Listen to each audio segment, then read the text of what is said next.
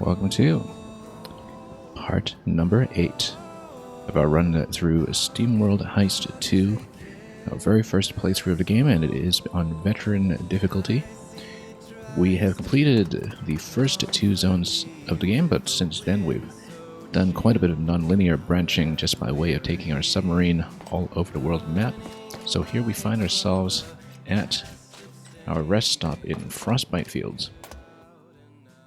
And we'll just pop out to the world map perhaps to show you where that is. The world map is only really accessible when you are outside in the world. So maybe I have to pop out for a moment and see a little bit of the continuation of the plot here to give ourselves a lay of the land. Let's get to the parley and ready a bodyguard detail. We had just finished one of the story objectives that just clears as soon as you complete 5 maps. 5 maps anywhere, really. It doesn't even need to be in the Frozen Fjords zone where the quest was originally picked up, in spite of the game's kind of suggesting that there were a couple of very well-defined target locations. We don't care about the quest just yet. It is apparently over here in this map, which previously we could have just as well done, I think. Oh no, maybe it was locked. Yeah, I think this was actually one that was previously locked. And that is kind of the story finale perhaps to Frozen Fjords, which we have actually hardly done, if you take a look at it here, because instead we filled a lot of requirements just by completing maps by sailing all the way up above Glacier Gulf, through the Titan's Drain, and just kind of circling all the way here to start to fill in some of the content. Now my immediate ambition here is to complete Frostbite Fields and try to get 10 out of 10 on that. We have, in the process of circling through, or perhaps circling around Titan's Drain, picked up a decent complement of Tier 4 weapons, which is going to get us well ahead of pace for a lot of the Frozen Fjords maps that are effectively zones tuned for Tier 3. Meanwhile, we haven't really been back here to see what is in this entire quadrant of the map. I don't know if this is kind of a late-game Tier 5 zone or anything like that. I feel like there is a very strong implication that eventually the Eye of the North is going to be where a final boss sequence might be located, and that's also eventually we're expected to have the ability to bust through some of the rocks that we see obstructing our way and obstructing a lot of the passages between zones as well. So we will probably try to explore down here at some point and see what a lot of this is all about. And yeah, I do have a little bit of drift here. I switched to a Pro controller today where I have right stick drift, whereas previously I was on Joy-Cons with left stick drift, and so we'll hopefully sort out some of the jitter on the camera today, which is actually a little bit distracting. Yeah, we'll try to get the controller situation sorted out. But better that than having a lot of our movement scrambled, perhaps. Anyway. Yeah, I really should have tested this out beforehand, actually, just to get this straightened out. Because the drift is actually a little worse than I imagined. Alright, anyway, we'll probably figure that out before too long, but it is going to get a little distracting. Okay, so we will attend a parley at some point, but I think, like I said, my immediate ambition is to clear this. I think we're reasonably close to affording the ability to... We really need to fix this. Hang on. Just give me one moment here. Because, yeah, we have so much controller drift all of a sudden. Let's just try to shake this out a bit. I might actually have to switch back to the Joy-Cons despite them being also similarly a little bit defective. Just one moment here while I sort this out.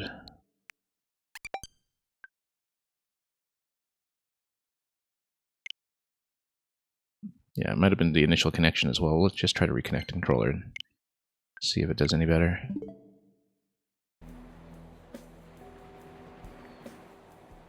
Yeah, it's going to be a problem, actually. Let me just straighten out the controllers here.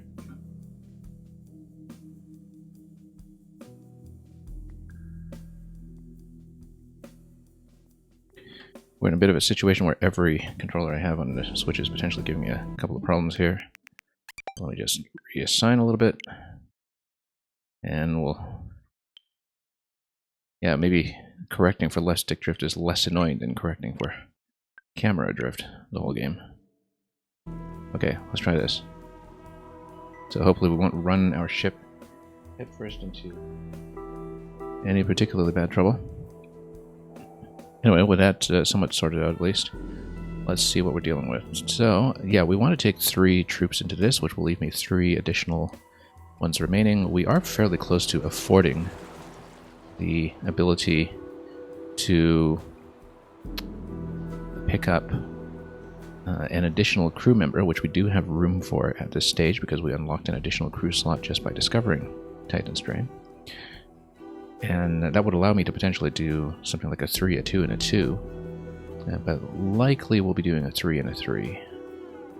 And if we can pick up something like a tier 4 gun, that would be ideal, like something like out here. Although that would be maybe comparatively risky.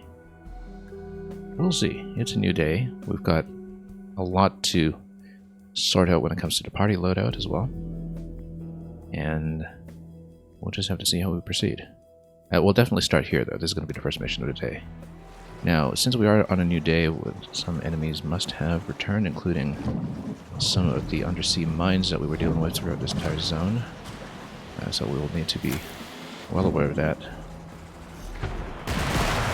As well as some of these guys. Then blow up some of these as we go. There we go. Pretty simple. We haven't invested very heavily in powering up the sub. Choosing instead to mostly work on our weaponry for the party. Just to work on the tactics core of the game. So we had to do quite a lot of somewhat risky hit and run when it comes to the actual submarine play. As you can see here, whoop. Taking a little too much there, just getting so the muscle memory back for submarine control. Everything's so swift here, it's almost like a fighter pilot game rather than methodical submarine play in the style of Steel Diver. Curtain call. Okay, so yes, we'll do this one. And let's see what the crew selection is going to be. Let's take a look at the objective first. Scrap enemies with falling objects. Scrap commanders. So yeah, we want probably a decent amount of splash on this. We were previously building Wesley's boomer. We currently have enough of an upgrade for the party that we can get anyone up to a level 2 slot fairly quickly, which is important because it allows you to get going on a lot of very important fundamental abilities. Let's take a look here. And also, if we have anyone on Sniper, they now have access to a sidearm level 4, which is going to be a significant upgrade. Now, in terms of our actual crew selection, let's just take a look. We spent about the first hour of the previous stream just sailing and tweaking the party before we actually got into a map. We'll be a bit faster about it this time, I think. Now, previously, yeah, she's got Reaper up and running already. I'm thinking actually that we might want her to get Engineer up at some point. Because first of all, it gives you +2 conk capacity, and secondly, it gives you cover, which I think is actually potentially vital when it comes to playing as an engineer. I don't know if we'll do that in this map, necessarily. But, yeah, Wesley here, portable rocket, big repair pack. We'll keep him on rocket for the time being, just to have somebody going level 3 boomer over here, getting him an additional cog since he has very few to work with. And getting him some HP to compensate for Reaper being formerly his primary spec. We'll keep him on boomer, I think, and we'll definitely keep him for this one. We want lots and lots of damage output in this map. We had a second sniper rifle too. Yeah, this one here. And might keep him... Yeah, so the critical hit bonus is multiplicative. We went from 75% to 87%, thanks to the critical goggles. We may or may not keep that. But I feel like, yeah, for boss damage, we definitely want maybe him, Beacon, and possibly either a brawler or a flanker. Let's just see. Yeah, armor penetration is probably going to be great, depending on what exactly we're dealing with when it comes to the commanders. I mean, commanders might potentially buff armor on the lesser enemies, so that could be vital. And let's see, yeah, we got ourselves into a lot of trouble with the splash damage in the previous round. I think we go dead shot. I'd even trade it off with a sidearm 4. But let's take a look here. Yeah, we might actually trade that off. Depending. And what do we have here? This is good for sniping bosses potentially with a charge. And, oh yes, we actually have some better movement items at this point too, I think. Given that we have some that will give you immunity, which might be better. Particularly because sometimes if you're a melee attacker, your positioning is going to be a little bit more restricted. So, let's see, I think we'll actually want to switch her to that. Although I guess that would make warm gloves redundant. Okay, never mind, we don't need that. We need just boots on her. And then we'll take one of these two. We'll definitely take him. And what's he got here? We have room for a second grenade.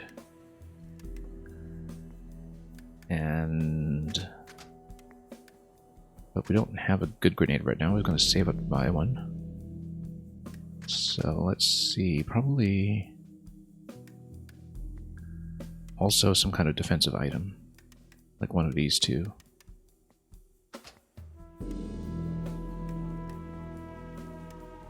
Or even a scope on him when he doesn't have the sniper ability available, but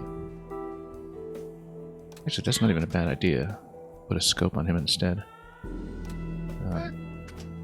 Anyway, repair kits. Critical goggles. We might trade it out for the sidearm 4, but then we run with these 3 and we have no heals going. So we have to think about this carefully. Low spread ignores target's armor.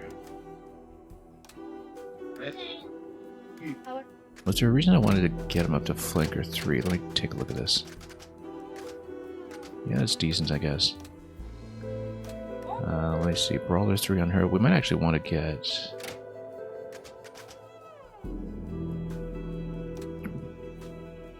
this swapped over here and have Brawler 3 on this character instead, mainly for the reason that you can get the free sidearm going, which is actually extremely good in combination with a cool on the flanker. So let's consider that for a moment. Because yeah, I might just do a straight swap. Also, let's get him a hat. Which one are we not using right now? Let's see. Complex Navy hat. Sure, let's just give him Commander hat. Or rather.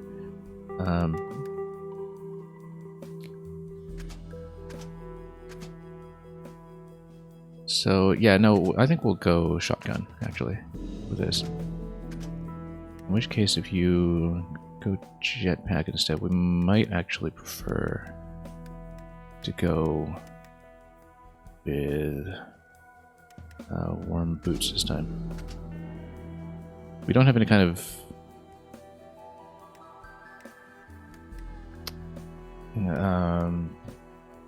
protection on this character when it comes to frost, but I think as a sniper you have a bit more positioning flexibility. So we'll go with this. We'll go Big B. We'll go Slugshot Tumbler. We'll go Deadshot.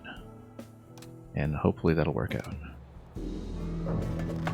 And, oh wait, hang on. Let me check one more thing. I don't know if we want the critical goggles necessarily. Because the... Oh, actually, yeah, we do. Like, it's going to be a difference. Let's just do it. I was thinking of changing it out with a sidearm or something, but we'll save it for our other sniper. So let's go. And loadout is going to be bow, whoops, beacon. And let's roll with that.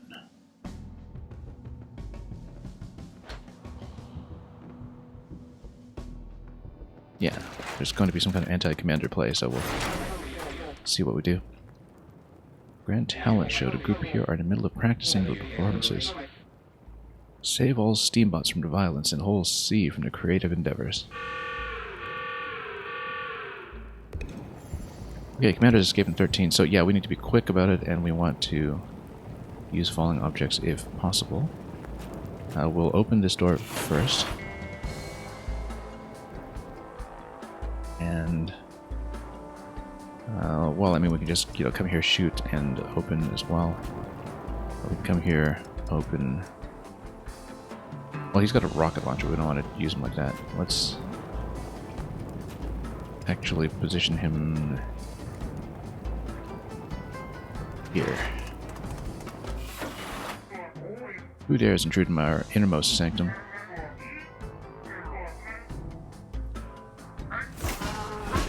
Chunky, well, we've got tons of armor pins, so we're actually not at all concerned.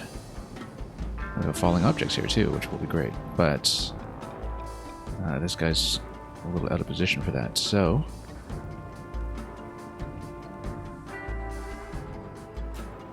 what we'll likely do is first of all take our sniper. Oh, we've got another enemy down here. Let's see what we can do here to try to nuke all three if we can. Yeah, sniper attack here can probably just deflect and take this guy down if we find a slightly better angle for moving around that. Also, some of the object destruction from a rocket launcher might just do as well. You know, if we just launch something down here and probably hit everything along the way. Yeah, so he has to shoot this turn because he's already moved. I think we'll actually try to burn the perfect aim. So we can, yeah, nuke down here. 6 to 8 damage with a bit of a crit. Extra high splash radius, so this might not quite do it. But we'll see about that. Great. I don't really know about the explosive crit calculation. It might just purely be based on chance. And then here, we'll snipe this guy and then we'll make room for the commander soon after that. So yeah, we need to remember to leave time for reloads. Which means we're gonna actually just go for him now, in fact. This guy's likely to come up and try to shoot me.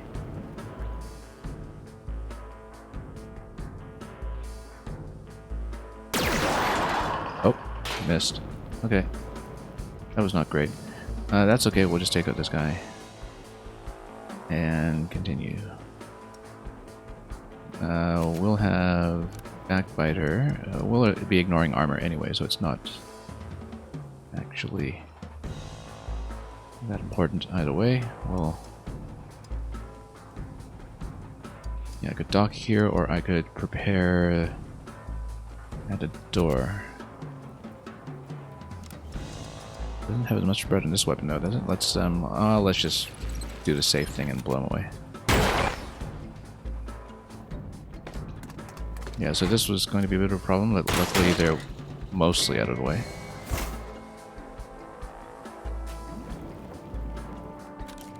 I really should have done perfect aim on this one. That guy's well out of cover now, and we do minimum 7, so that'll take them out. Because I stood still, we'll get the free reload. And then, yeah, this one is going to be explosive, so let's actually maybe not use them this turn. Let's go here instead.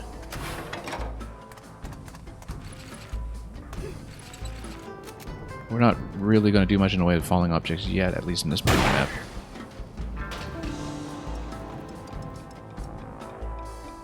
But what we can do is get in position for the next door opening.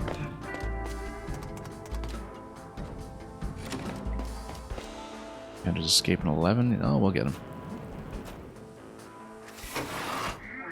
Interrupting us at our most vulnerable, unforgivable. Oh, there's a falling object that might be useful. I feel like we should go over here and just lob a grenade. Or a projectile upwards, almost at point blank, except, oh yeah, that's such a bad idea, but that's okay. But we can try to do grenades first, maybe, and try to figure out the aim line for it. This is going to be terribly risky.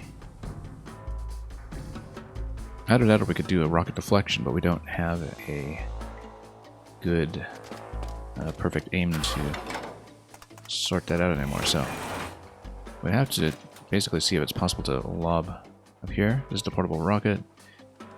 Not a bad idea, actually. It would damage everybody, and it would be reliable, whereas this one, we don't really know if it will be, but okay. Yeah, the other one would have been better, particularly as it was a free grenade. Luckily, we're able to wheel and deal over here and just snipe these from the back. And we can even potentially get up here to get a nice sniper shot that we can deflect off the back wall. Don't know if we can. What we'll do is we will definitely come up here, I think, and just snipe at the ladder. Wheel and deal. Yeah, so that was slightly misplayed. I just didn't want to burn the consumable portable rocket just yet. But it might have some utility beyond what we currently have. And yeah, backbiter. Blow everybody away.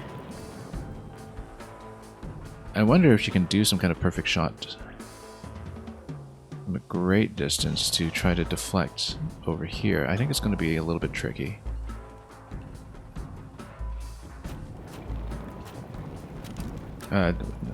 Or actually, no.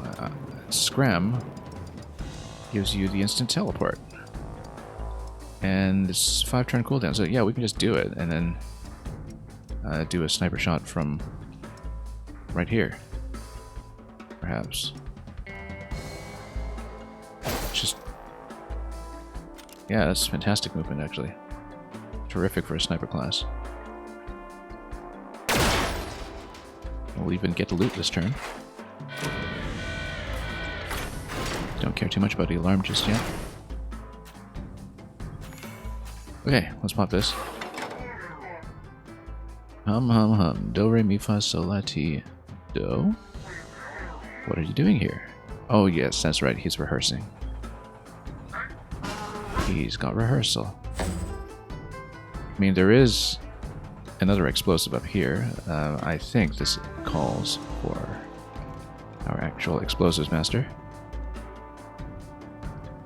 And we can do some cleanup with our other characters after the fact. Particularly, well, let's see if we can get a good line over here. Yeah, we actually can. Just barely. Which means that we should be able to take both of those out as we come here and just rocket up to this side. In fact, we'll even have the perfect aim cooldown already.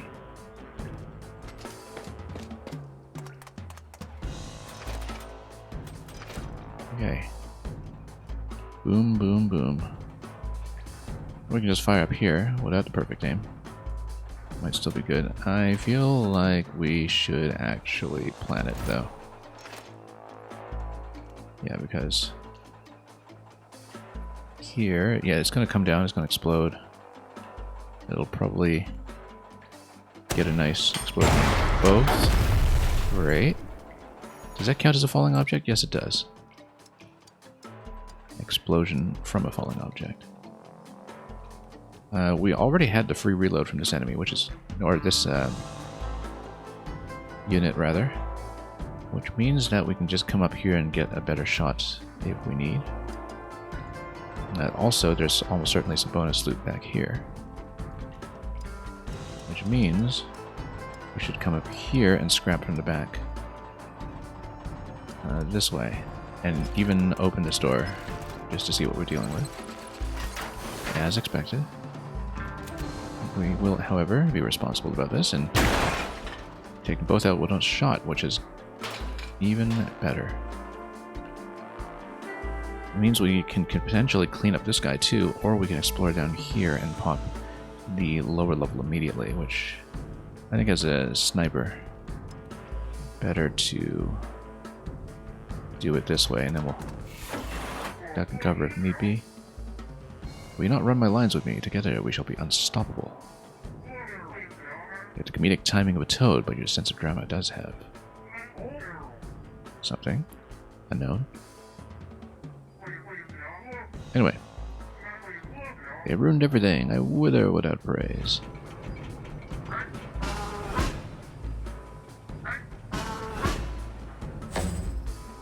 Okay, that guy's immune. We're kind of in the open right now, which tells me maybe we should take cover. Unless we want to go for a shot immediately, but then we're going to get pummeled this turn, so I kind of feel like that's a bad idea. This really hasn't got a spectacular play. Free action... Perfect aim is a free action, but we'd better cover. Yeah, it would have been nice to set up a shot this turn, but I think I'd rather not take too much damage in our current state, so we'll cover back here instead. We'll have plenty of opportunities next round here, particularly as the Vectron shield rotates.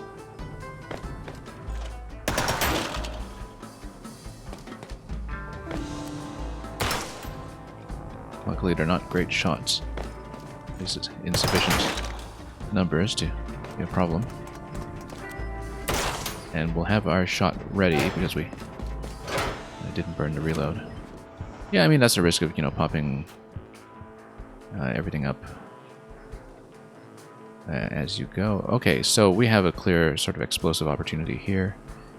Now, the only thing is that Vectron shield is on this guy. He might take priority, which means we need to go for a snipe in the back, Commander, before all else. So do we go for the loot first? We can always clean up at the end, really. Wheel and deal is not available right now, otherwise I would have gone for the back. And what we can do is, yeah, just chuck an explosive in over here. Or... okay, so the teleport is still in cooldown. That's blocked. Yeah, once again, I want to get some kind of back deflection on the commander himself. I don't really think it'll happen, but if we open this up, we might be able to take a shot.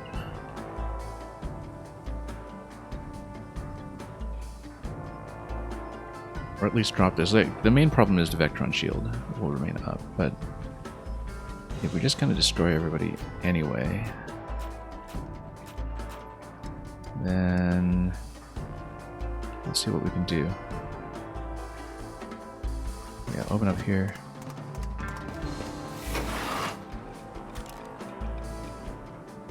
We will not really get that shot now. Unless we can get a perfect deflection. Yeah, we can actually. 6 to 10. In order to make it over the line with this one, let's give her the power shot. For sure. So we need to snipe this commander. We might want to burn perfect aim just to be perfectly diligent about this, but that's okay. We missed and we still hit, which is the best way to play. The fact that we missed the intended shot and still got the deflection is, of course, wonderful. We will, at this point, try to hit over here.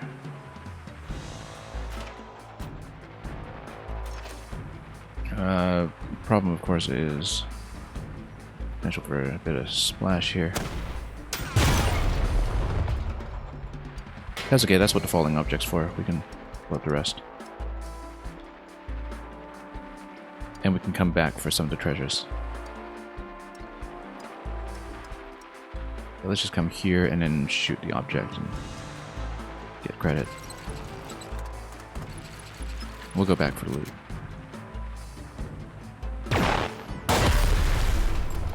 And that's going to count as 2 additional enemies, right? Or, oh, no. Oh, only counts as 1, I guess. Because I guess it's per falling object, not per enemy destroyed. That's alright. We need to take this up here. We've got 1 more commander, and we're missing 1 room here, which we'll go back for looting purposes in good time. Now, what we should do first, then, is just get in position for the next room, which means, first of all, with high movements, we'll go here, and then here. Unless we have a sidestep on anyone. Alright. Yep, we'll go. Now loot here. Within range. And loot here. We've got some more bags to pick up along the way. And we've got a bottom room to take care of. We've got a top room. We don't know where the remaining commander is, but we only have 1 remaining. This is a big enough compartment that it looks like it's the more suspicious one. But we may have to pop them open and check. So that leads us to ask naturally, who are we taking where? Beacon can be allowed to be way out of position because Beacon can teleport, so it's actually beneficial to come down here then. And be right on top of the door so we can open it into next turn and also get a decent amount of cover far away from the explosive. And we'll get over here.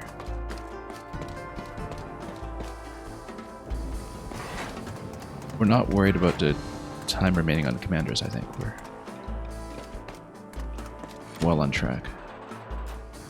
When it comes to that, we do need to open and see who is below. No commanders. That's important to know. That means we'll have someone over here. I said I wish to warm up in peace and quiet. You shall all pay for this unplanned interlude. We're gonna bust them up really quickly. Really quickly. Might even just stand here and... I mean, that might even be too close with the rocket launcher. And we could even just get over here with wheel and deal and just shoot them directly. Maybe. But then I'd have one explosive weapon to deal with past that point. Perfect aim is a good idea here, I think.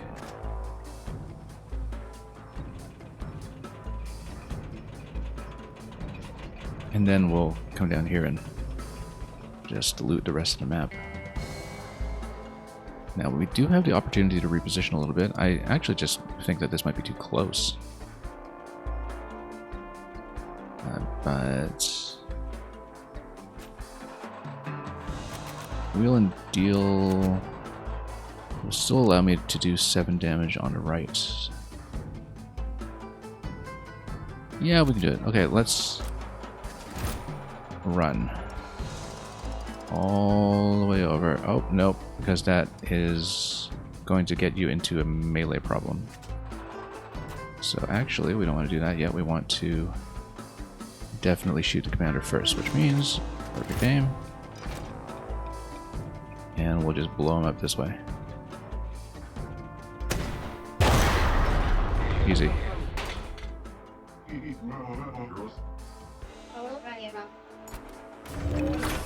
And we're right at the exit, but we will of course loot everything we can. We are not going to get this falling objective, I don't think. Yeah, we can. I mean, we can hit one over here. We just need to set up a second one after that, which will require us to probably bait a second enemy past that point. So let's see what we can do. We have wheel and deal going, which means that we can just run over here and shoot this guy in the back. Or even from the front.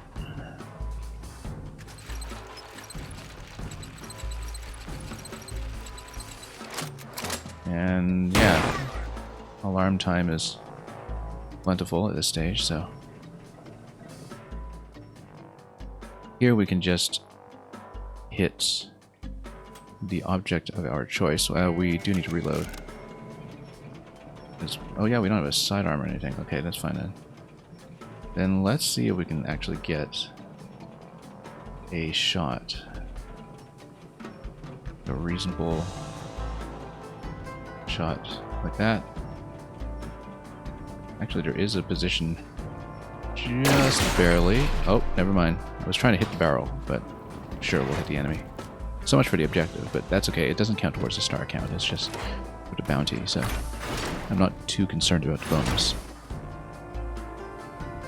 And if more enemies are being fed our way, we can still try for it if we really want to. Now, just a little bit out of our target range for this, and then unfortunately this guy's going to come down and try to shoot me if I too long here. However, Beacon can teleport, so let's just teleport. And we can even just teleport here and knock down this barrel and try to snipe a bit. I don't really care about the one bounty that badly, though. We do want loot, however. Then we'll just come back and get well out of the way and get behind cover too, just in case. Although we're kind of within explosion range for that, so might not be the best idea. Let's just shoot this guy in the face if we can. Kind of wonder if we'll be within explosion range if we just fire from here. That might be better if I take this guy. And yeah, that's probably better. And we'll just loot the top right with our remaining unit. We're just going to loot the map at this point. We've got lots of time. These guys are actually still going to be within explosion range, object falling range, in fact, so could have some possibilities here if we really wanted to go for them. But no, we'll just loot the map. Okay. Got 100% loot, so only thing is the objective. We really care about that. We don't. I mean, if we can get a good setup for this shot, then we'll do it. Like if we come down here, shoot right, explode, we can get one. Likely to get shot in the back after that, though, which is not ideal. But we've got 10 HP, so I don't know if we care too much. The issue is that explosion here might actually blow my cover. No, we'll go for it. Let's take a bit of a risk. The things we do for bounty.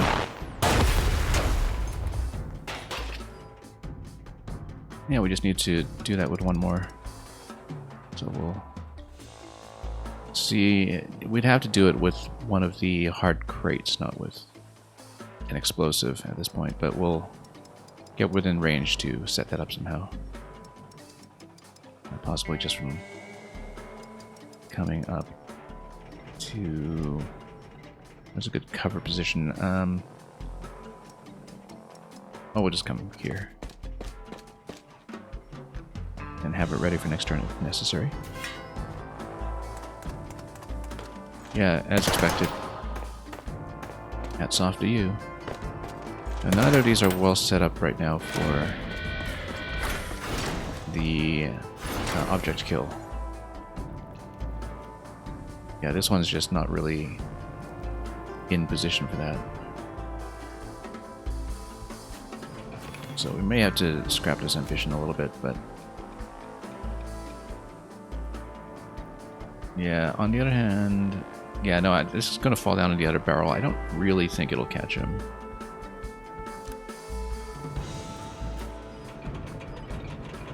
So at this point... I mean, you know, we can take as long as we want to try to set it up, but... As if we really care about the style points here. Here we can probably set up some kind of crazy deflection kill. From high ground here. Perfect aim. And yeah, that's gonna do well.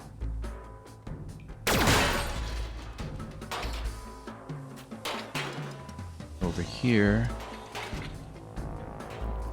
Yeah, we'll just fire into this and try to catch another one. We really just need to fire straight.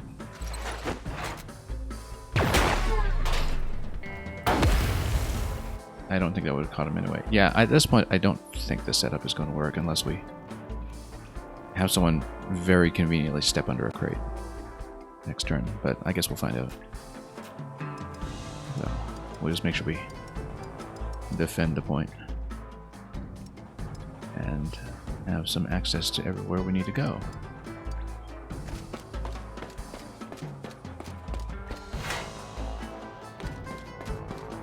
No real penalty for stalling unless there's an overall turn count at the end of the game or something. Yeah, nobody's in position. I think we'll just have to ditch the idea. Because nobody's standing where I need them to go, so... Yeah, let's just ditch it. We don't need a one bounty point. We can get that off ships or whatever. I don't think it affects the star count.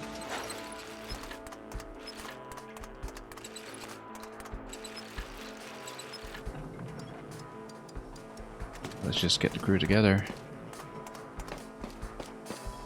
And yeah, nice and easy map. We're a little massively overpowered for that one. That does mean we'll clear 10 out of 10 on Frostbite Fields. So we won't get the bounty from the bonus as expected. But again, we've got lots of flexibility with bounty at this point, so... Poe's gonna get 3 and 4. We don't really have a level 4 flanker yet, but she's so close to getting 3 on Brawler that I feel like we do need to get that for the free sidearm.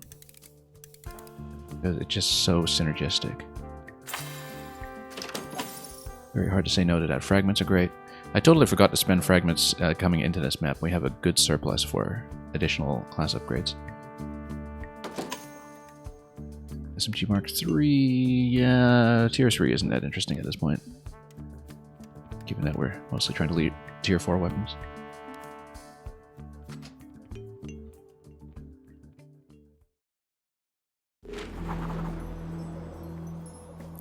I mean, we've got so much of the map that we can see at this point without progressing the story. You have to wonder, why would I progress the story? Okay, so let's see what is the 10 out of 10 reward in this zone. That's the main thing that interests us. Here, we'll also see with the 24 what we'll buy eventually. Melee is good, even though it really only affects the brawlers, since I don't tend to melee much with the other characters. Although sometimes we find ourselves a point short of just taking out a little 3 HP Rattler or something, and maybe that'll help. Yeah, we can afford both at this point. We can also open up. Actually, with just 2 additional fragments, we can grab both of these and open up tier 2. We haven't really been using hidden explosives at all on our boomer. Then maybe that's because it's not upgraded. It might be more advantageous to get tier 2 upgrades rolling first. We have everything for characters, yes. If we recruit one more, obviously we'll need to save up 5. Let's see here. Luckily, or rather probably what we will do is go for the job upgrades, but let's explore first and see what is available. I feel like that's where the power spike is going to come from.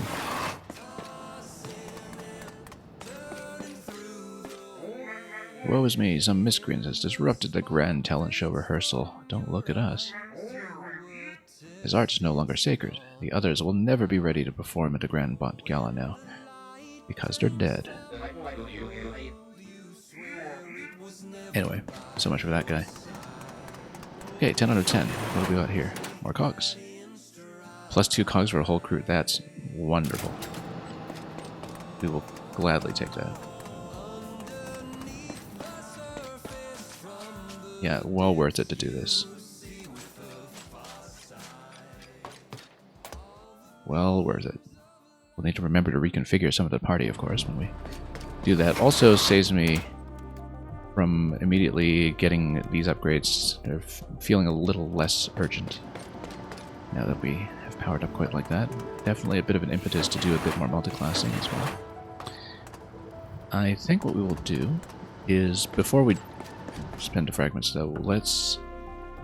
we know that we want to go back to Argent Articles in the Tier 4 zone in Titan's Drain because we wanted to get those grenades. So we should go back there. We have capacity to run some additional maps as well. Should probably power up the ship at some point. But yeah, our objective now is to get back to this shop, which we had opened up. And we can see what the recruitment situation is over here at the bar. Or we can try to go for this map up here, although it depends.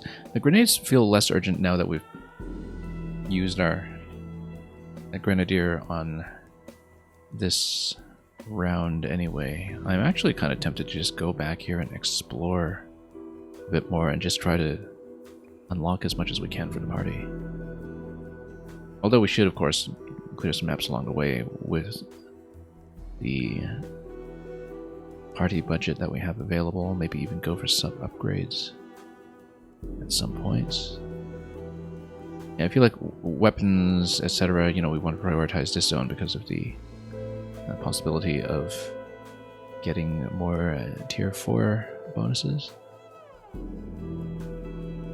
So, for example, going to this one up here, crew of 3 with a weapon to grab, that could be very promising. But for now, let's see what we're dealing with. We got, oh yes, this whole area here is a war zone. This war zone that very conveniently had Rattlers versus Navy. Oh, whoops. Okay, let's actually boost out of here. Have to get a little warmed up here again. Playing this style. Yeah, it took a little too much damage. Let's be careful here. So we do want to go back to the shop, but we do know the way is at least partially mined, from what I recall. So we'll be very cautious.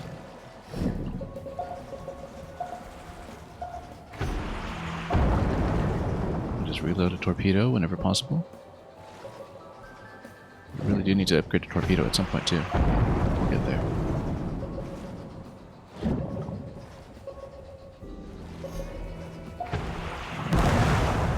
Yeah, we'll just demine the whole thing. So we have smooth sailing. Get the torpedo back. We should be almost out of the danger zone. Let's not rush it though.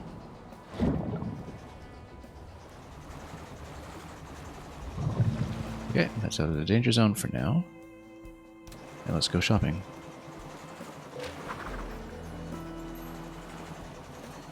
We'll ignore the arrow since we've opened up all of this before. So yeah, the infinite grenade is probably what we're going for.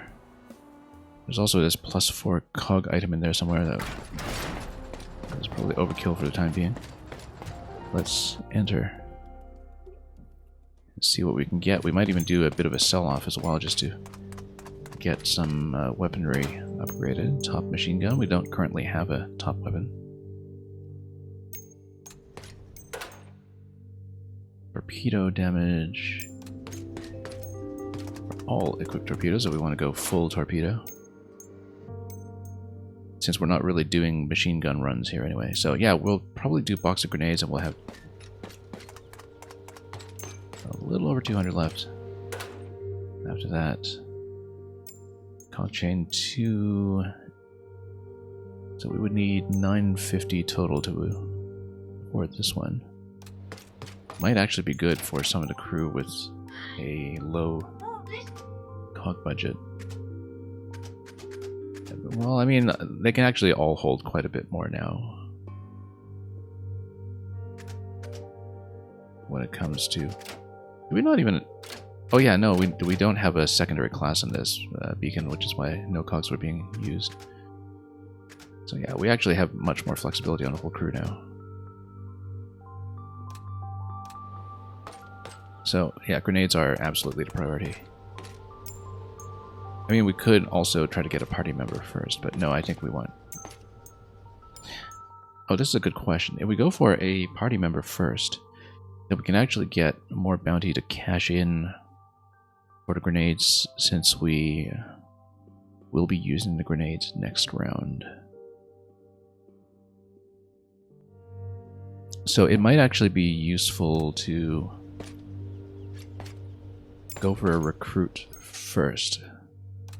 Particularly a recruit that might be tier 4. Let's actually go to the bar first then.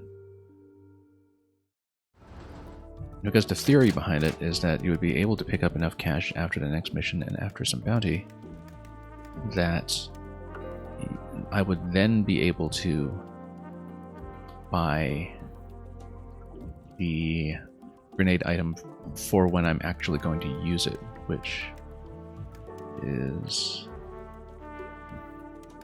currently not the case. So let's actually check what the recruitment situation is like first, just to see who's available this round, and specifically at this bar, if it gives me someone who starts at tier 4, which, or level 4, which I don't know if that'll be the case. We'll have to see.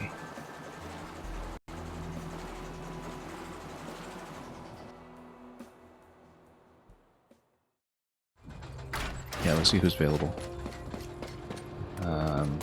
Once we enter, of course.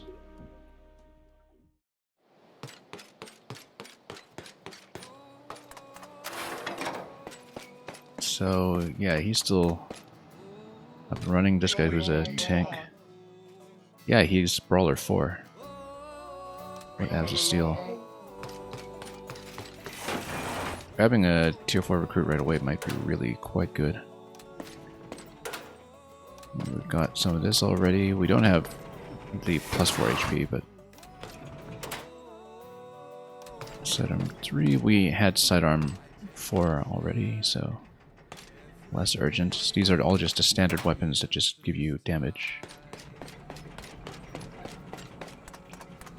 And you might want some more weaponry. Micro torpedo for the sides.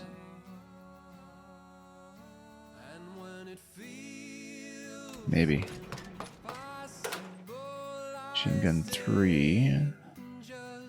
Shine on, you crazy machine gun.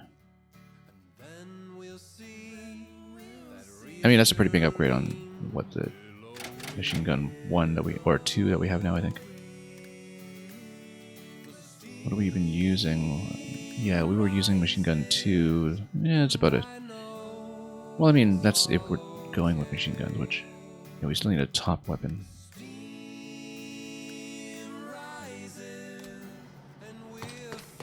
Anyway, the thing we were going for was seeing which other recruit was available. The Crow was available. This was the flanker.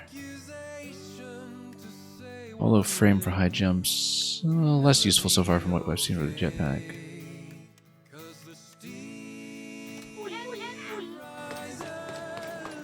We might actually go for that additional brawler because we've been kind of rebuilding the brawlers as flankers anyway, here and there, and we've got good weapons going on.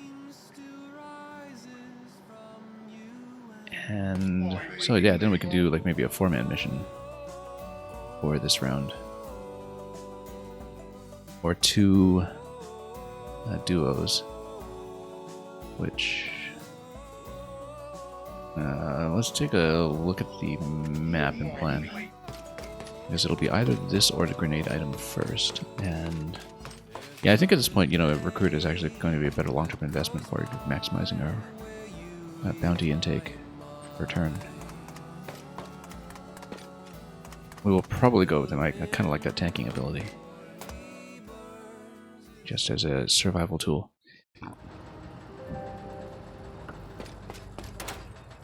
Let's inspect the map. Okay, so we've got a 3 over here, we've got potentially a 4 over here, which we could make an attempt at. Because we'll have a good crew for it, I think. Particularly with a Brawler 4 in the mix. Even if we won't have the free sidearm on it just yet. Yeah, because maybe we can go for that one here, like this mission here. And then we'll upgrade some of the class skills along the way as well. Okay, I think we'll recruit him. In that case. We'll go for it. While he's still available. We were kind of looking at this guy in the previous zone as well, so... So, Brawler 4... Has a steal when used permission, invulnerable to all damage, and taunt all enemies to attack him. Yeah, so you basically just tank damage and save the crew for 1 turn. As an emergency button to just get everybody evacuated, I feel like this is going to be great, so let's recruit him. Let's see what Brawler 4 is all about. Means we'll also get another Brawler 4 weapon out of the gate, but on top of that... Oh, also, let's put some hats back on. We got their hats shot off here. He's got a fez. Oh, everybody's got their hat. And we can always trade it out for something if we really wanted, but... Yeah, no, he doesn't give me a weapon out of the gate, but we do have a Milner available if we want to switch our other brawler off for the time being. So if we want to take her off brawler and put her back on flanker for a round, or even something else to give her more utility, then we can do that. I'm wondering what will be most synergistic here. Possibly even engineer.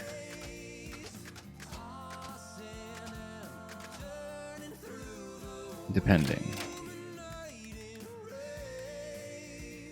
We'll worry about that. We'll probably switch her off to a different class. Start him off with Brawler. Let's see the Brawler skill here. Each time you scrap an enemy, you can make move action with half your normal movement range. You can make a move action with half... Oh, I see. So you can snipe somebody and then back up. So you get a chance to relocate if you're fighting from out of cover. Yeah, very good against stuff like bosses, potentially, given that Brawler, I found, was a bit of a problem when trying to attempt a boss. 6 cogs though, I feel like we might actually just level him on flanker to get that cool plus free sidearm combo going. One mission will be enough to do it, and then if we have 6 points to plug in, we have 3 here on Shifty. And yeah, we got plenty to choose from for everything else. We might even start him on flanker. And retain our current brawler. Now if we do so, which weapons are available right now? Just a discharger with a splash. That's okay. This one gets you into trouble sometimes, but...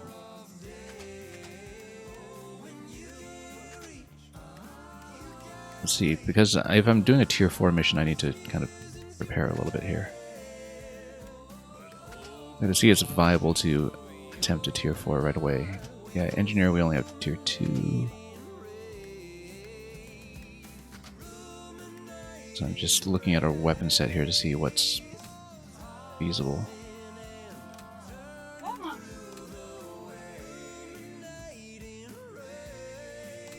Okay. In that case, let's think about this. Yeah, we put on flanker. That means we have to switch Tristan back to something else, possibly back to engineer. This engineer weapon is not looking great at this point. It's going to be pretty weak. But we could also level him into something else, if need be. We just have better weapons available. Oh, the stapler. Yes, I didn't see that we had this for the Reaper class. So, would we want to put him on Reaper, potentially? If we have Reaper plus Backbiter and some of the movement options we have here, maybe. I feel like Reaper and Flanker actually do go together pretty well, potentially. Yeah, because, okay, we might have some options here. Let's think about this. Yeah, because someone's going to stay on. I'm just thinking about which weapons we'll actually use. We'll have this tier 4 sniper, we'll have the Mjolnir, of course. We'll have the tier 3 shotgun available, and we'll also have the tier 3 Reaper SMG, or rather crossbow available. And we'll need somebody who can actually position closely in order to use this one, so... Let me see, we might actually level him into Reaper, then.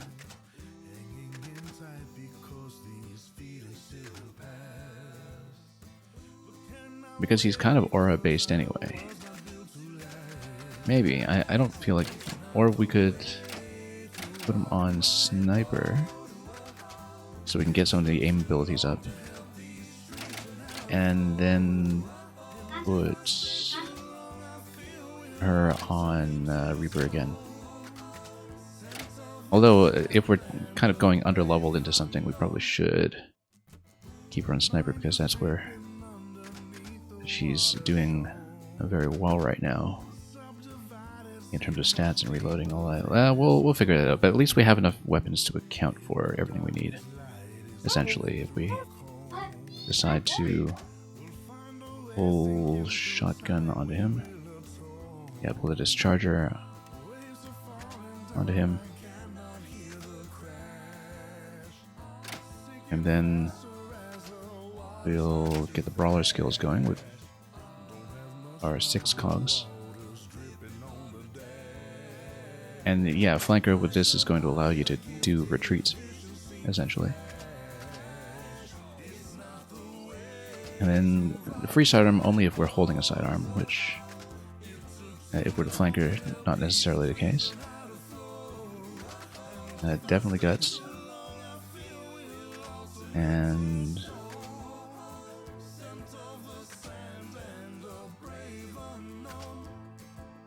let's see here, Heart Shell or Payback. He's usually going to be in a pretty vulnerable position, so let's go with... Oh yes, we also need to get his class skill upgraded. We need to remember to save fragments for that. +1 armor for the first attack against you each turn.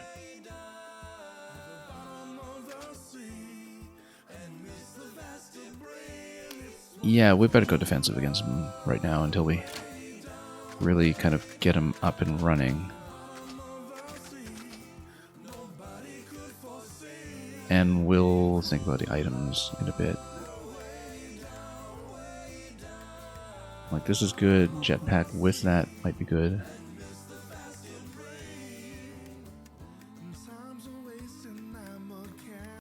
Yeah, because given the movement options, I kind of like this idea. Like this heater plating plus jetpack. Unless we want to put the scope on him because, again, shotguns.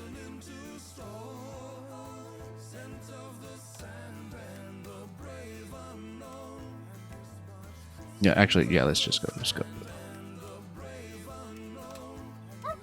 That means we pulled pretty much everything off of this guy, which means we can put him back on a hole puncher. This is so obsolete at this point, though. We really do need to replace it. We can try to put him on the crossbow. And level up Reaper, or put him on Sniper.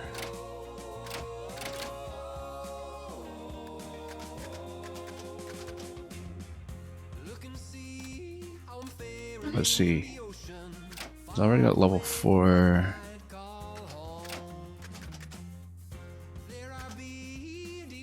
We want to get her up to level 3 on Reaper just so we can get things like the crits going.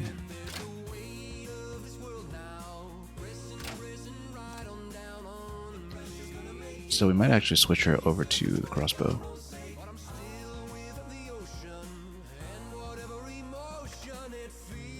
Okay.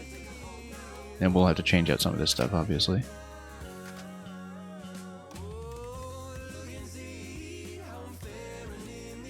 For instance... Yeah, for Reaper we'll keep the reinforced plating. Sidearm we'll probably switch out for something like jetpack.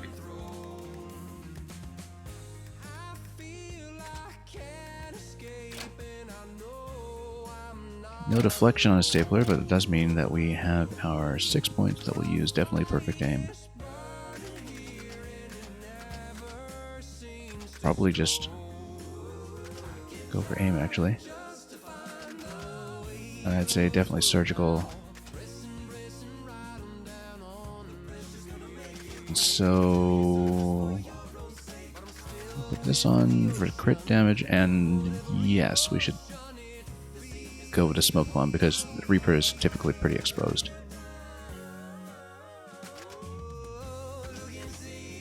Okay, that's good. Means we'll put him on Sniper. First time Sniper. Because we still have Repair as a free action, we should get a distance heal. And with Sniper, we'll definitely have the Sidearm 4. Okay, so we'll take them in as a party of 4. We'll take a risk on the Tier 4 mission. Brawler will remain as is, I think. She's in good state, except we have more points that we can assign, just enough to put payroll in. Gain an extra action when picking up loot. Yes, that's right. Unless we want to go Backbiter.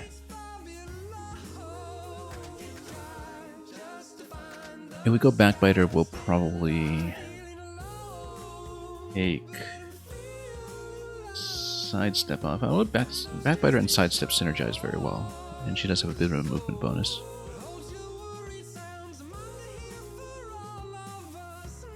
But loot allows you to kind of speed through the map a bit more too, so... Oh, this is locked right now. I can't take it anyway, so... we can take one of these off in favor of Backbiter. I feel like we'll keep the movement point. It'll be, on a per turn basis, a little more effective, although this allows you to get unstuck from places. So... And it allows you to flank for Backbiter, so maybe that's preferable. Let me check her movement points right now. 11. It's not bad, really. So can we afford to take her down to 10 for movement?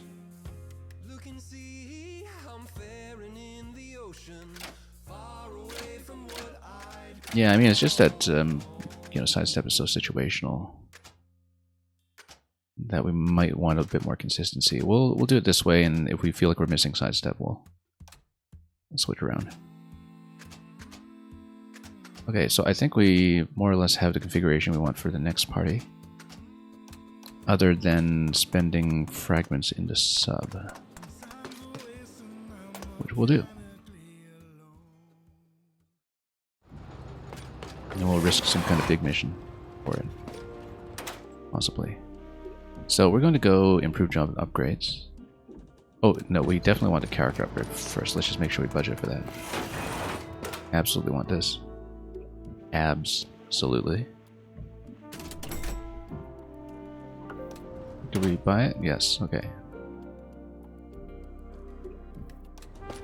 So, your party is powered up here. We're going to talk to him about it. Inside this dark void, you have created a haven of light. Okay. Why stay in prison when a door is so wide open? Good philosophy to live by, I suppose. Yeah, we aren't going to have either of those classes active in the field next round, so we'll have... well, we don't know how much tier 2 upgrades cost, but I guess we'll find out pretty quickly. And they cost 12. Oh, we're just short. Well, we can blow up a ship or something and maybe we can grab one. So let's take a look at what we upgrade with each of these so we know which one to prioritize. Slot machine.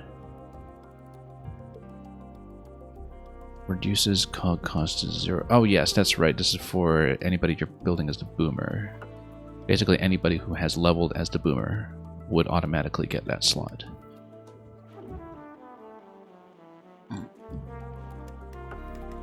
And if we have a boomer weapon, we might even want to rotate one of those classes to payback with a heal. I like that. That's not bad at all. Amped up we don't use often enough or consistently enough, I think, because we usually get into a pretty defensive position after we crack doors. Focus is great when we remember to account for it. Makes rage stack, giving you 1 damage bonus for each 3 health missing. Yeah. I don't know if we want to play that risky usually. I feel like payback is going to be the best one here. Because basically just anybody damaged and just replenish. We need more healing in the field, basically. So it'll be either that or focus, or actually maybe slot machine, now that I look at it. Now, we'll see if we can afford anything after we get to the next mission, you know, based on fragments we pick up in the field. If not, we will probably just spend immediately on the melee damage. I think. Oh, we got more dialogue. Let's give it a listen. I recognize a kinship in our new shipmate. New, as though trophy didn't precede all of us here. Buried somewhere deep beneath the will to do only good. Yeah, I feel like trophy is just going to turn out to be the final boss or something. Wouldn't be surprised. Oh, let's, no, we want to go to the world map. Let's pop back out. Yeah, we spent a lot of time not playing the tactics game in Heist 2 just because there was so much else to do. So yes, we're going back this way. We can't afford to grenade this round, but we will... Oh, I wanted to check something. Let's... With anybody here, let's see. Which was the other... Rocket launcher... Yeah, no, we're not going to do that. When we want to load in some more boomers, we'll rotate in Big B. Okay. So we can go for this and hopefully pick up another tier 4 weapon. Unless we want to do an easier one as a party of 4, like for a submarine bonus over here. Let's take the risk. Let's take the risk. We're here anyway. We're decently powered up. And I find that sometimes when you have a full party of 4 that some things are actually made a bit easier just because you have much more tactical flexibility. Why do we sail up here when we could have just gone down here safely? Oh well. Yeah, and this rock in the middle is obviously very suspicious. The pile of rocks that we should eventually blow up, I would imagine. So yeah, we'll have one more mission available this cycle, and we can pick up a decent amount of bounty off of it. Is this the one we want? Yes, let's take a look at the objective. And see if there's anything we need to adjust our loadout to accommodate. Oh yes, we can blow this up too if we really want to engage with it. We just passed it. Oh, I see. No, I see it as 10 here is actually in an adjoining zone. I thought it was in this zone, but it's actually maybe not even that accessible to us right now. We had planned around it too, okay. Well, yeah, maybe you needed to blow this up and make a whirlpool available or something, because it looks like you probably do need a whirlpool in there. It's actually not even in this zone, though. It's in the next zone. So, yeah, maybe let's scratch this idea. We should go... if we're not getting a tier 4 weapon... I mean, we could use a crew of 3 over here, but... Or we could do a challenge mission over here. Which is very tempting. Even though, once again, we're potentially a little bit underpowered for this since we're not loaded tier 4 weapons just yet.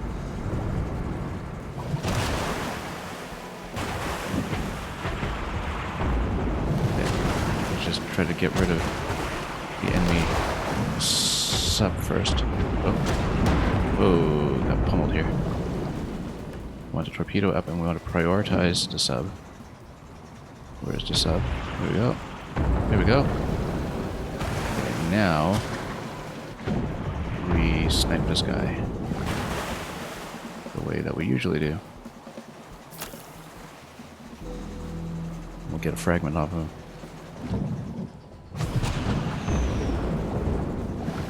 Okay, and we'll back out here until the torpedo reloads and then dive after we fire the torpedo, as we've been doing. Nicely done. Oh, well, that was a bad position. We just popped out in exactly the wrong place. That's okay, we'll heal back up to 25%. Yeah, we don't want to lose our 6th bounty here. Okay. We'll be able to beat him, we just need to be a bit cautious.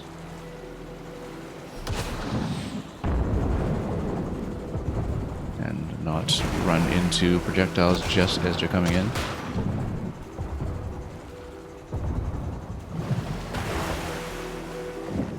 Let's just hunt them.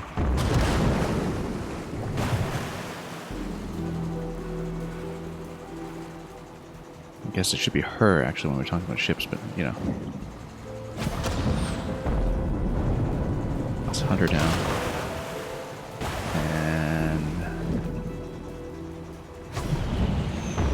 There, probably just one more cycle and oh, it's stuck in the rocks. Well, that was bad. That could have gone very badly. One more shot. Definitely one more shot. There we go.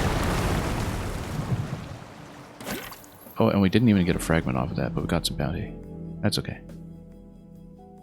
So now this is supposedly a challenge mission. Storage wars. Let's see here.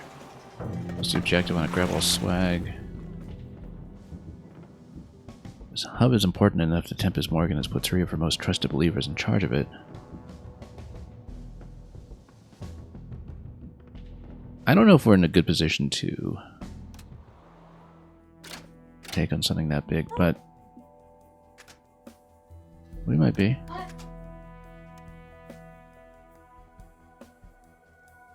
Yeah, I don't know about this. It's only 6 plus crit. But burst is good sometimes because you can kind of take out multiple consecutive enemies with it. Sniper Mark 4. Yeah, we just don't have his sniper skills leveled up at all, though. So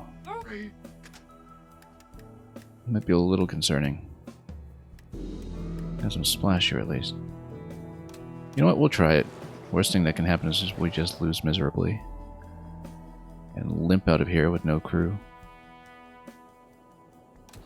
Yeah, we're trying this tier 4 challenge mission very, very prematurely here, but I'd like to get that gun. Okay, let's go for it with a full crew.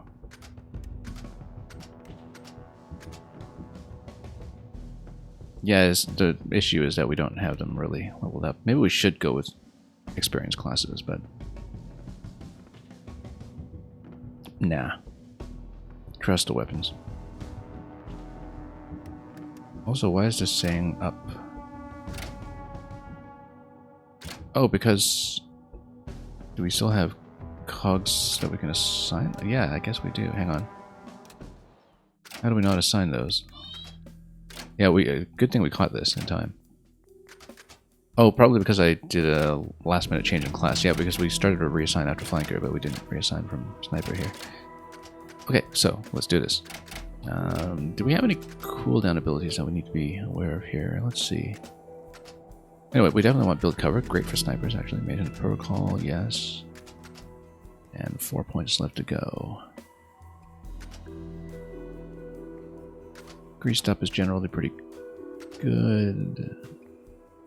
If you're clustered, then you get amped up. Reduces the cooldowns of all actions and items by 1. Maybe that affects the sidearm. Doesn't really affect the heals, but sniper with backbiter I think would actually be great because we don't really have armor pen on him otherwise. And then do we go for movement or do we go here?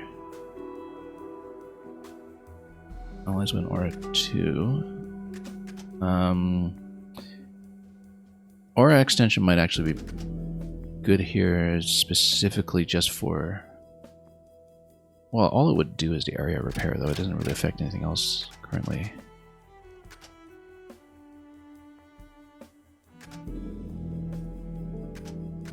Yeah, do we have anything out of the gate with sniper? Power shot. Yeah, I guess cooldown reduction would be good for power shot. We want to take something off another 1-pointer. But we don't, not really.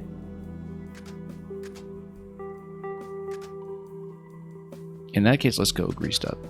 And just remember to let them open doors. Or, actually...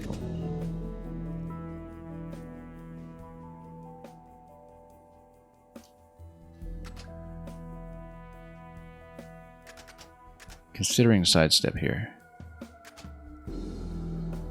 What's his movement points currently? 8. I think we actually want the movement.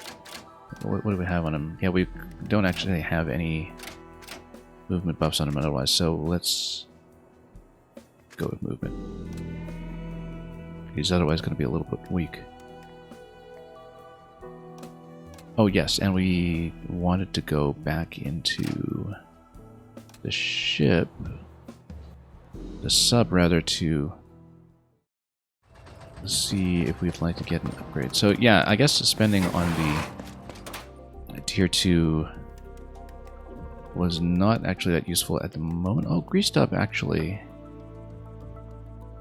Since we are buying it, or rather we are using it, the attack buff might be good. We might go for this instead because yeah, otherwise the only other thing we would do is just a single point of melee. Let's go for it. We'll save up for the other ones afterwards. Okay, I think we're somewhat ready to go now, so let's go. Very nice of the UI, incidentally, to just remind me to plug in my points. Oops, Joy-Con drift. Stop that. That reminds me, incidentally, that between my previous session and this one, this game actually was patched. I think I received a minor bug fix patch, although I couldn't find any notes for it. We actually did directly report a small UI bug to the developers when they dropped by the stream earlier this week, or rather late last week, I think. So possibly that's been addressed. It was mostly from having the UI disappear on us when exiting the loadout screen, but I think we're going to go with this, and we'll see. This will probably be a challenge. It's a challenge mission in a zone that's actually too high level for us right now, and on veteran difficulty, but we'll see what we can do. Survivability is key. We didn't bring nearly enough heals, in fact. All this stuff to Rattler's loot is sorted at this warehouse. Okay, that's fine.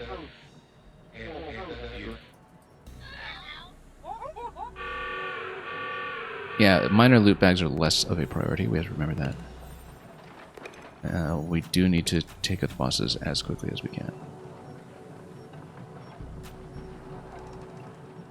And opening doors with the aura is best, but let's just open the left side just to see what's there.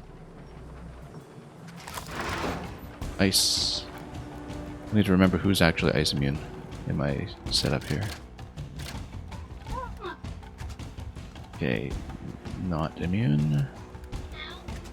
Not immune. Did we completely forget this? Oh yes, immune and immune. Okay, so basically my frontliners can step on ice just fine.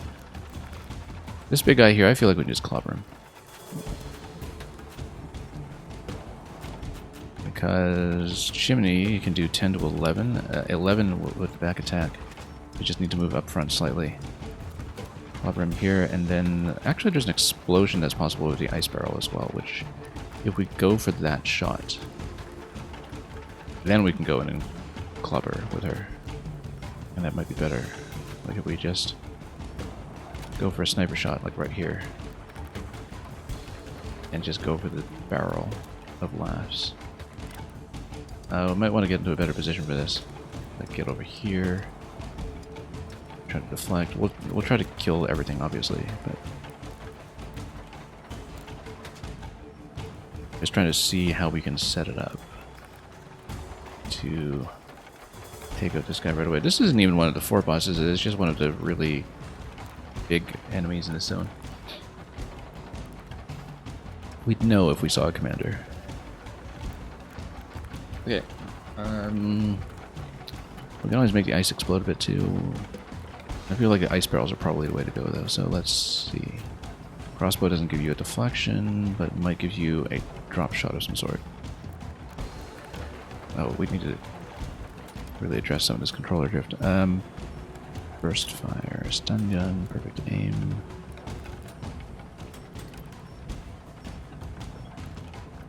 Alternatively, Cornelius would do 6 with splash from the back. Yeah, I just don't want him to get caught up in his own explosion, that's all. So I feel like we want to do some kind of maybe drop shot with a crossbow to hit this, or a deflection with the sniper to get that. We might want to stand up front then. Play it nice and risky. And hit the barrel. Hit the barrel with a deflection. That's great, actually. Wow, that's much more explosive than I thought it would be. And we'll even get the hat. We will, of course, get somebody to pick up the hat.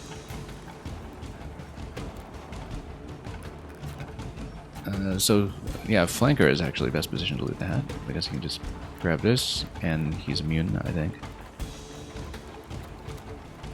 Right? I think so. It better be. Oh, no, how come he's chilled then? Because I thought he was immune to it. Hang on. Heated plating, right? Immune to the damage inflicted by children frozen. Okay, but it still affects your movement. Okay, I didn't know that. Now we know. In which case, we'll get her on a Reaper weapon here and just blow up this guy. And then get ready for the next room, probably. Yeah, let's just do that. First fire. And, oh, didn't account for this.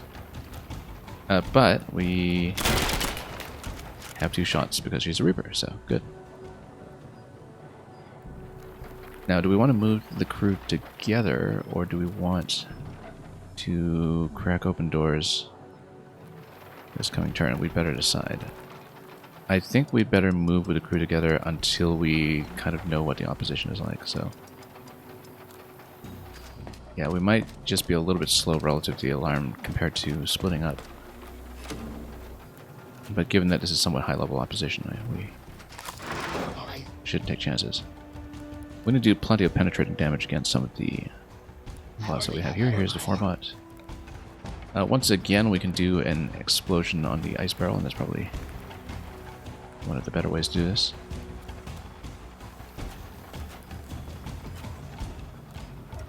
In particular, whoops, oh yeah, it's going to be suitably annoying.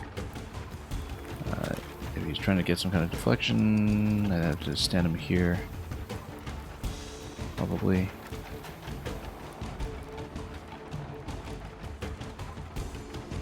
Or... Actually, we've got lots of movement possible here. I'm just thinking about how we can do this, because I do want to blow this up. I feel like that's going to be the key.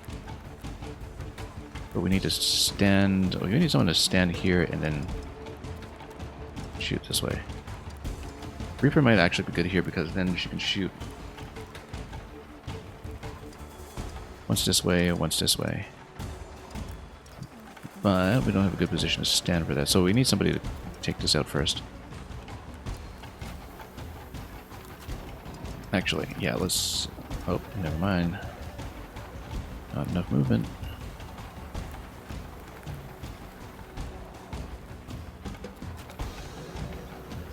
Okay, in that case... Yeah, it's just... The movement is pretty rough here. Because there's just so much chill damage on the field that we didn't account for. Let's... Maybe... Splash damage. Yeah, we can... We want to go here and then shoot left, basically, and hit the barrel. With splash. Best way to do that is actually going to be to use our melee attacker to sidearm, I think. It means she can't really charge in this turn, but... Potentially... Yeah, she's able to just sit here. She's got a free sidearm. Go for that. We shall smite you. Oh yeah, because they keep being revealed by things that break open. Go over here and go for the shotgun. That didn't do nearly as much as I hoped. Move, yeah, shifty movement so you can kind of move to a less vulnerable position. This is going to be pretty vulnerable either way, but back here perhaps. Somebody can just punch this. Oh, we really should have upgraded melee. Oh well. But now she can shoot directly, perhaps. What have we got here? Or flank this way. We got sniper weapon up here. Yeah, we can probably position ourselves a little bit better. And try to deflect up there somehow. I think what we'll do is we'll attempt melee attack here. Okay, we got it. We're going to stand on this location, which will give you your aura bonus next turn. We can try to set up a perfect shot, but we only have one potential shot to line up here anyway, so I feel like that's not going to actually help too much. Like we're basically chancing this deflection doing something, and oh, it is going to do something though. That's fine. That helps, even though that enemy was really not going to be that interesting. We can punch this one out, but then we'll be standing right next to the ice barrel, which is not a great idea.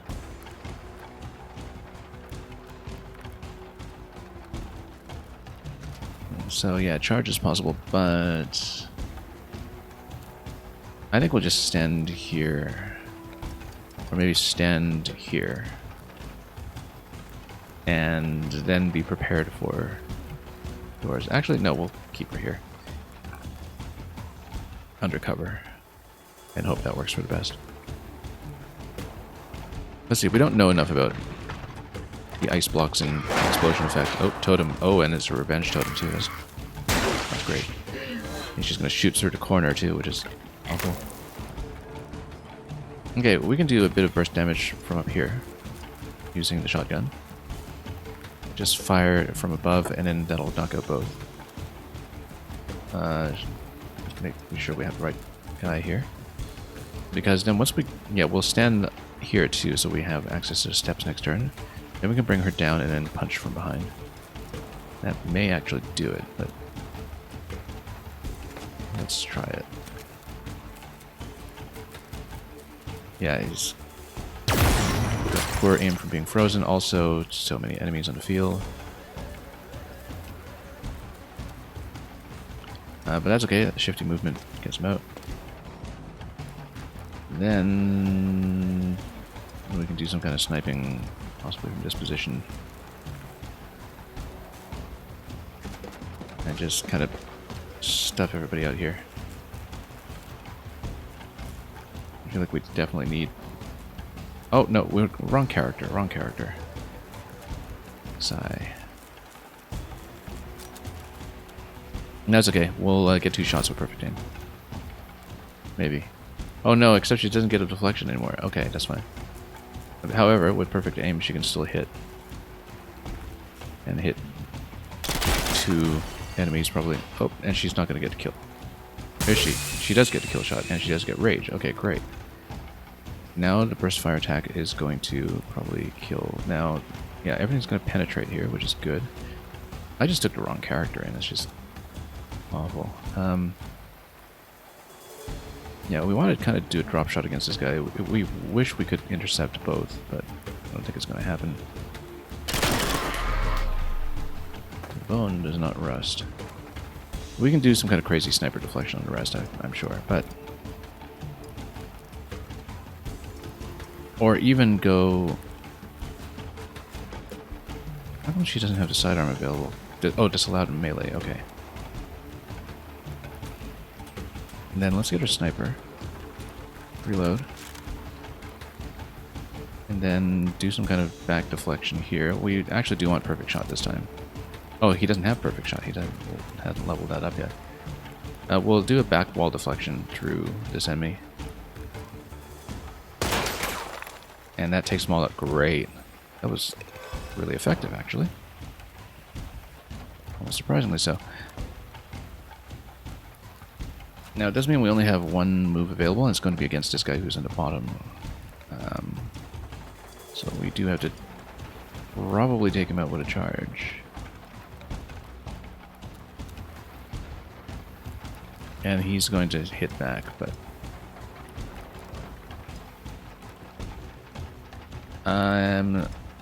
we can actually shoot him first and then take him out with a hammer. Because we'll have the free sidearm. So we'll actually come here first, shoot, and then charge from there. Tempting to go for this first, but no, we'll shoot him in the head first and see what we can do. Actually, charge is not really able to reach him here because he's blocking the ladder, so we actually do want to go maybe this way and just have a good shot. Nice clear shot here. So is charge able to reach him at this point? It's not, unfortunately. So this did not work out, but we might need to get in cover instead of doing this. Oh, Berserk, I didn't realize that. That was not good. However, he's just going to Berserk, and then that actually isn't going to do enough for me because we are in a bad position. However, you can run out of there. Why can we run out of there? Oh, probably because of the... Oh yeah, because this was, again, a free move, so... Berserk actually seems to switch him into a melee attacker, which is not bad, except he might come up and whip us up here. So, actually, let's just loot this and see what happens. Fashion first, questions later. Okay, payback. It's not too bad, actually. We do still have 2 bosses to go, though. All things considered, it's not as bad as it could be. But we still have a lot of space to cover with bosses there, and we'll have alarms to deal with very, very soon. And yeah, the swag, the optional swag is probably what's all over the place. This looks like it might be the epic room, though, so we'll see what we can do. Let's actually just try to get the right character to shoot this time. And just get a nice shot over here. Good. So she's going to open this. Great, that's exactly what we were looking for. I feel like we should maybe not prioritize optional objectives, as in the bonus 10 swag, too much, because we just don't know how our alarm pacing is doing at this point with everybody else. We can pop this open just to see who's there, but I feel like maybe that would be more trouble than it's worth at the moment, when we really do need to prioritize working our way down to that room. So yeah, she's Reaper over here. We'll see, because we might eventually have issues with reinforcements coming down anyway, so... Okay, because he can step on the ice, he should actually do the door opening.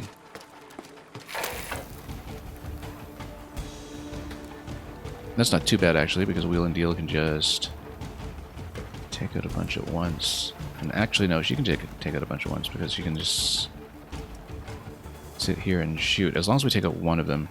So melee is not such an issue. So yeah, so he's going to shoot down here then. Blowing the cover is actually good because it opens up some space. And shifting movement down here to open up the next gate next turn is not bad either, except that would raise the cover, which we actually don't want to do. So maybe we want to step on top of the cover position here. Let's think about this. Yeah, because if you raise the cover, then this actually obstructs the 2-shot attack we want to do with her, so we'll actually come over here then. And she can take the middle position. We're not going to crack open the door. We'll take this position, in fact. And she can pop both with the burst.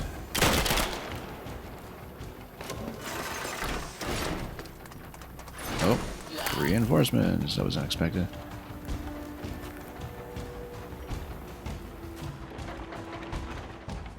At this point, we can pop over here pretty quickly. Now, given that she can't really do a wall deflection, I don't know if that's a good idea, but we can stand her over here.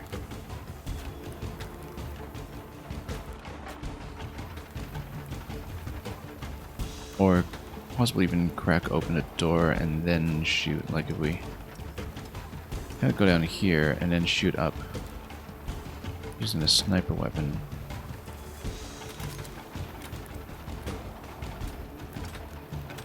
What do you think about that? Because how much does she usually do? 7 to 9, but she does need to stand directly under. We can do it though, I think. Question is, does she open a door? I say yes. That's okay. We can take that one out. And we can actually do the second shot down here. We'll just pop him off this turn.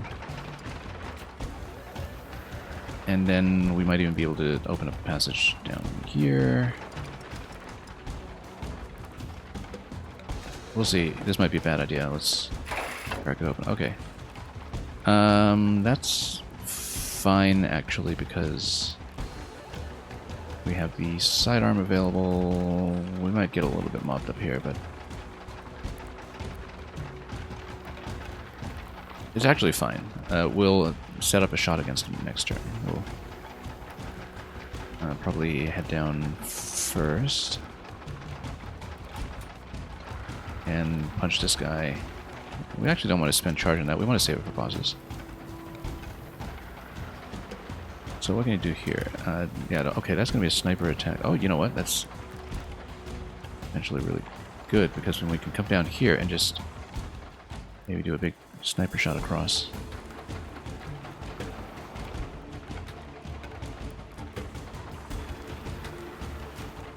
Which means that which unit are we going to use? We're going to use him to blow stuff up down here. Cover and hopefully not break the skeleton here too much. Normally the 6 though, he's got 2 armor, so we do in fact need to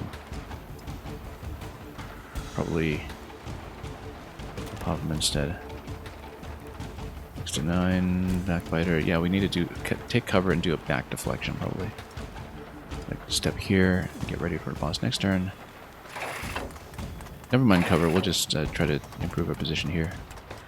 Oh yeah, there's a turret here that's going to turn on at some point too. We need to be aware of stuff like that. Okay, easy. And yeah, I mean, she just needs to outrun, I think. All of these guys can just be taken out with a single shot next turn, almost certainly. So we actually want to run her and as far as we can over here. Getting a heal with some of the melee attacks would be good as well if we figure out how to set that up.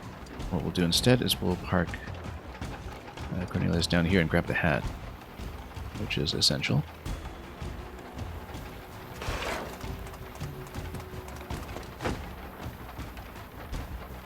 And we could even wheel and deal it and, you know, really punch out all of these enemies here, but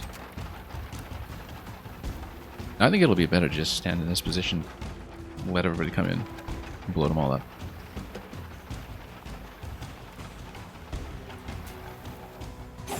So we'll hold. Okay, turret is coming up. The turret is a priority because those are quite explosive.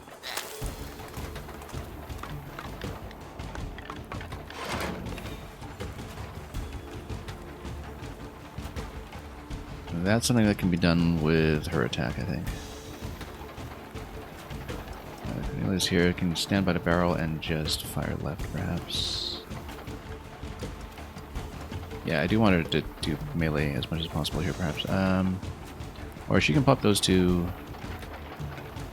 This turret has to go down immediately. But if we reload in a stationary position, then we can just take it out right away. And leave the door locked.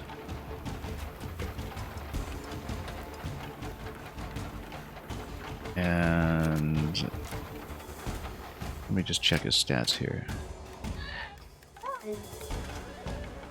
Yeah, despite being built as a brawler level 4, he's actually still just got a base damage of 2 on melee because we forgot to upgrade that, or rather decided not to spend points on that. But we should be able to take everyone out, I think. Like a good sidearm shot here is just going to deflect.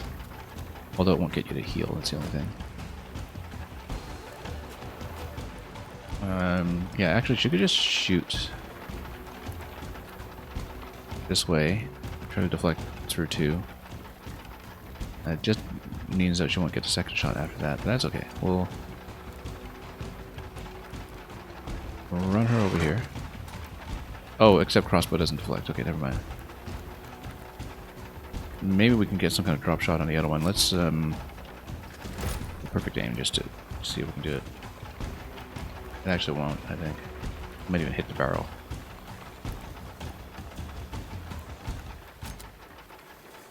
Stun gun, though, is just going to pierce. And possibly even just kill everything. It will pop this open, though, that's the only thing. However, this is burst fire, so maybe burst fire will just punch through some things, and then this can do the rest. Like this shot here. Should have taken the barrel, but oh well. We'll even try to pierce this one and just go for the barrel, maybe. Let's... Yeah, just quite a burst over there. Oh, that opened up a totem, that's not good. Yeah, we made a bit of a mess of this, actually. We want to go here. We want to sidearm here if we can. Maybe.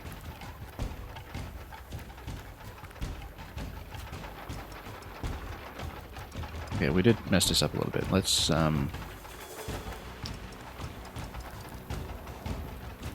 figure out how we're going to solve this. He has a wheel and deal. He can come up here and just knock this down. That's probably best. Because... I'm just trying to figure out how to do 2 attacks with it this turn. Sidearm's just gonna miss. Yeah, we can melee this, heal up. Then we do need to deal with the totem.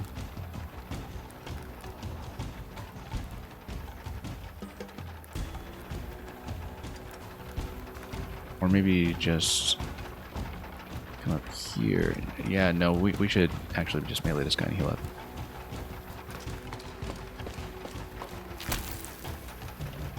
A little bit messy here, but oh well.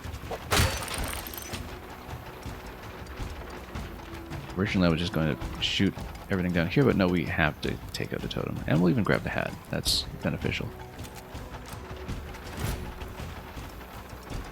But we'll just get slowed down a little bit by this turn, but oh well. It's important to do this diligently, otherwise this is just going to... I don't even know what the ice totem does, but oh! Oh, it's a trap, okay. Didn't realize that, because I thought it was immune to frozen, right? So... But he's immune to damage from frozen, that's... the thing that was the distinction here that we didn't really think about. Okay, in that case... let's get over here and fire at both of these things. I mean, no, she's gotta just sidearm this. Nice to melee through this for a heal, though. So, yeah, no, we're gonna melee through this for a heal. We're gonna come up here, do the shot this way, and we're gonna miss. Awful. That's just gonna chip away at us. We actually need to break the ice or it's going to do damage, isn't it? I don't know, because technically it's got a frozen immunity.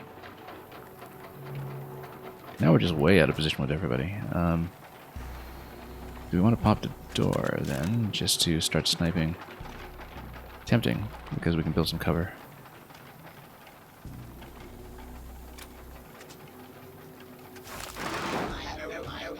Yeah, because we're kind of getting a little behind pace here. Now, luckily, sniping generally be pretty good. Oh, we've got a bit of a chilled effect too, that's why we're shaky. That's what perfect aim is for. No, we don't have perfect aim on this guy, I keep forgetting. I think we're going to build cover, though.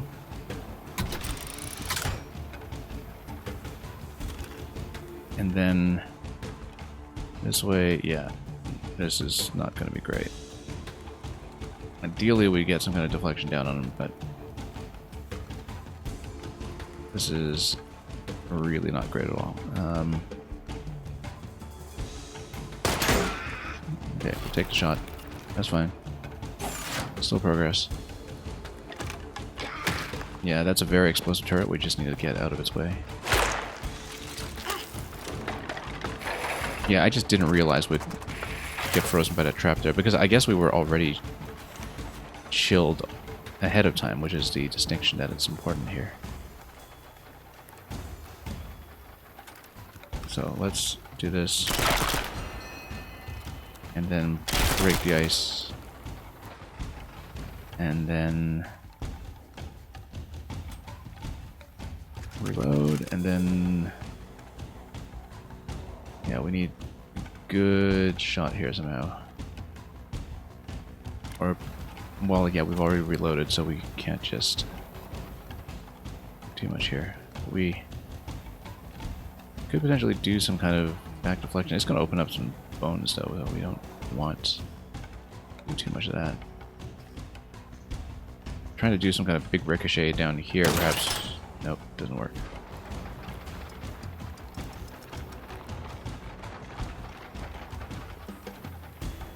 Yeah, we're going to have alarm level come up in a moment too, which is going to be a bit rough. There's probably loot down here, but well, I mean, there's also a flanking possibility down this passage, but it looks like it's going to be potentially replete with enemies. So, and we also need to get rid of this now.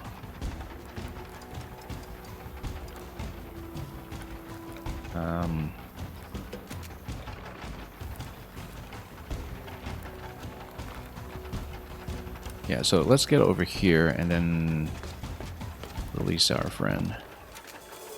A little too much friendly fire there, perhaps.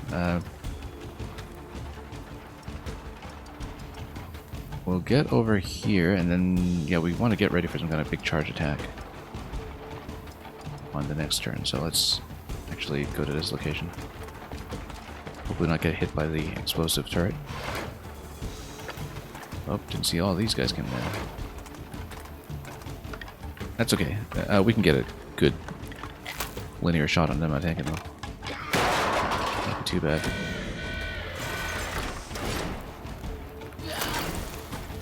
Everybody's going to get chilled. Yeah, we're in rough shape, but...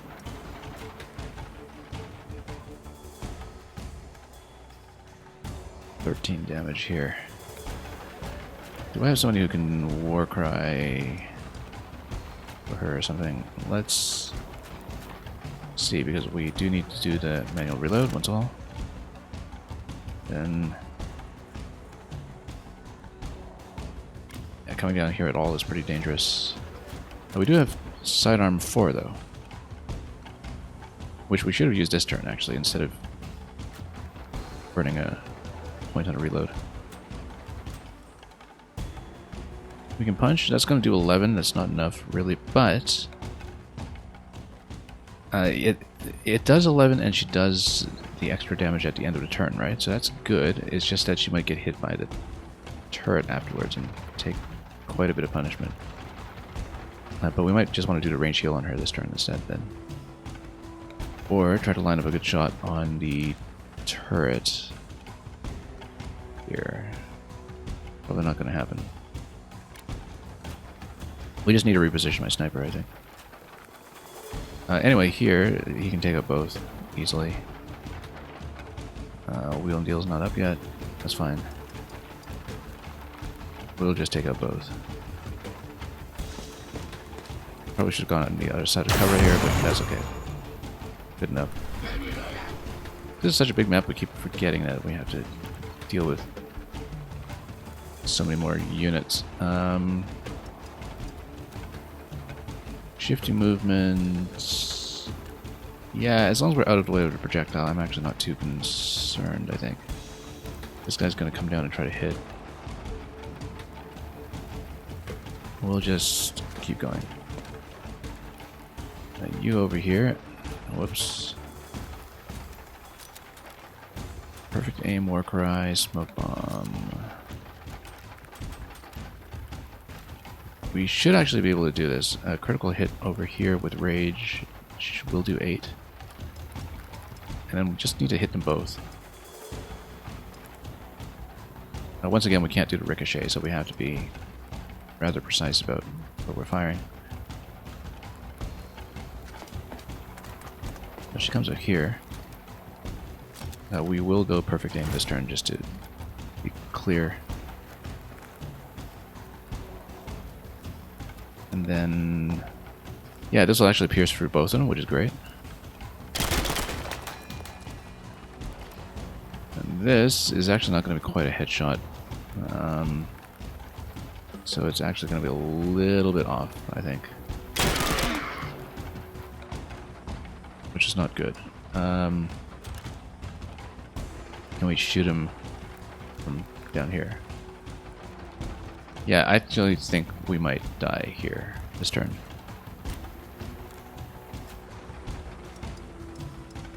But we'll see. Calculated risk. Again, we were going for that weapon loot, so, you know, it's the risk we take. We still have 2 bosses to go here, too, so this might wind up very badly for us. What we can do here is we can try to go with the sidearm shot from this position and try to deflect it down and cover.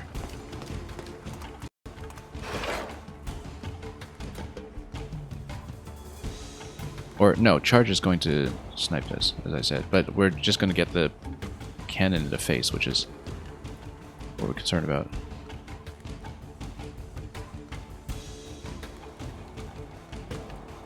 However, sidearm is free. Probably not going to do enough here. Oh, actually it does some. If we stand behind cover here, I think we might be fine potentially. I don't know. Still have one action here. Yeah, once again, kind of a misplayed reload. We should have gone straight for not doing that. And get a shot down here instead, perhaps.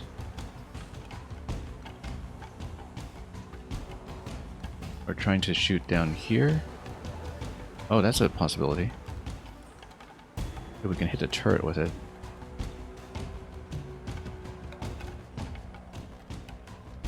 We do need a very specific deflection, which is not going to be that. Yeah, this guy on the left is going to break cover too. That's going to be a mess. However, we will eventually heal. Okay. I want to pull her out of here, actually. Because this first attacker is going to break cover. Oh, but then, yeah, we'll kind of be stuffed next to that location. Well, we better come up here. In case we need a sidearm to start next turn as well. Which we will. Sniper can take care of that one, though. Way of Bones. Okay. Rage and yeah. That's okay. We lived. We'll probably have to heal her remotely.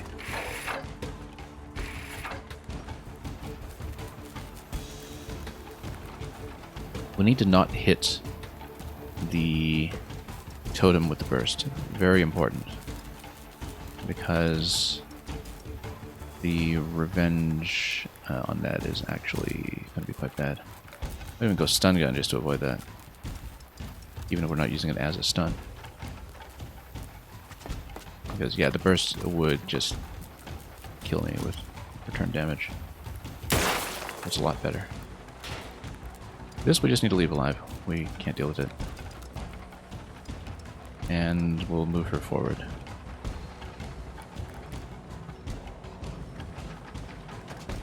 And just escape. We'll need to drop a heal on her. Okay, here we actually have a really clean deflection at this point. Really, really clean. I think. Shaky aim, but clean deflection, and then... Oh, it didn't really penetrate that properly. That's okay. We can snipe at this point with charge. We could even do... Oh, yeah, there's this silly thing here. I forgot about that. That's okay. We still have a gunner available. We have wheel and deal available. We can shotgun this and take it out.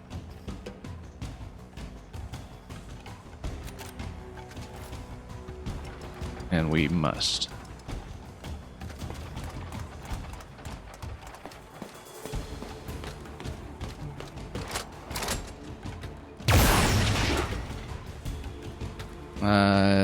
Too much friendly fire that time, I think, but that's okay. Oh, we should have vacated this position first so he could port in front. But no, we'll take this. Possibly even here, so we can kind of go for the turrets next turn and do so somewhat easily.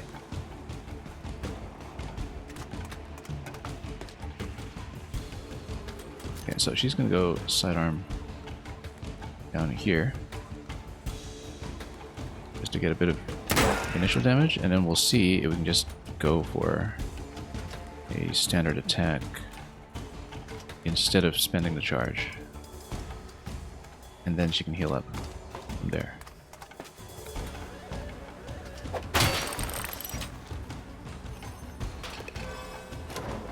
That's 2 4-bots down. Okay.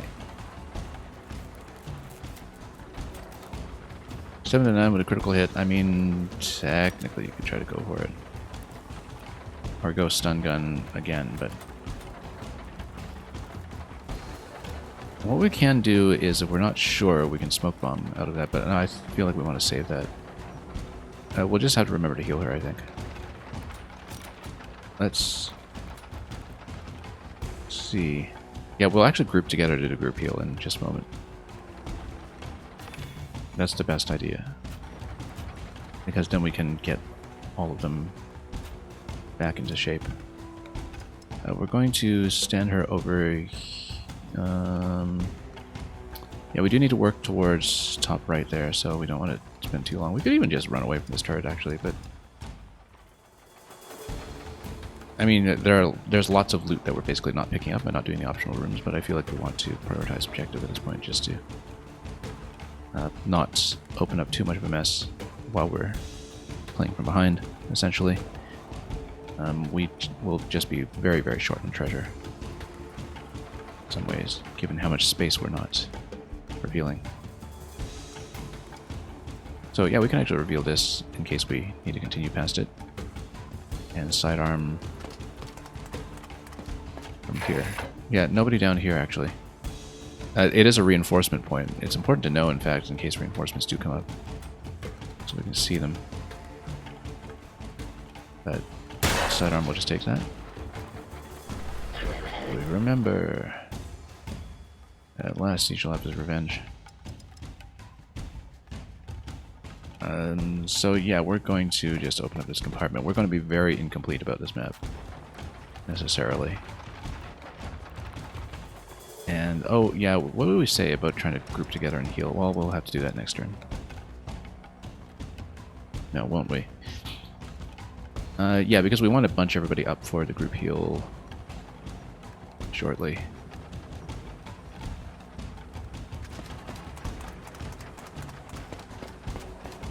We probably should reveal some rooms in case we have reinforcements from alarms start coming down on us. And then, yeah, he's got to go here.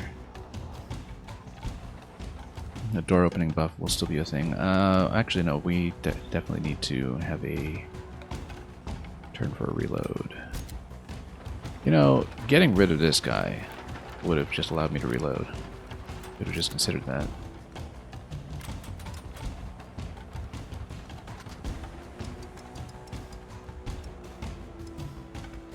So yeah, actually, we'll definitely just reload and then come over here. And we'll drop the heal on the group next turn when we get a chance to put everybody together. And then stand within range to just buff everyone. Should actually get our guy to open a door, but I think this position is going to be better. We'll hold here instead of trying to open up right away because our crew is just not ready.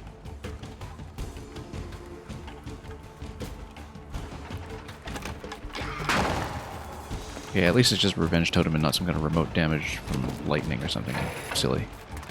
That would require me to go all the way back. We can just outrun that guy, actually. I'm just not going to think about him. And if we scrap the last one and we identify where the exit is, then we can assess how much doubling back we can do for loot. So, the range on the heal, incidentally, is not much, because we didn't have the aura buff on him, so... Let's open this up first and let's see how we'll do. Wow, that's a lot of explosives.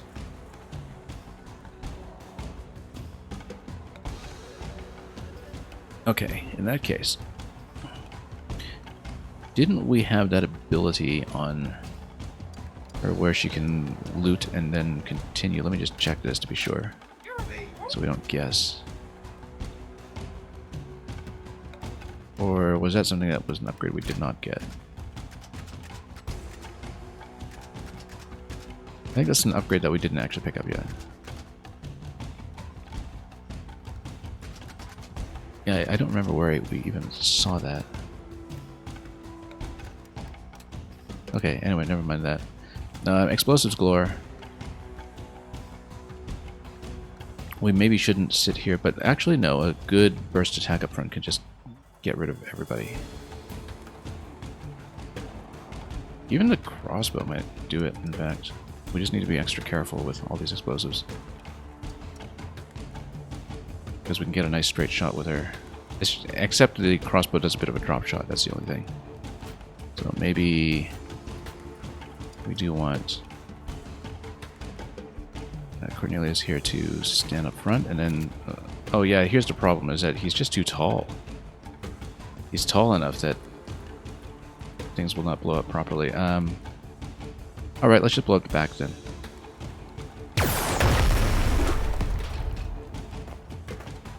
And then he can get out of the way and loot. And then, yeah, you can do the crossbow shot with our next character over here instead.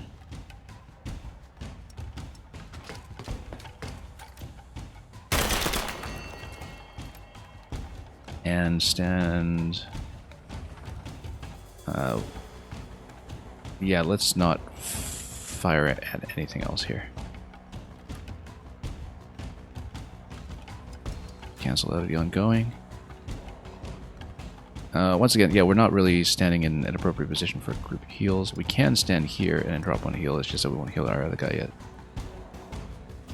That might be beneficial. We should open up this just to see what's going on. Oh. Lots. That's fun. We can probably do like a sidearm shot or something. Take out this barrel. We won't really aim it very well though, which means that we should in fact... No, we need him to heal.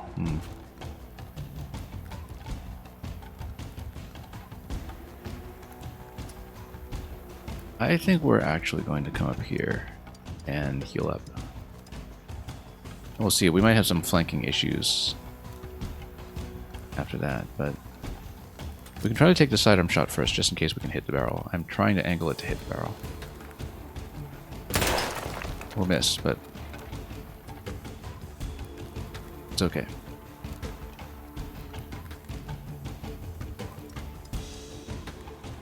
Let's get up here and heal up the party.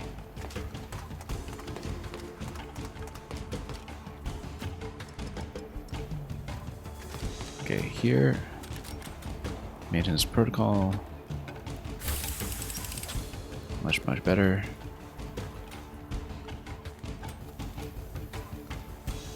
And I might want to run her over here just to kind of defend this position and limit some of the flanking that might go on. I don't know if that actually works. Let's try it. Yeah, it's going to send one up here. That's fine. Payback is just going to kill it straight up. This guy's coming a little bit closer. We do need to outrun. We need to not forget about them because there will come a point where they start catching up. We obviously want to hit this barrel down here. We can do that. It's not too bad. We are going to have alarm issues in just a moment here, though. We just might you. Well.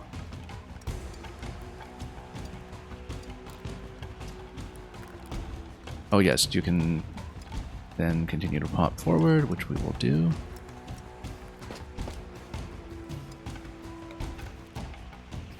Now she can come here and everything's going to be a bit of a problem here when it comes to cold feet.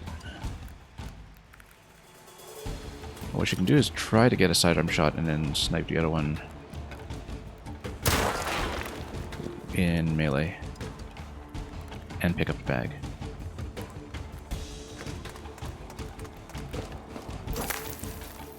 And heal up. Everything went really well there, as long as we remembered not to let her get frozen by a second round of chilled. I'll sniper over here at this point. I wonder if you can actually get a decent shot against that one on the left. Like position here and then fire at him just to get rid of him. It might be a good idea just so we don't get caught. That's going to be a difficult shot to make potentially. Oh, okay, a bit of a miss. That's okay. And we'll pick up a hat. I think we have that one already. We could even just do a perfect shot with her, actually. From here. And just take him out from a distance. Potentially. I don't know if this angle is going to work. But it might not.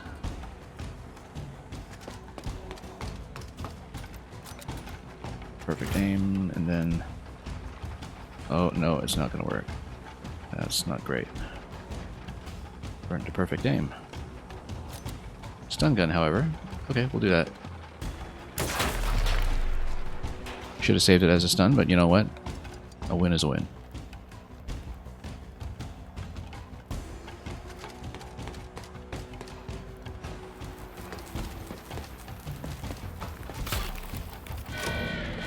Okay, critical alarm. Yeah, we're under some time pressure now. Definitely want to reload on the sniper here. Before we move him, we'll keep him here in case he can get some kind of straight shot through this part. I think we definitely use Cornelius to open here, I think. Because he can wheel and deal out of here if need be. And yeah, he can actually just shoot at everything here and blow it all up. It'll likely blow this barrel and open up somebody additional, but here, if we can just shoot through like this, we'll have some splash damage and we should be able to penetrate and hit everything else, or some of it anyway.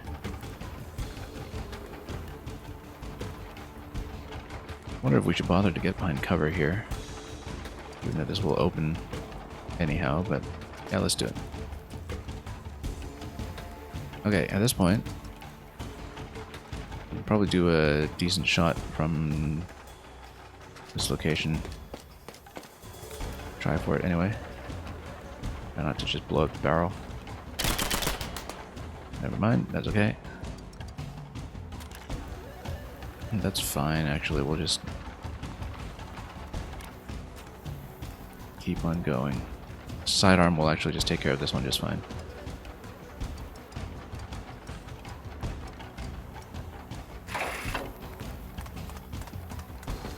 We'll just push through.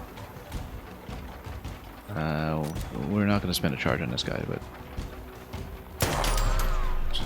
yeah, too bad about the shakiness on the ice, I guess. Alright, so in that case, yeah, okay, sure, let's try to shoot this.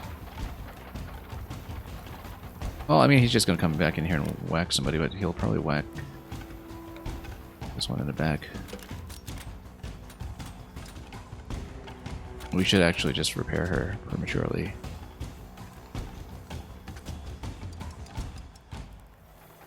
No, we'll just move forward. It's okay, we'll take one small hit here. Or we can just charge, but the thing is, I want to save the charge for the boss. It's too useful. However, it's a 2-turn cooldown. Let's just do it. We'll have it back in no time, in fact. I forgot that we have such a good cooldown bonus on it. And she'll heal back from that.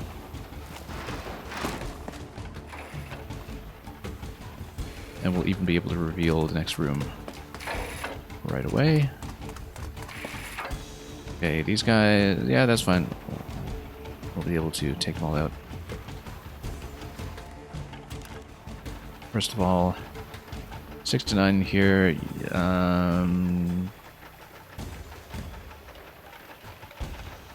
We can get a penetrating shot, that'd be great. We can also just do power shot, and then that'll do 8 base damage, which is actually still not enough. But we've got so many here to potentially get the kills afterwards that we probably be fine. Just use her here, fire 2 shots. Get the first kill, get the second kill. I think we can do this. As long as we don't miss too badly. Don't even need to get a power shot necessarily.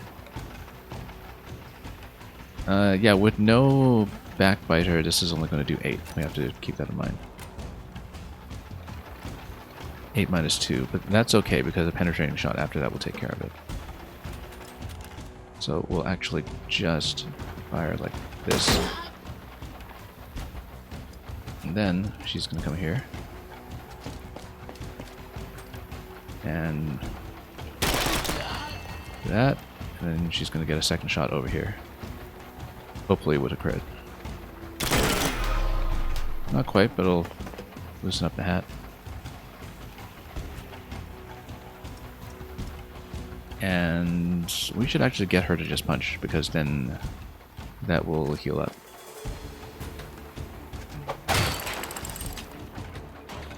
And then we'll get him to stand here. We don't want to reveal this just yet until we know what we're getting into, I think. Although it's just a small compartment, it might be just one enemy at most or something. And sure, let's risk it. Oh, bad idea. Okay. Really bad idea. Okay, let's just fire down here and see what happens.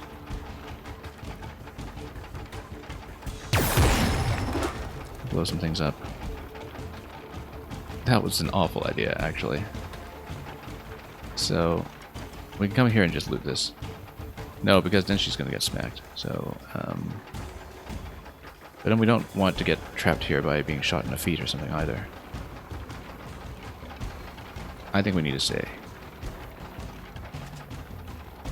Yeah, that was a bad move. I thought, okay, it's a small room, maybe it's just one loot bag or something.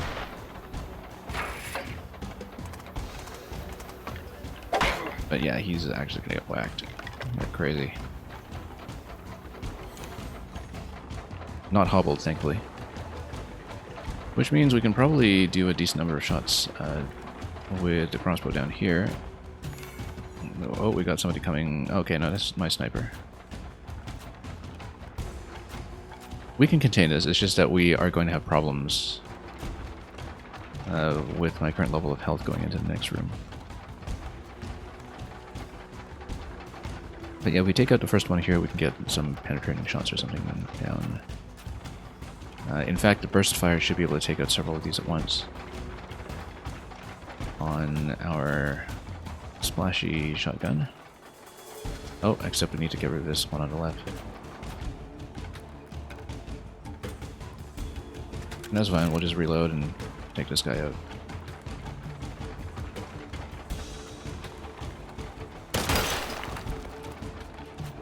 Then he fires down here. Blows everything up. And then we'll get him to pick up the hat. And then we just gang up on this guy. And that should be fine. We will need to use both, I think. Can you flank? Yes, a little bit. I mean, 11 damage, but only with backbiter. We do want her to self-heal, so we're going to take this shot first. And no deflection on crossbow, so let's come down. Here.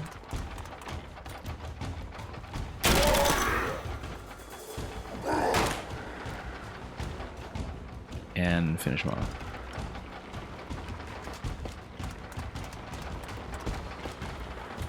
Yeah, so that was not worthwhile. That room just soaked up resources for nothing. But we will reload and then get him in position.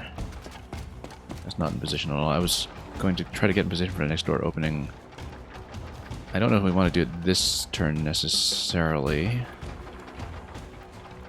given that we're not in great shape right now.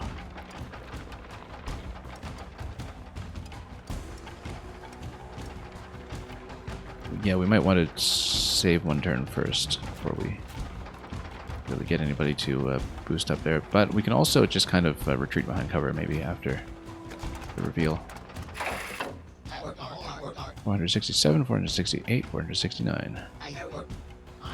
Scrap, I lost count, yeah. Okay, lots of explosives here though, so we might have some potential.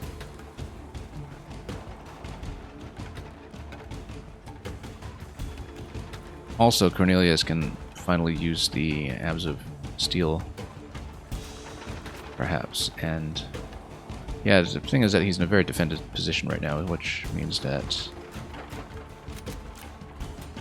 Okay, this is going to end the turn though, so we can't use that just yet.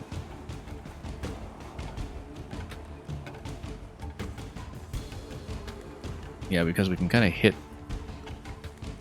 everything here with one big shot, probably.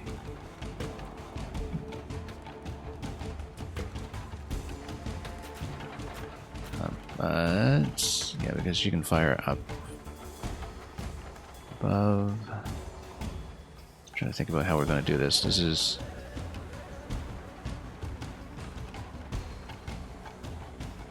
I'm going to take a moment to think about. We can also smoke bomb out of this potentially, and we need to think defensively this turn for sure.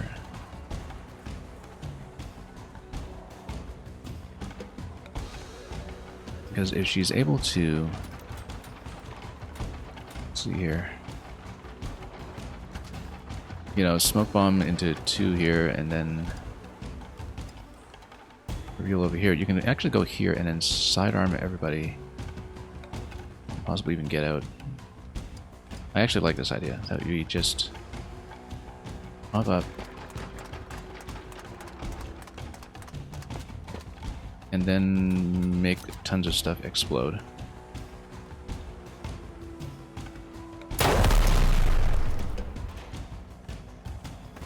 This will unfortunately still not get me within range of charge attack.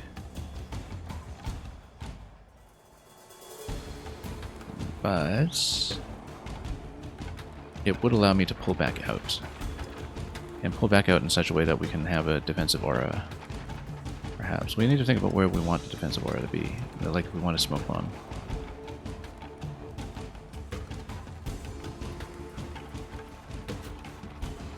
But we can even just pile everybody up here and then do a smoke bomb. Like you can get them to come here and shoot. And yeah, wheel and deal, bust through everybody here, perhaps like from up top.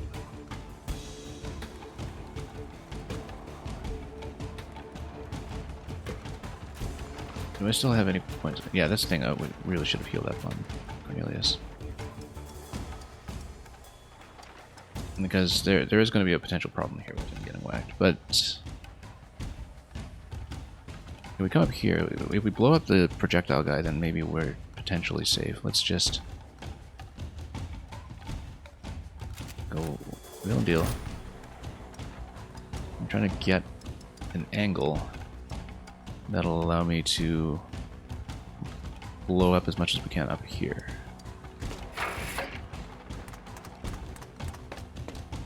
This is going to be a little bit tricky. Particularly because we're you know, also standing way too close to the other explosive barrel. Okay. But I do get to back out slightly. It's just that I won't really be behind cover necessarily.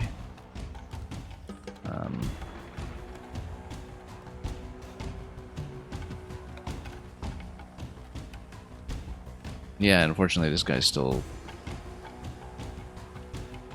I got some problems here. If I stand here, I can actually stand here maybe. The problem is that, you know, he might shoot towards the explosive and we'd be in big trouble. However, she's got 2 shots.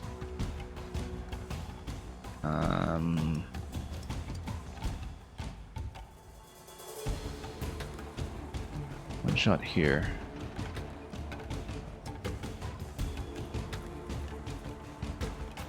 Is the smoke bomb a free action? It is.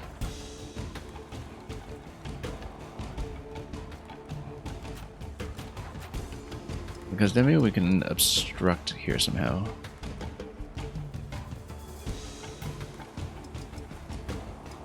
Just trying to figure out how we're going to do this.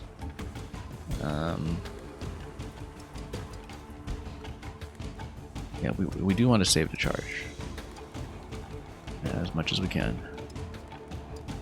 But we kind of stand in front here. Yeah, the problem is that explosive barrel is like really, really dangerous in this location.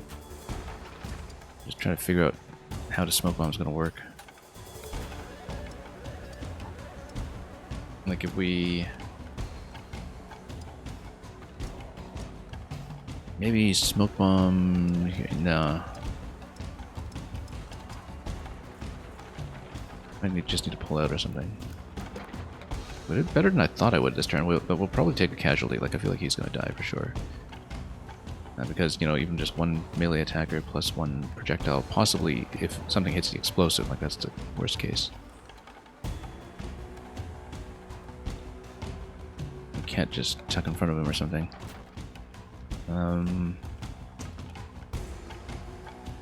We can go for a charge attack, maybe, but then, yeah, that gets you too close.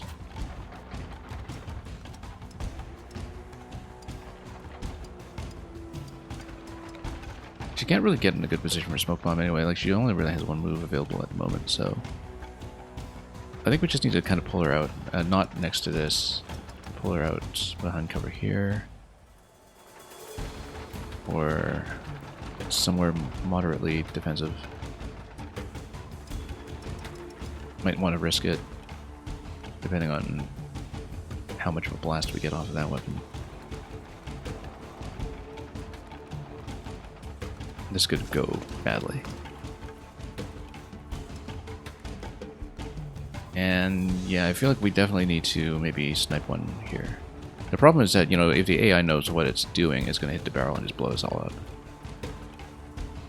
We maybe should not count on the AI not knowing what it's doing. But if you're kind of here, then maybe you can kind of forward tank some damage or something.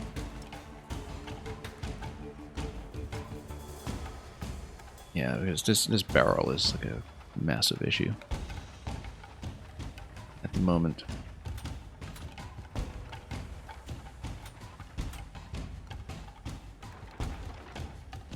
So we can stand next to this, it's just a barrel blows everybody up.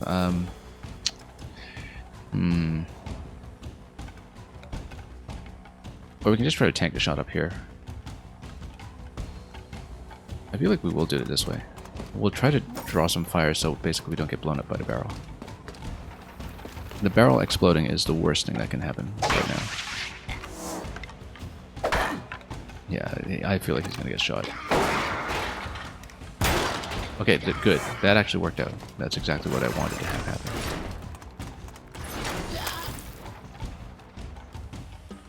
Now, I hope this barrel is not within range of blowing me up.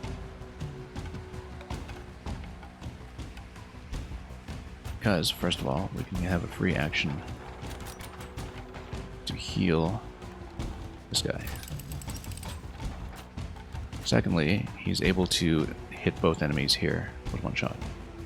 Except he can't because he's doing melee. And he can't do that either because he's only got 2 damage on melee, which is our massive oversight. What I can do is come up here and take 2 shots, one on a barrel. I really don't know if this barrel is... I have range issues here. Let's do it.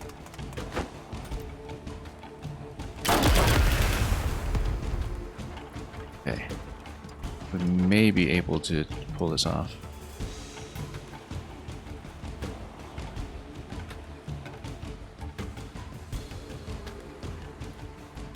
Because here we have the power shot this turn. Stand beside her.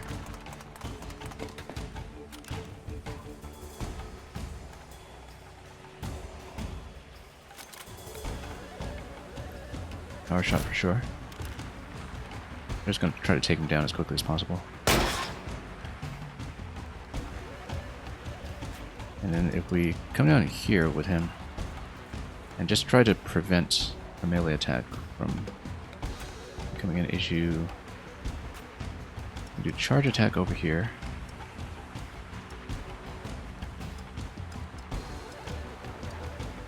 And try to shoot him afterwards.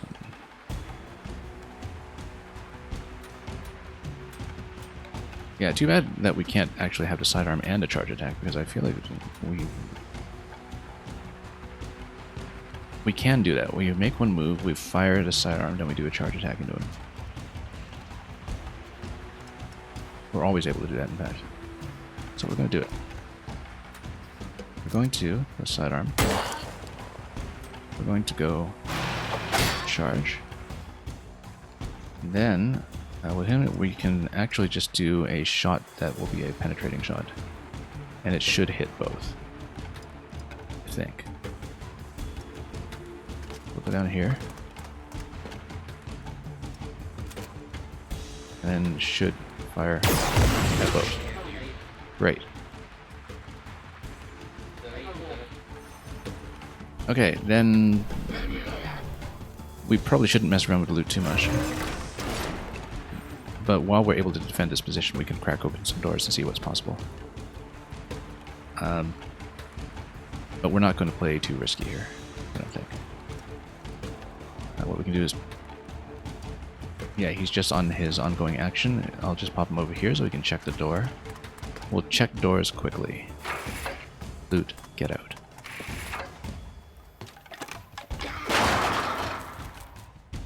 But I'm not going for the swag objective when we can get all of the other stars. Instead, we're 33% of the loot.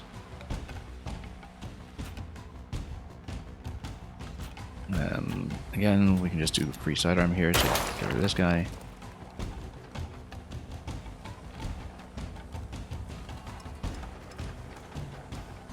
I mean, we can try to pop it open, but let's see what's here. Oh, okay. We'll probably get out of here. And soon. But let's see who or how much we can take down. And,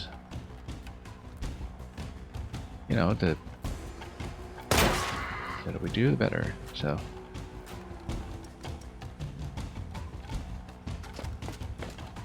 like, if we can actually limit some of this.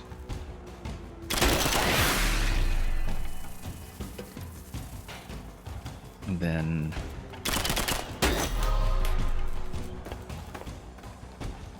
yeah, the problem is that you can see somebody's about to come in and shoot at us, so yeah, we should probably get out of here this turn. What's your movement range again? It's pretty substantial. 11. So we can crack this and we'd probably still be able to make it down if it's a non-starter. Oh. There is loot. That's if we want to burn a turn on it. Oh, we should have dropped some cover, actually. Would have been a good idea. Yeah, because somebody's about to come in, basically, and make a mess of things. Actually, no, we can do Abs of Steel. because... ends the turn, yeah. And that'll actually buy us time if we go Abs of Steel this turn.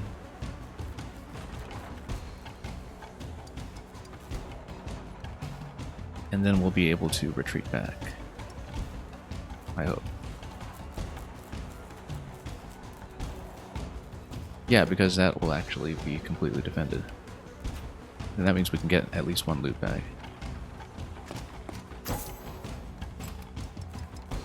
And we'll just pop it, and then we should be within movement range to get back here. So if we spin a point this way, and yeah, we basically don't want this guy to walk in and shoot and kill one of us. Although maybe... oh yeah, there's a loot bag right here too. This would pop an additional skeleton nesting and would blow cover. I think we should better play it safe. Yeah, we can grab that bag, that would be great. That's just one additional one. We're not going to get 10 out of 10, obviously, but...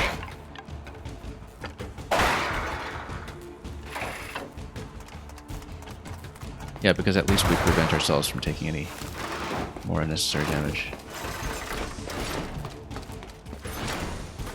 We had better get out.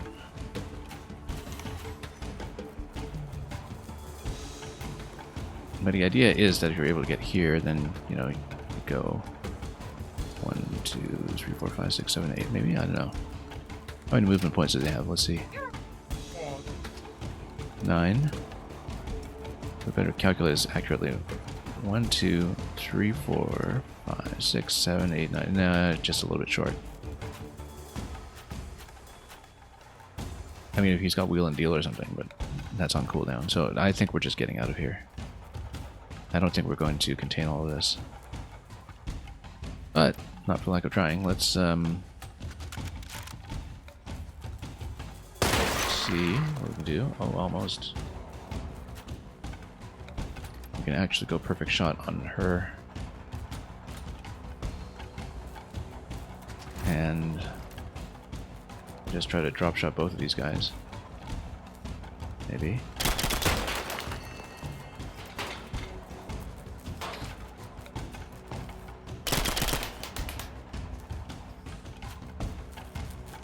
Very tempting, it's just that this guy's gonna come up and try to shoot me.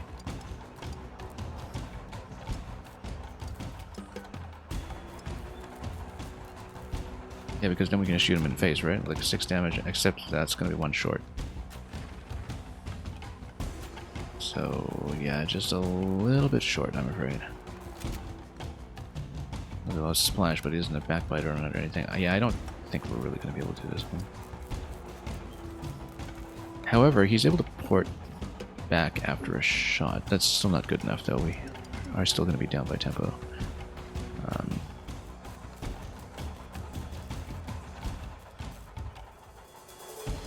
Yeah, very tempting to get that back, but I think we want to just get out safely. Let's just get out. I mean, we can try to shoot to the left just in case something happens, but...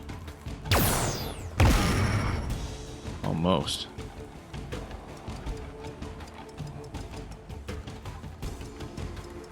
Let's maybe come down here. Charge, attack. Oh, we should have just done that in the first place. Okay, we're totally going to risk it. It's such a bad idea. With more enemies coming in, but we'll do it. We'll grab the loot on the way out.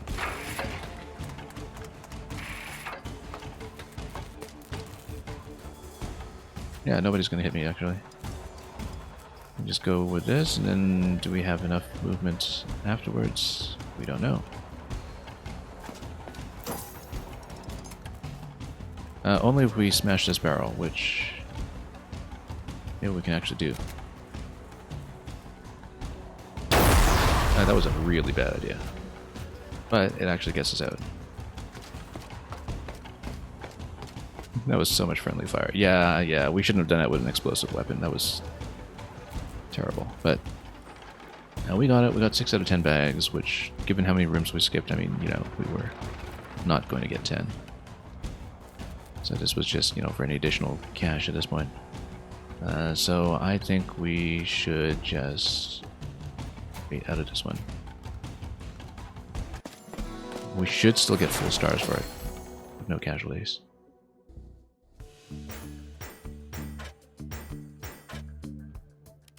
Yeah, we're just missing the one bounty, really, and whatever was in those bags.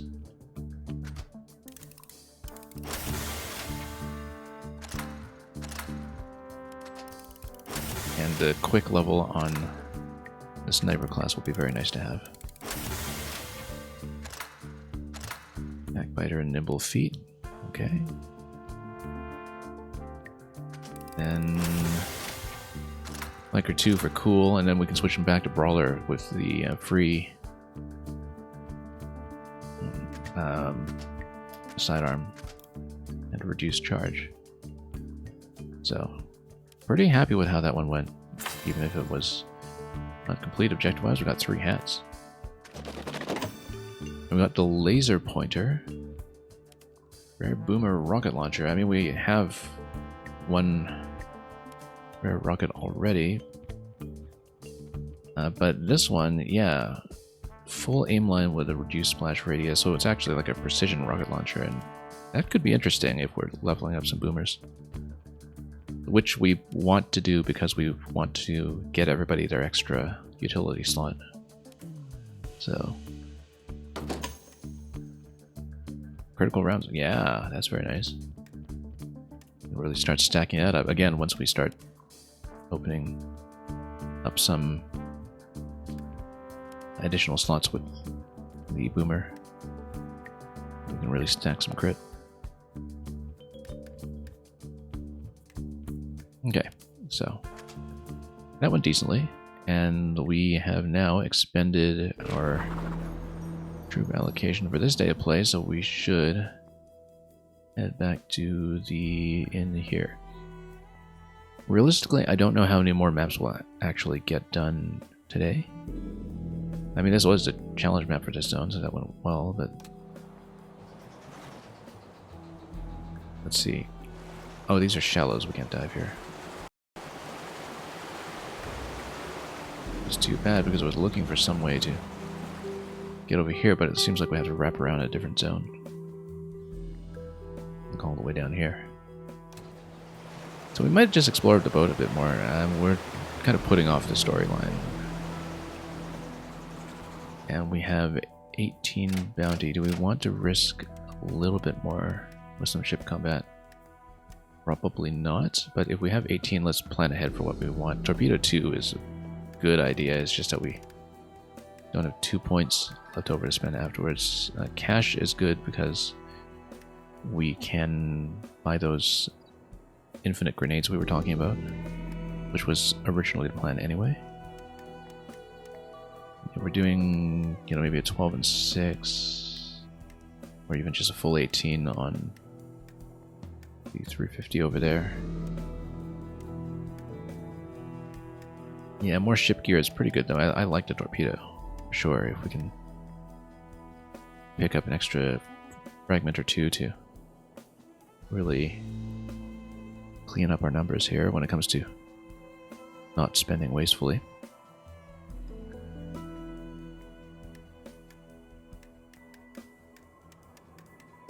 We'll probably go for cash. We're at 269 in cash, so we only need 450 for the grenades. Anyway, we'll deal with it when we get back there. No more missions this round, it's just that the only choice we have to make is whether we want to, for example, do some ship combat to grab whatever's up here for 3 extra points. I think we'd best not risk it.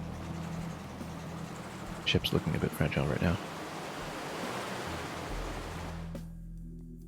So we'll go back to here. And let's not take the dangerous passageway this time when we've opened up a much safer route down below. That was what unnecessarily chipped us down to this low level of health in the first place.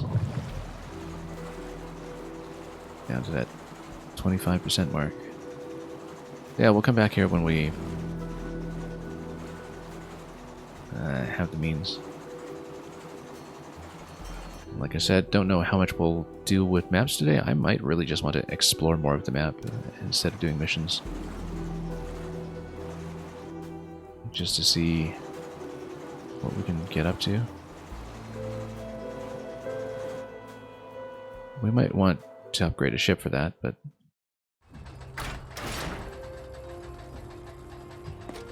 yeah, if we're doing this, then I think it is going to be 12 for the 250 and then 6 here for the fragments. I think that's what we'll do.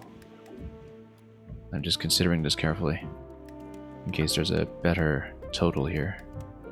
I mean, obviously an additional 4 damage repair kit would be nice.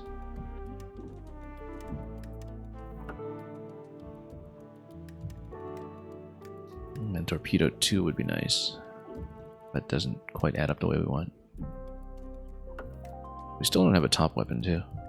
Oh well. Okay, so let's... yeah, actually one of the reasons we want fragments is because then we can start to get the tier 2 boomer upgrade that allows people to just freely have the additional gear slot. Maybe. That might be what we go for.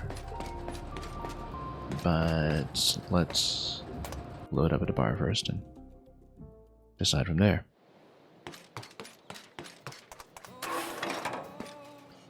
Do we want to do anything else at the moment? No. Let's just heal up.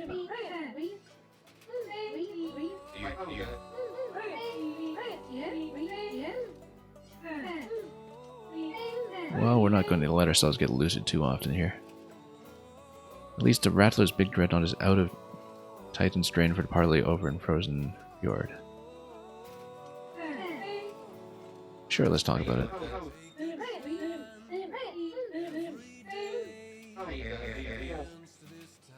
We'll attack anyone not following the Way of Bones.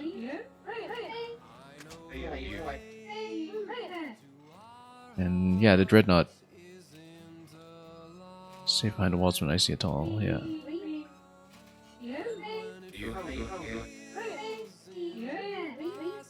Possible to damage, interesting. I guess we'll raid it when the time comes. Okay, so yeah, let's see, we have got 18, like I said. Tempting to go for Torpedo 2, but I think we will stick with the plan. We'll go with 250. I mean, the laser's not bad either, it's just long reload time relative to Torpedo.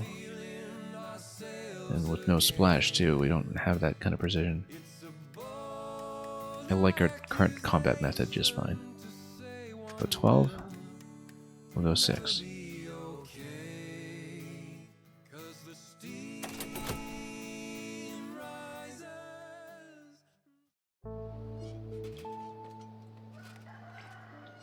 Okay, at this point, let's continue and let's grab those infinite grenades. They are much, much too interesting. Oh yeah, we'll need to fight some things again, I think. At this point. Okay, we're prepared. Sometimes.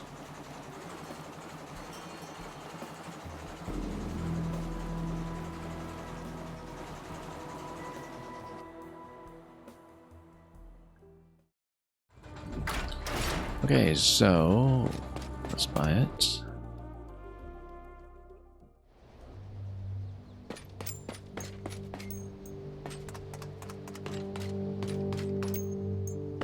This one here. Yeah, I'd say definitely, and then we are going to put it on our Grenadier over here.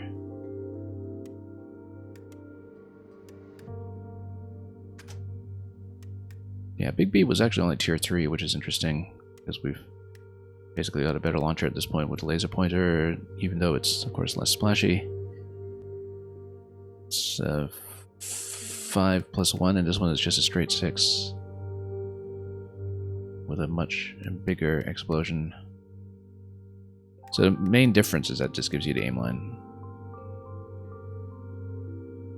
But damage-wise is actually kind of in the same situation as this one.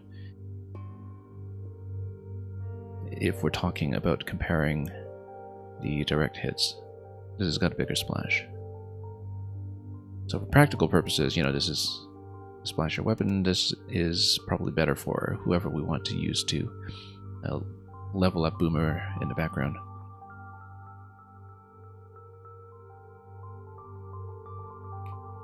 Yeah, can think of a couple of good uses for it. And we even have some additional cogs here that I hadn't thought about for some reason. Oh yeah, because we hadn't used them since that previous round. Assuming we're still on Boomer. And then kind of feel like momentum's good, Warcry's good. We want to keep both of these. I mean, we might want to rotate him back to Sniper anyway, too. Kind of just keep stacking some of that crit, but...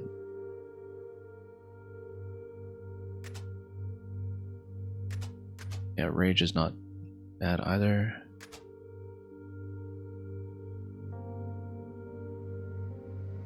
I feel like we're very likely to scrap an enemy often. So it just depends. Actually, no, we'll do Warcry because +2 damage bonus on it is going to make a difference. Let's get out. Unless there's anything we want. Damage 1.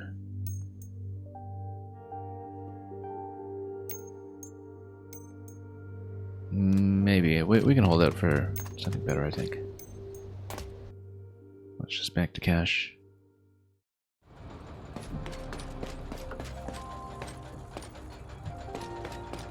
Yeah, at this point we should think about what the next upgrade will be. Likely something here. Likely one of the 12s. I mean, Payback is great because of the heal.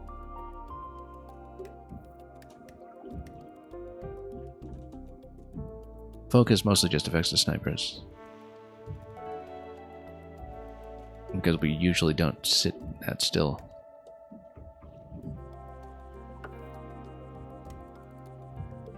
Rage. Yeah, we usually won't let ourselves get down that low though. We'll probably do Slot Machine.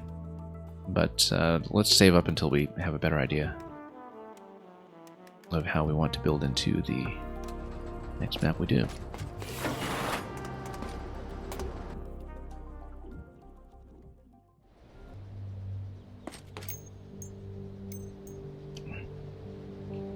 Oh, whoops, world map.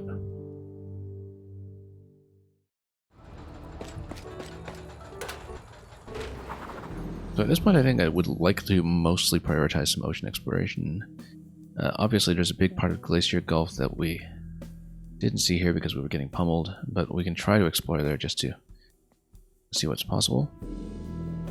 It's like the idea is that, you know, you have to break through rocks, but maybe that gives you the ability to break through it, for all we know, which would be significant. With 0 out of 6 though, and with 4 stars over here, yeah, I feel like it's going to be something additional in the field that gives you the remaining 2 stars, perhaps. We'll make a choice here. We can go to Glacier Gulf, or we can wrap down here and try to explore the original area, which is a long, long trip, but might be worthwhile, because who knows what lies beyond all the points that we haven't taken a look at yet. Looks like we've reached all the relevant boundaries here, and barring any secrets, but certainly a number of different entrances to a zone boundary over here that we haven't considered at all. So I think what we'll do is yeah, we could take the minefield route over here, or we could take the glacier route up here. I think we'll take the glacier route and follow the rapids and just kind of do that properly. And reveal some of the clouds here too, just to be absolutely thorough about the map. Because as you can see, there is something. Glad we revealed it. Cog chain 2, that's the thing that costs about 500 at a shop, so very happy to have that.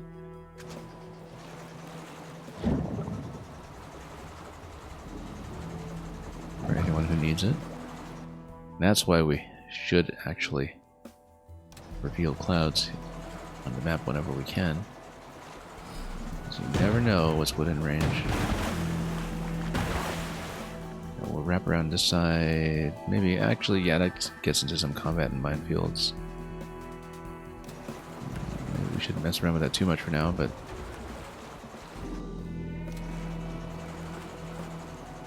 okay, we'll take care of those later. Let's be careful in the shallows.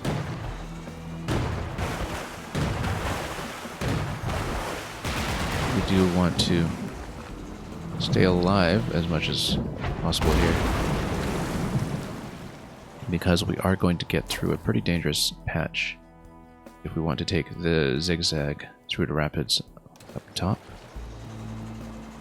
It is going to be a rather more dangerous segment. So let's see what awaits. Also, lots of clouds over here that we haven't revealed, so maybe there was a secret passage we haven't properly considered, especially with this whirlpool over here. Looking awfully suspicious. Not accessible anytime soon by the looks of it. Not by any means that I can see. But again, I was saying I sort of suspect that this will eventually be some kind of finale area. Strongly suspect it's the case.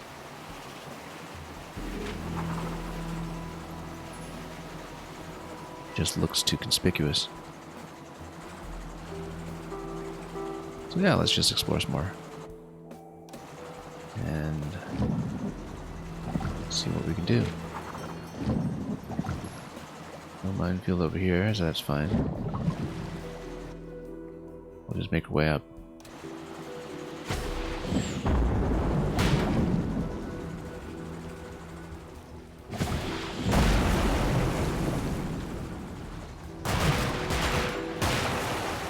Took a little bit of chip damage there, but we'll sink what we can and proceed from that point.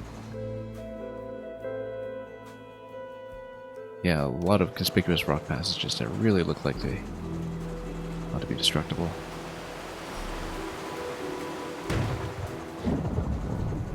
Submerge.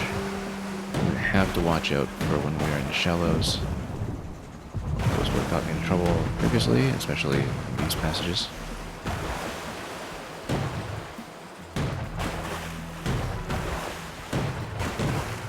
Which way we're going right. Whoop.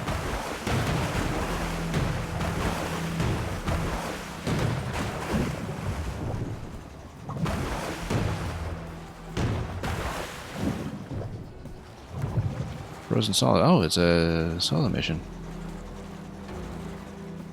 Interesting. But is there a passage that continues? Doesn't look like it. So I guess maybe this whole area is gated off by the rocks then. But then this accounts for these two missions here in Glacier Gulf, which means that we can just complete Glacier Gulf. Alright, in that case, let's do it, because then we can do this and we'd actually still have enough party members left over for an additional 3 beyond that. which we could even do over here. So maybe we will do some tactics maps today. What's going on over here? Challenge mission: a lonesome rattler ship frozen in place. Equally lonesome crewmate should be able to stroll right in and see if there's any swag aboard. Don't break any ice blocks, so we're not taking anybody explosive. We want somebody precise, but also reasonably swift. I'm actually thinking that taking our teleporting sniper is not a bad idea. Don't break any ice. We do need somebody who is able to stand in ice. We'll have to customize a loadout here. Now let's take a look at our party and see who makes sense. So we want somebody who's able to do lots of attacks without really getting trapped. Deacon might be good for being able to teleport ahead at will. I actually think we should go melee, to be honest, because of the self-sustain and the precision.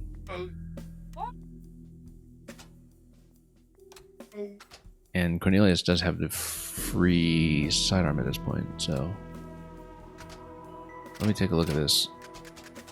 Shifty, yeah, because Shifty allows you to move forward quite a bit.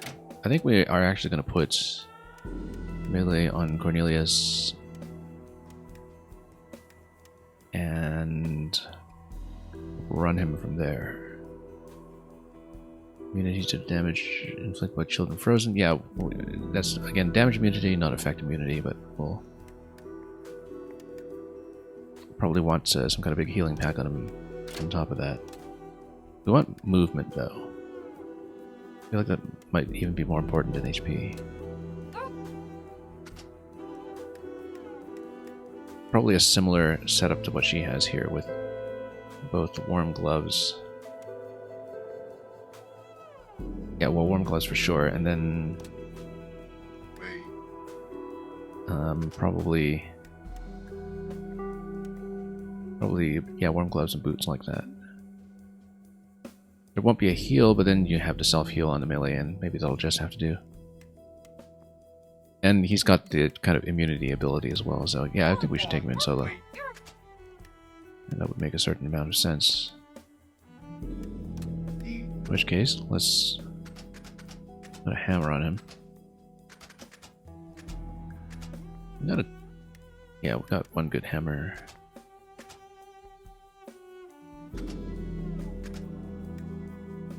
So yeah, we'll just swap all the gear around to give him gloves and definitely some kind of movement ability. Jetpack's not bad either, but it might not be a very vertical map, so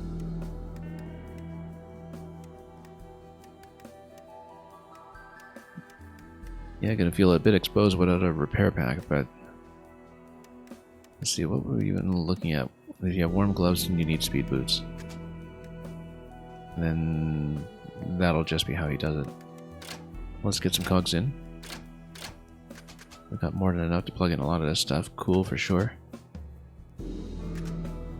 And backbiter, let's go sidestep. For solo missions, it's going to be better. Because we've got some movement bonus on them already, so maybe.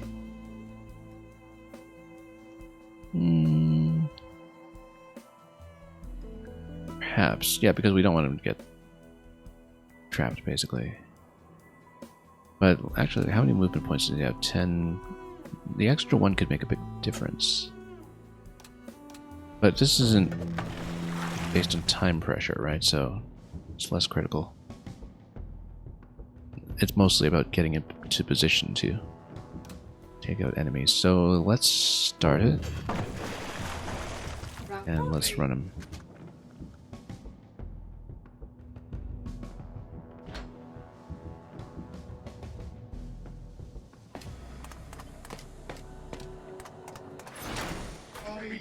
This feels as cold in hearts as it does in metal.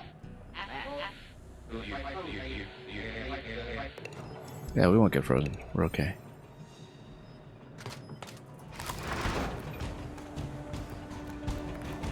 And yeah, we'll...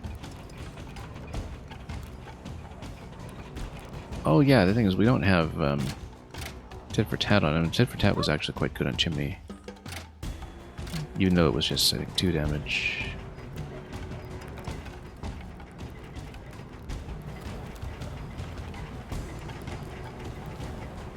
We'll loot this first. I don't know that we want to take a hit from it necessarily. We'll just loot it. If we take a hit, we can always just... Yeah, actually, Chimney would have been better here because of tit for tat. A bit better, in fact. Now, we have to be careful when we fire at any of these guys with the sidearm because it will break stuff.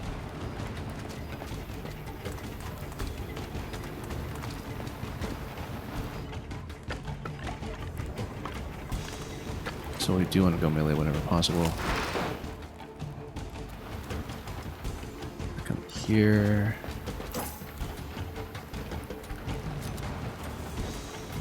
And then sidestep would allow me to shoot and then charge. Like I can hit him with a sidearm first. Possibly even do a deflection shot with a sidearm. Let's actually do this. Oh, I didn't even think about a freeze. Okay. That was terrible.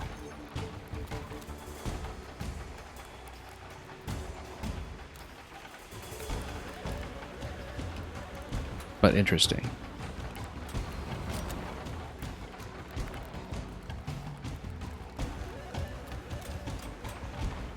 Yeah, didn't think about that at all. This guy's just blocking me though, so maybe we can't go around him after all. Charge, yeah, we can't actually get around him until we, well, shoot him, I guess.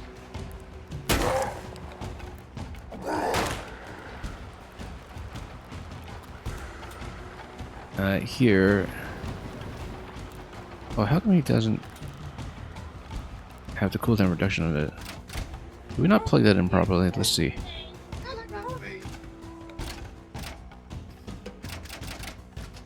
Oh, we did get it. Okay. So I wonder... Oh, because I think maybe there was a bit of a natural cooldown on... What's her name to begin with? Okay, I'm surprised that this wasn't instant the way it was with our previous one. But let's... Yeah, let's actually just whack him like this with sidestep.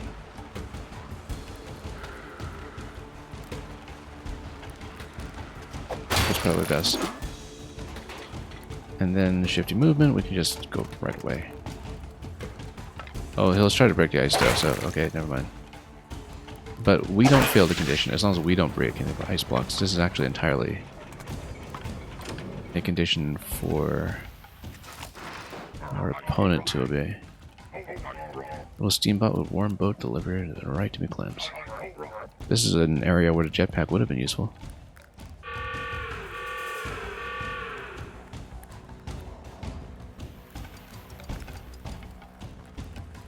We'll try to charge into him, I think. Or charge into somebody, anyway. Let's get over here.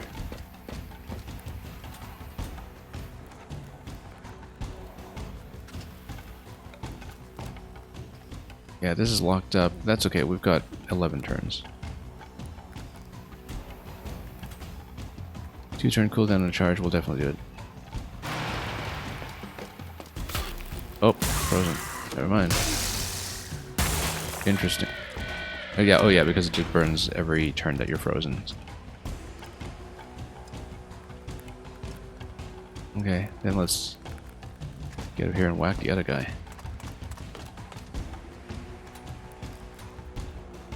Oh, it's still not reachable.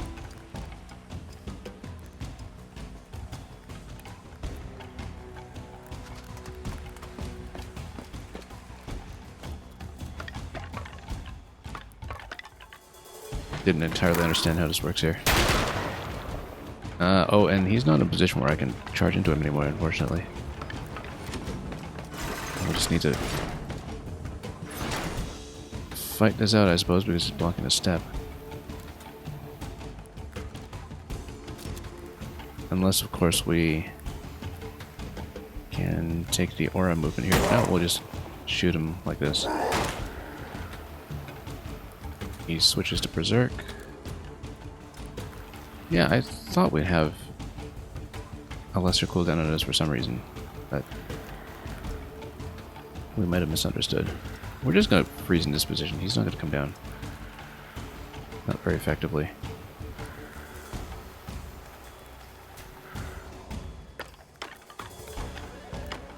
And Vertigo, welcome. Doing alright here. We haven't actually done that many missions today, but that's alright. We'll probably... yeah, we'll prioritize the loot since this guy's frozen anyhow. And then we'll just grab it. With time to spare.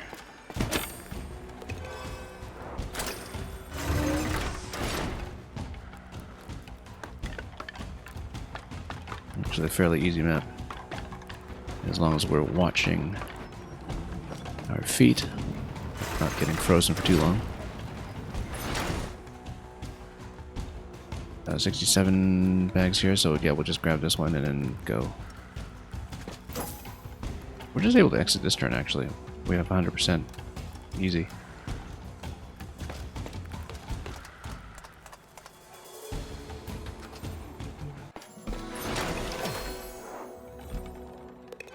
So yeah, we have a party of 7 now. And we finished Frostbite Fields at the very beginning of the stream. And, well, I'll just show you the map and update you on how we're doing.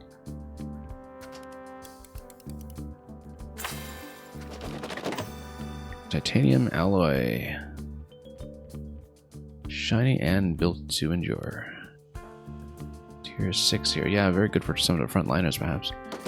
In lieu of the HP bonuses. I mean, it's going to be much more effective than the HP bonuses alone. So, what is this? An autoloader 2. I think we actually did have an autoloader 1 plugged in, so we'll replace it if so.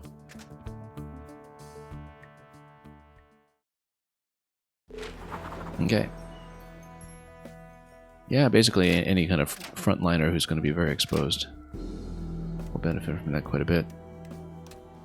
Let me just check out this autoloader first. Yeah, we'll just upgrade this straight up. Not that we've been using the machine guns very much in ordinary fighting.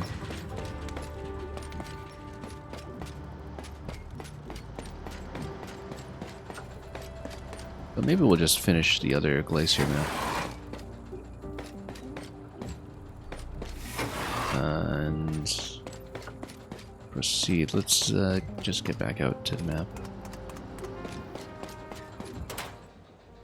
Yeah, so currently, in terms of the map, so we finished these missions here this time, and we also just kind of headed up and knocked out this one pretty easily as well.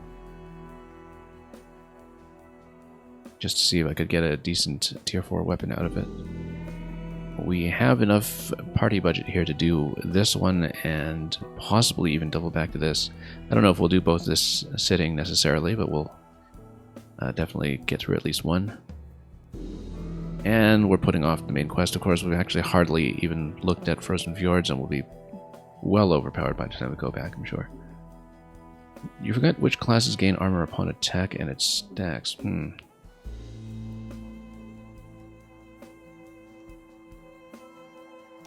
Yeah, I haven't really committed much of that to memory either, so... Okay. Oh, let's just get out of here. Past the rapids if we can. Oh.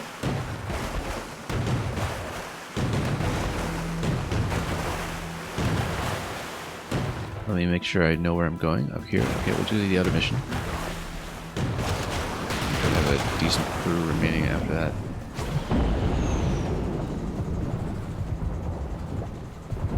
And then... Oh wow, 2 of these. Let's try to split them up a little bit.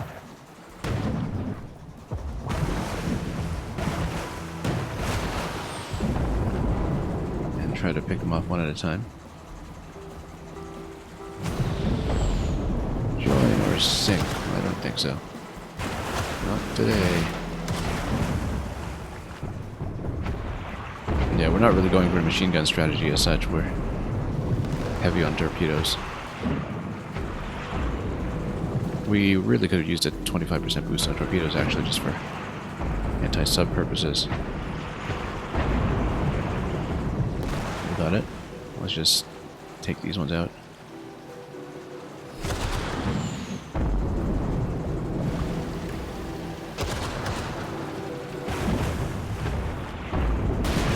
Okay.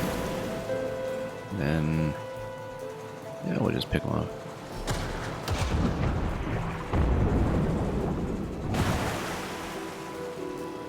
We haven't really been upgrading the sub, and it shows with the way I've been doing the combat.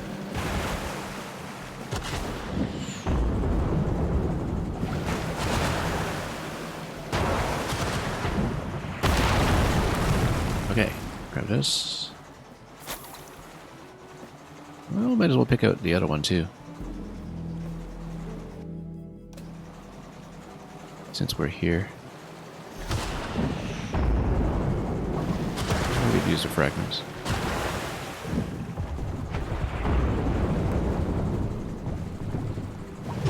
Famous last words, apparently. Whoops. Oh, that was a bad position to come out.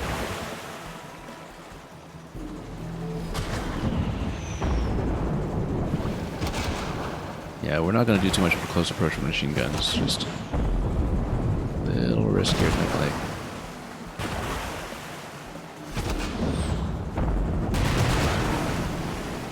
Don't know what we're facing. I said, of course, just as I start to make the close approach with machine guns. There we go. Took a little bit too much punishment, but that's okay. Botsicles, so which is this one?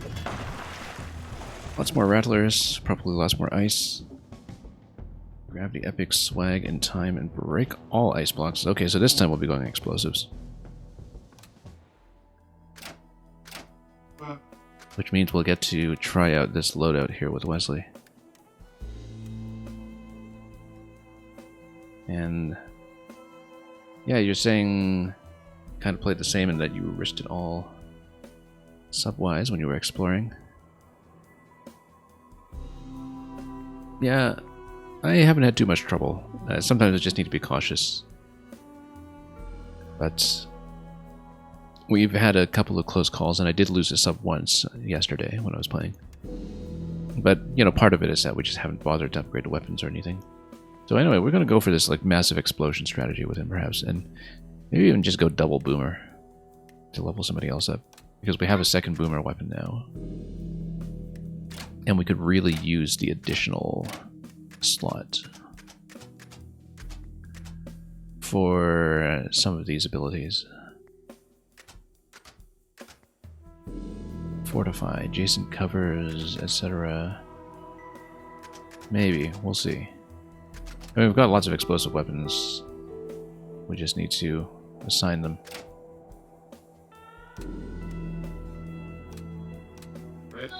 Yeah, because we have a splash shotgun as well. Who do we have it on? Oh, we had it on Cornelius previously. We can move it.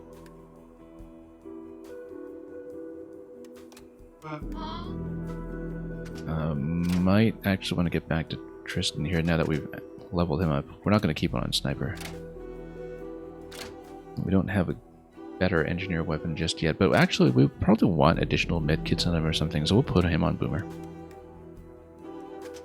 And put him on the laser.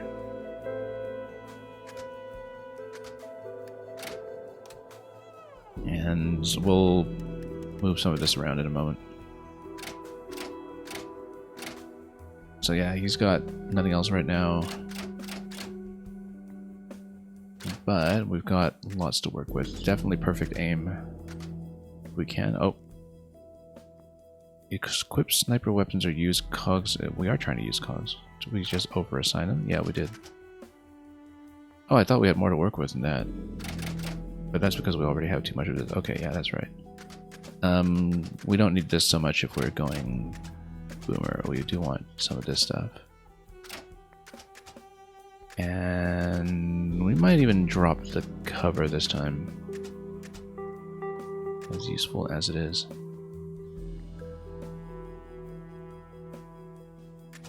In favor of something else.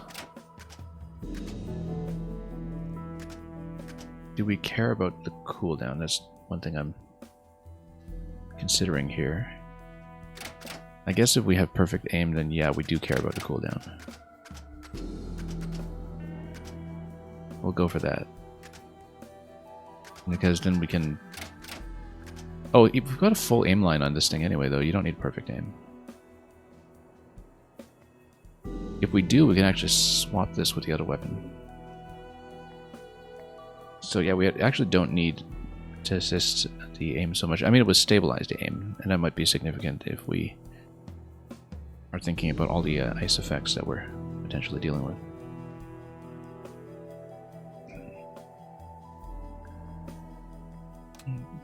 Let's see here. Because maybe we'll swap these two weapons. I'm just thinking about whether that makes sense. Yeah, because he's got lots of huge explosives here anyway. I think we will swap them. We'll just need to remember this. And yeah, he's got a heated plating, which is important.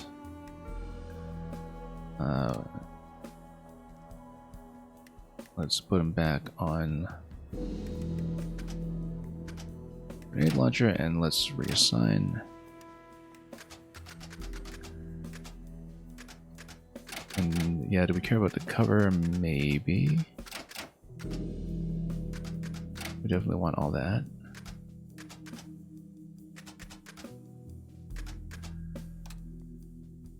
And we don't need sidearm on him anymore. What you want is more heated plating, probably. Anyway, we can probably go one flanker. This is what a 3 through mission. Trying to remember, did we go flanker with her? No, we didn't. Who was going flanker for us previously? We might actually want to level beacon on something here. Maybe get flankers so we can also get cool going for the sake of a lot of these sniper-related cooldowns, as well as that innate teleport. That matter. Yeah, we can go like double boomer on this map, and that would be fun. But I'm just thinking about who's going to pair well with that, whether we want sniper or flanker, and just, you know, really go full explosive everywhere.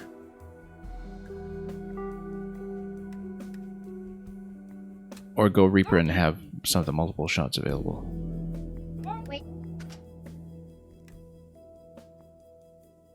Yeah, low spread. Discharger for the splash. We'll just splash everything. Maybe. Could be fun. And then already has the boots. Attacker also suffers 2 damage. What do we think about that? Because if we go... Yeah, because we have a lot of cog points that Beacon is unable to use because we haven't been double classing.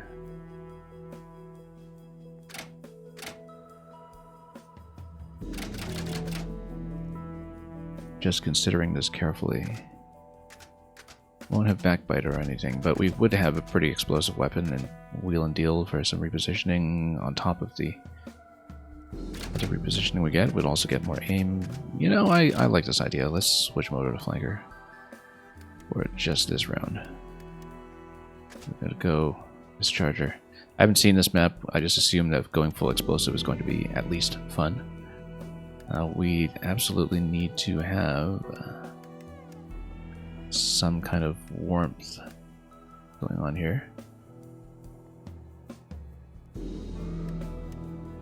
Let's see what else we have as an option.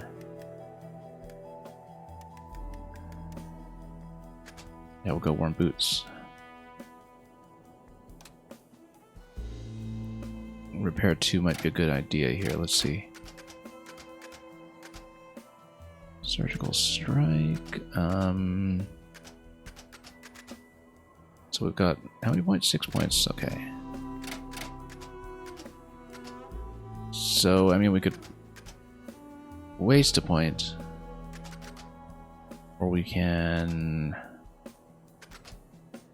I feel like we do want perfect aim. So it's a matter of, you know, do we actually want the extra crits? I mean, I guess technically this is an explosive weapon.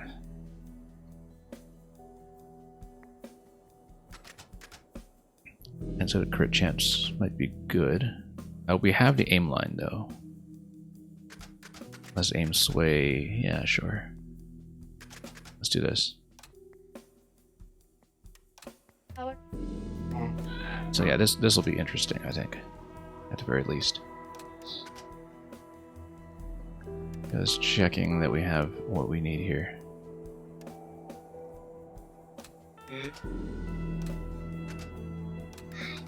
Just checking some stats. Okay, let's go with it.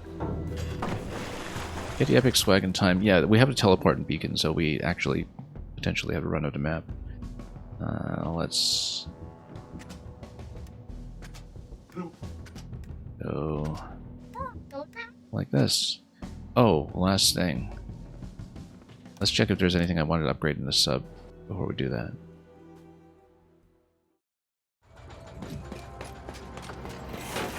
In particular, any abilities that might be relevant. I feel like we've been putting off this melee damage, but again, I'm trying to save up for some of these. Now, of course, since we have double boomer, maybe we should just go for hidden explosives.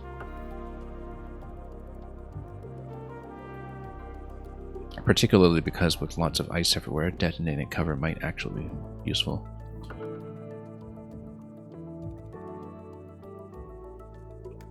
Although we usually don't position that defensively. I'm thinking we might want to save for slot machine, but it's not relevant to us yet because we don't have anybody kind of with boomer as a subclass at the moment.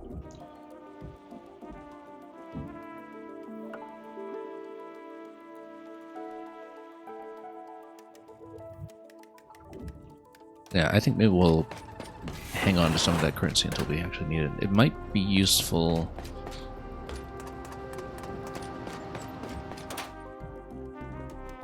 to get this now because we've really been putting it off. The extra cog might make a difference, but we've been putting this off for too long. I'd rather have it because sometimes, you know, when you have 3 HP rattlers, being just short is unfortunate, especially because there might be some situations where we might not want tons of splash and we'll have to deal with that accordingly. Okay, let's go with that and let's just run a map. Finally. I spend way too long configuring these things sometimes. Okay, everybody's hats, everybody has warmth. I think we're good.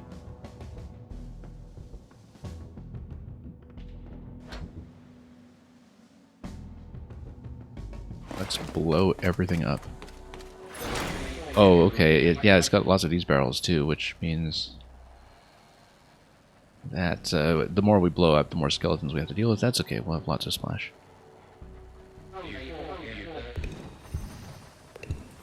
Okay. Recall ice blocks. Only 14 of them. 13 turns. Okay, we can do it. Captain's gonna be real mad about you trying to ruin our ascension schemes. Got some totems too.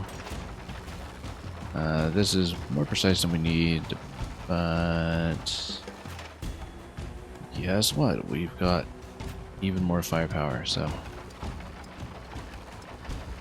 we'll sit back here and we'll lob a shot.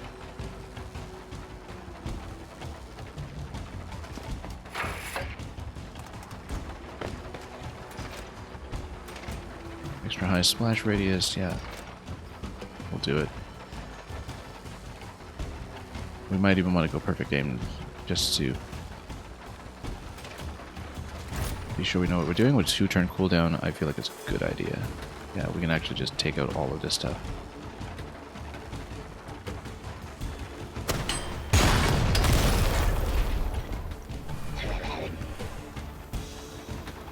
And yeah, barrels broke open for these ones. That's okay. We'll pop them off. Good time.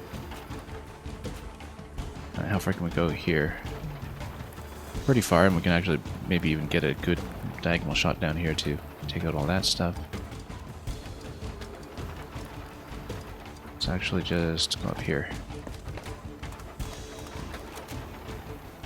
That's splash damage. There we go. And just short of being able to do what we want here, I suppose. Let's yeah, it should be able to just punch through the skeleton, right? Or will it? The direct hit. Yeah, it just punches right through, so.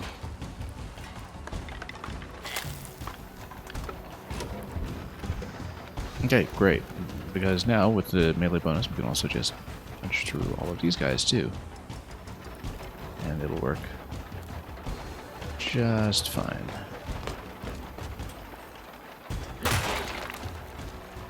And we don't want too much splashing go around, so we'll come over here and shoot left.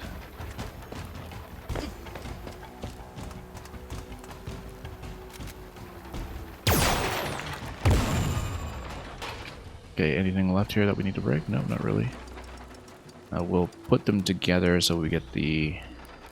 Oh, I guess no, we don't have the buff because we didn't take that ability. That's okay, we'll come here anyway.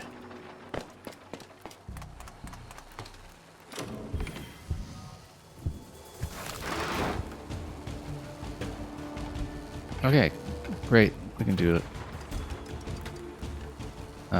More ice down here as well, that's fine. And we have the infinite grenade, we might as well just use it. Box of grenades. And it's a free action, we can even just use both grenades if we really wanted. Let's just try to hit... Oh, wasn't quite what I wanted. We should have stabilized the aim there. That's okay.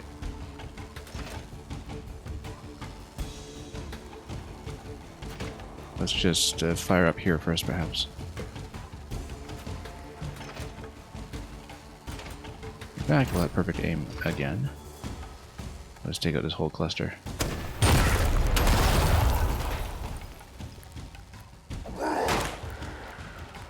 Berserk, that's fine. In fact, if we can pass through here, yeah, we can just punch through this one.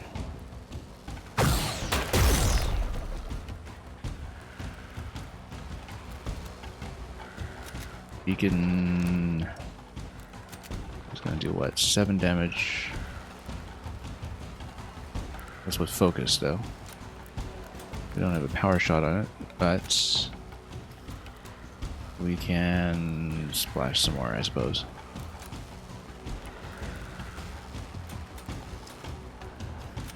Just thinking about positionally how we could do this better. I don't really like the totem. It is going to attempt to freeze us, so.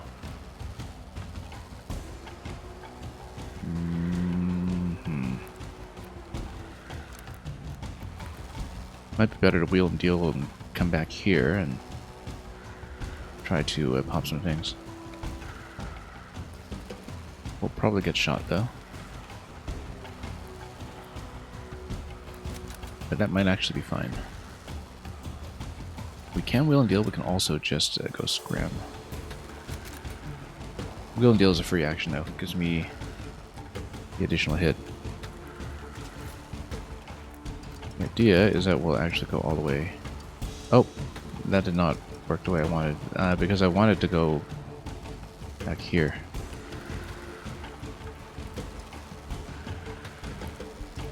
Yeah, okay, so that was a bit of a waste. It's not how I expected to do it. But if you go scram, then you can have an additional move and then wheel and deal to continue. So, for example... Yeah, you still have 2 action points remaining. We can just go here. So, yeah, wheel and deal is not going to be really used this time, so we did kind of burn it, but we'll just go for this instead. And oh yeah, we're going to get smacked, but oh well.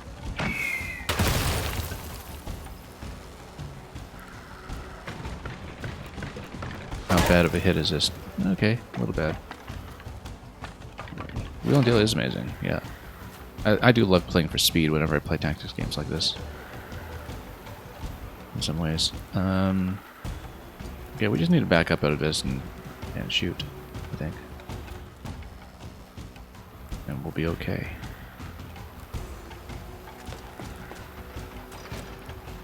Extra high splash radius. That's perfectly fine. Then up here, yeah, he's just gonna hit. No problem. There's this guy down here, of course, but we'll deal with him later. That's fine. And you know what? Let's go direct hit. Perfect aim. Oh, we shouldn't have stood there. We should have moved over. I was a little cautious about splashing myself there, though. That's okay. We'll break him out. And without getting chilled. Well, we can just do perfect aim here, too, and kind of shoot all the way over there. That's okay. No, we can deal with it next turn.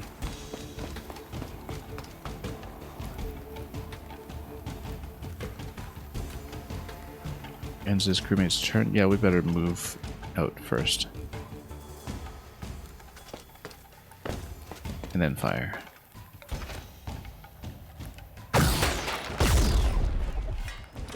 Yeah, the penetration does its great. Works out rather well. Now let's just get in position. We've got 8 turns remaining. It's a little bit rough maybe, but we'll get over here and see what we can do. We'll move here first. And I'm standing too close. Splash is gonna get me, maybe.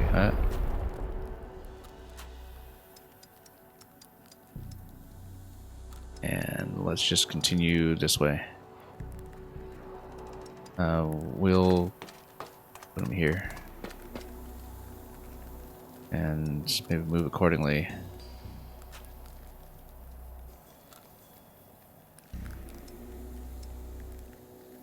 Actually, let's grab the loot bag. That's the best way to stand. Don't really want to stand there. We will get the chill effect, I guess. We just need to get out of it. But yeah, we'll just stand here, I think. And proceed. We also do have the heal potentially if we want to use that. I feel like we will want to use that, but we'll... Oh, we do have the action point, so let's see. Or a nearby ally. Okay, we're out of range. That's okay, we'll do it next turn. Possibly. And let's leave it as is. Okay, so open up.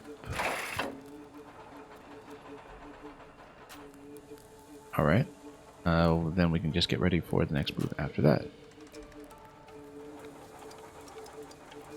Starting with looting up here. We might actually be able to reveal the door this turn then. We have the moves available to do it. Not let these boneless bots rob us of a grand tribute. Not cool enough for upper management, apparently.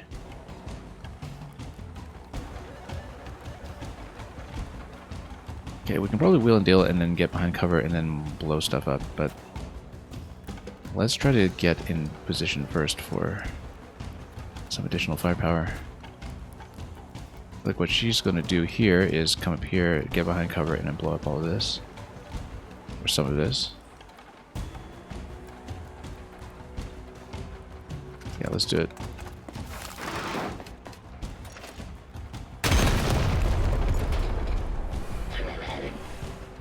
Because then we want to open up a line of sight for a rocket play from back here, if we can. I feel like it's going to be a bit of a long shot here. We do have perfect aim if necessary. We do have multiple grenades if necessary. So for example, if we get all the way back here, might be able to go quite a ways actually. First of all, a box of grenades is going to get me pretty far. We can actually just destroy quite a lot at once. In fact, oh, there is... Okay, we're definitely going perfect aim this time. And we've got multiple grenades to work with. And even multiple attacks to work with. Oh, whoops. So, try to snipe everything here. Look at this. This is going to be great.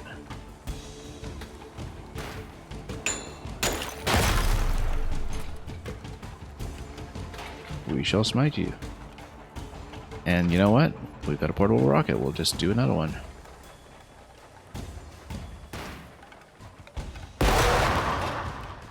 Berserk. Oh, that actually spent a turn. Yeah, I didn't realize that. I thought we still had a free move. That's fine. We are still able to eventually just wheel and deal and get behind cover and just whack them.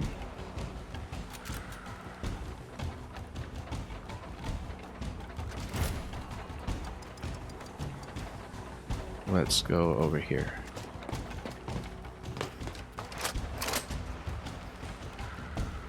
And I mean, the aim here is probably fine, but I'd like to be safe.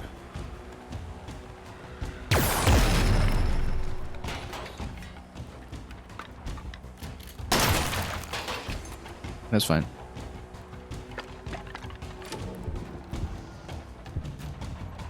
We can handle it. We'll in fact come here first. We could even drop down this area here and open up whatever's below. Rather dangerously. No, we can get it, but we've got 6 turns. We're going to be just fine. And we'll just aim loosely.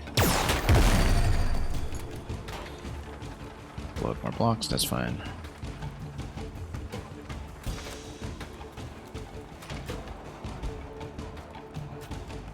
And she's going to just be able to do penetrating shots for here, actually. We'll go perfect aim just in case. Yeah, we'll actually be able to just hit everything.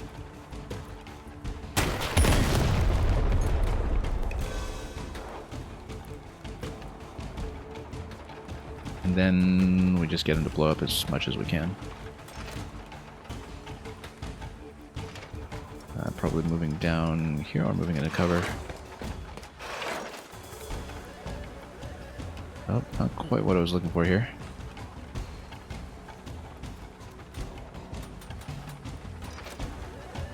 That's fine. I was hoping to drop a shot up here. We can deflect it. Or not, because it's just going to hit. Okay, that's fine. Yeah, maybe not the best position then. That's okay. We'll just hit 1. Or 2.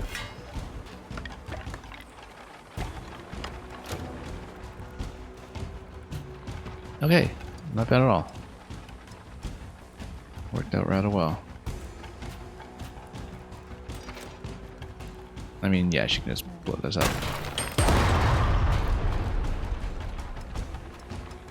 And then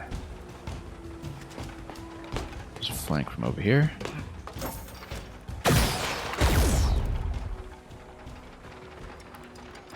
Grab this, and we've got one piece of loot after that.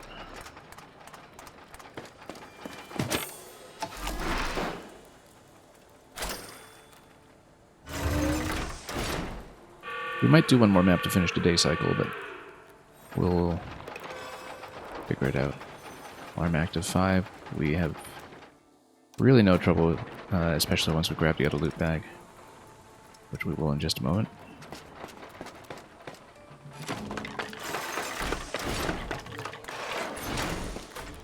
Yeah, this is not going to matter.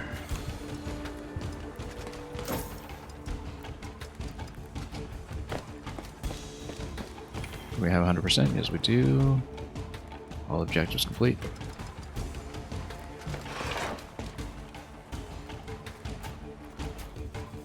Nice and smooth.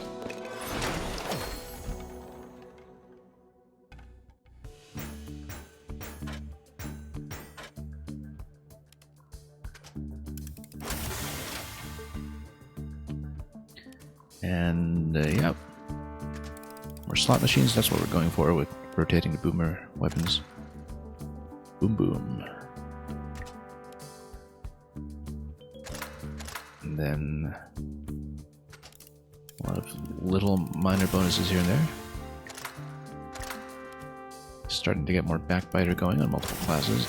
It's expensive, cog-wise, but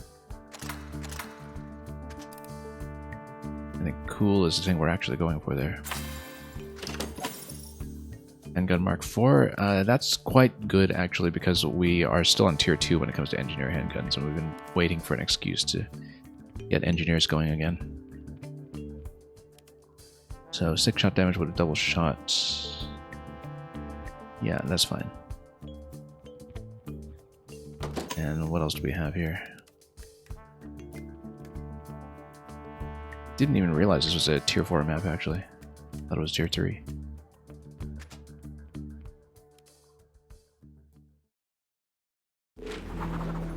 Okay, Glacier Gulf is done. So, we will hopefully survive aboard this ship on our way back. And not lose 15 bounty as we traverse our way down here. But I would like to unlock whatever it is that we get for 6 out of 6. And then we will decide whether I want to stay long enough to maybe do one more 3-person map, so we can close out this day cycle and maximize the bounty intake that we get for that. So, first order of business is, of course, just to survive all the projectiles. Here, as we make our way through the rapids, we don't really have a good shortcut because we can't break through rocks. Though that looks like it'll eventually be an important point of progression. Also, activate. Oh, okay. We somehow didn't push that switch, or no, we did. We just revealed that part of the map, and we had done so already. Okay, so that doesn't do anything yet.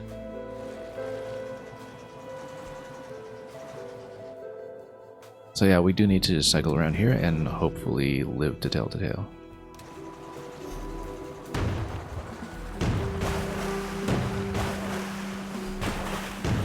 Particularly in the shallows here where we're getting into way too much trouble. Don't tell we're going to die here and lose 15 bounty. Oh.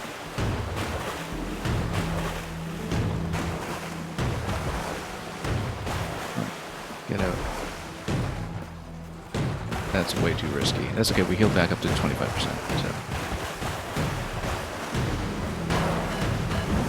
Let's get out of here. That was much riskier than I could afford, but we'll probably, I mean, we had cleared this area previously, so we'll probably still make it to an additional map. Yeah, we feel like we have a good loadout for it. Let's see what the zone bonus is first before we do anything else. So we should have unlocked a door somewhere here for 6 out of 6. Well, once we get into the map, let's see the additional bit of dialogue on Beacon first. Beacon is not very confident, apparently. I mean, what does Captain Leeway even do around here, right? We all have our moments of doubt, crewmate Potts.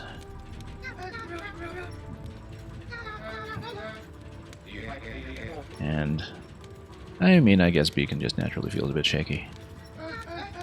In a physical sense.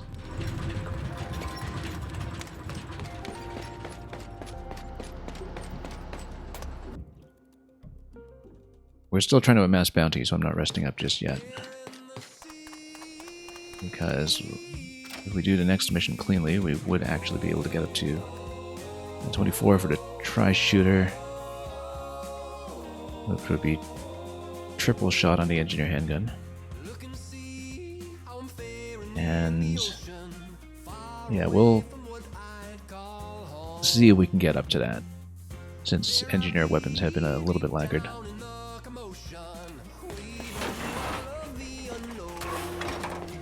But is there nothing for 6 out of 6 here? We misunderstand, maybe. Well, maybe there is nothing. I thought there would be a 6 out of 6 bonus. But I guess there is no such door.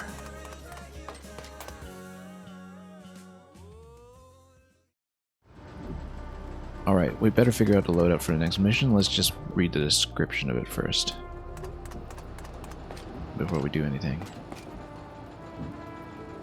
And yeah, I was hoping we'd get something for the zone.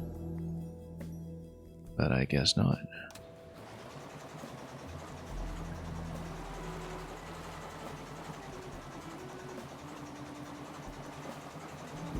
So yeah, we've kind of allocated a lot of our best weapons already. We still have a really good flanker shotgun going on, but other than that, well, let's see about this mission. Let's not be shot down. We're here in shallows now. What is steel? Grab all, epic swag. Greedy Rattler Berserker has been amassing precious loot for himself. Okay.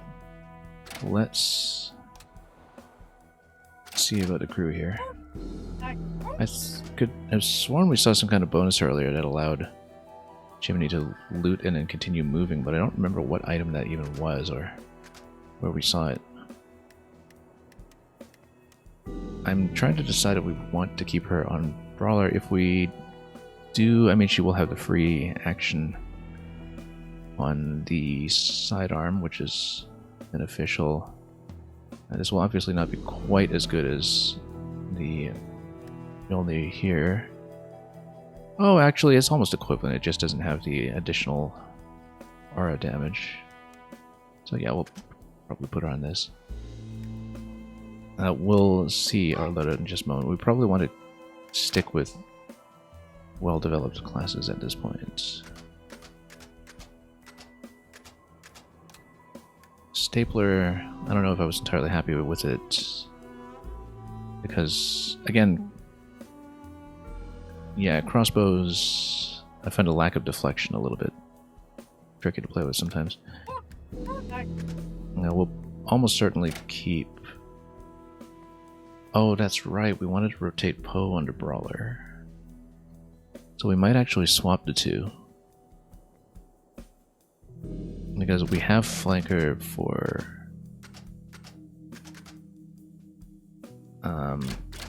Cool already, so we could potentially get that sidearm bonus.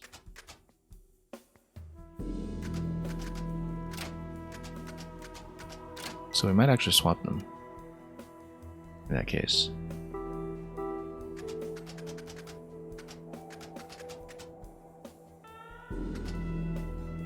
Let's take a look here. Maybe even move one on the engineer this time, but No, let's go with the plan. Brawler. We'll assign skills in just a moment. Let's just get the classes set up. Sniper rifles are still available because we haven't been sniping, so we'll almost certainly just put our original sniper, Daisy, back on main. So yeah, she's got flanker 2 going on right now. We'll figure this out.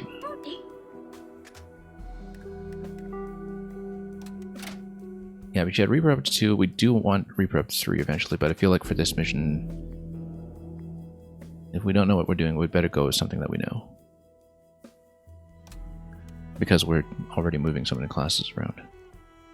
And I'd like to eventually get something a little more reliable, or a little more versatile than a crossbow going.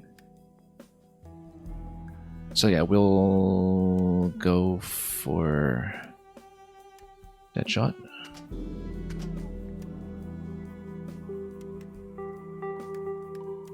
Might even go for the critical bonuses. We'll want the sidearm 4 on her though, if it's still available. Is it still available? Yeah. And, oh, we used a lot of our cold defense already. That's one thing that is potentially concerning, is that we don't have a lot of chill defense anymore. But we'll see. Because we got a brawler over here. Looks like we can try out the armor. And we'll try out... does she already have the knuckles? Did we use that on someone just now? I think we had used that, right? Let's take a look here. Yeah, knuckles or the warm gloves are already accounted for, so... Yeah, I hope we don't just get totally iced this mission. I mean, obviously we needed that in the last one since there were ice blocks everywhere, but... We'll see what to do. We might just give her full reinforcement or something.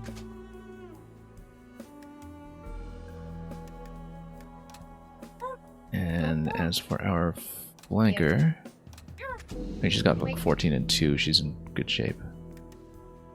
Oh, we already have the armor on her. Maybe we don't need 3 HP. Maybe we should go for something a little lower. Or maybe just go for knuckles, because we might need to damage. Or even a heal. We have a good repair pack remaining, which we don't really.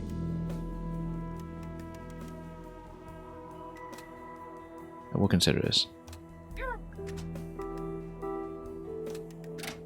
Yeah, we'll probably just do the one remaining one.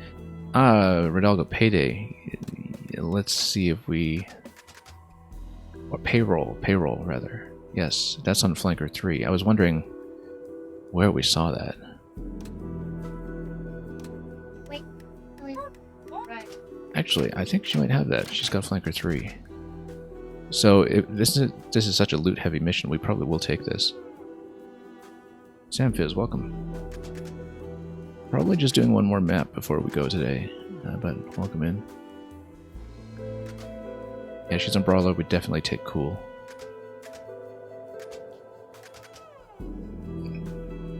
And I guess that means that we'll just take these. We probably should get movement on one of these two, like getting the jetpack on or something. She's got a jetpack currently. I feel like the other ones need more. But we'll see. We've got some of the movement boots and other things as well. When attacked and damaged, the attacker suffers 2 damage. We can put her to stack on it. Or we can put it on both of them. For the sake of speed... Well, it might be interesting to stack it, actually.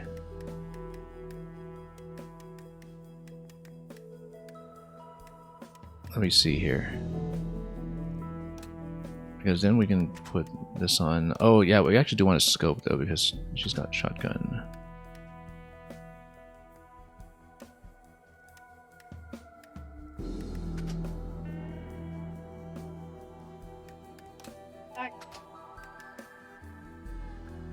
Yeah, no, we'll just stick with Knuckles here. Unless we want to change that to jetpack and then change this over to something else that's a little more defensive, or maybe going for the crits again. This would raise the crit to 87%. The crit damage might be even better, but we already have a crit bonus on the weapon innately.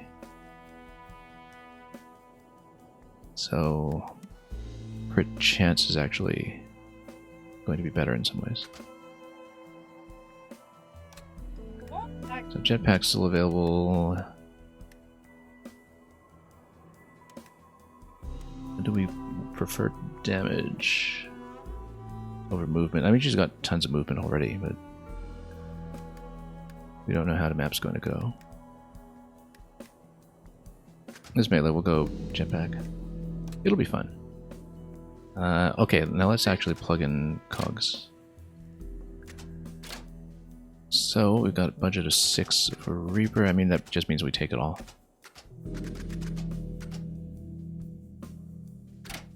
Which is why we should be diversifying a little more. Right. And she's got a budget of 6 for Brawler. 3 sidearm for sure. No, because she's not carrying a sidearm. So, never mind that. In that case, we just take these 6. And it's all defensive.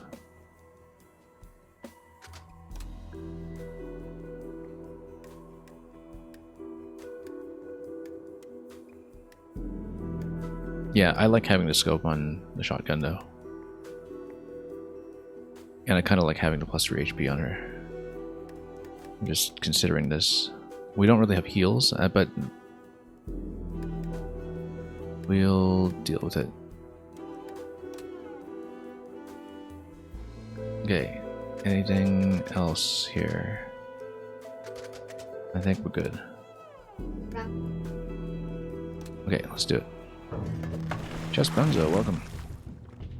Hope you've been doing alright.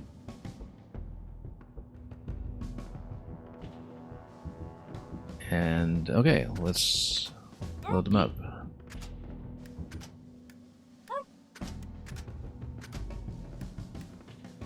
I think this will be alright. Might be a little rough with no heals to speak of apart from the self-heal on a brawler. But we just need to take everything out quickly. And we should be okay. Just one moment here, let me check something. So yeah, okay, we did take payroll. We need to keep that in mind when we're looting. So, let's play.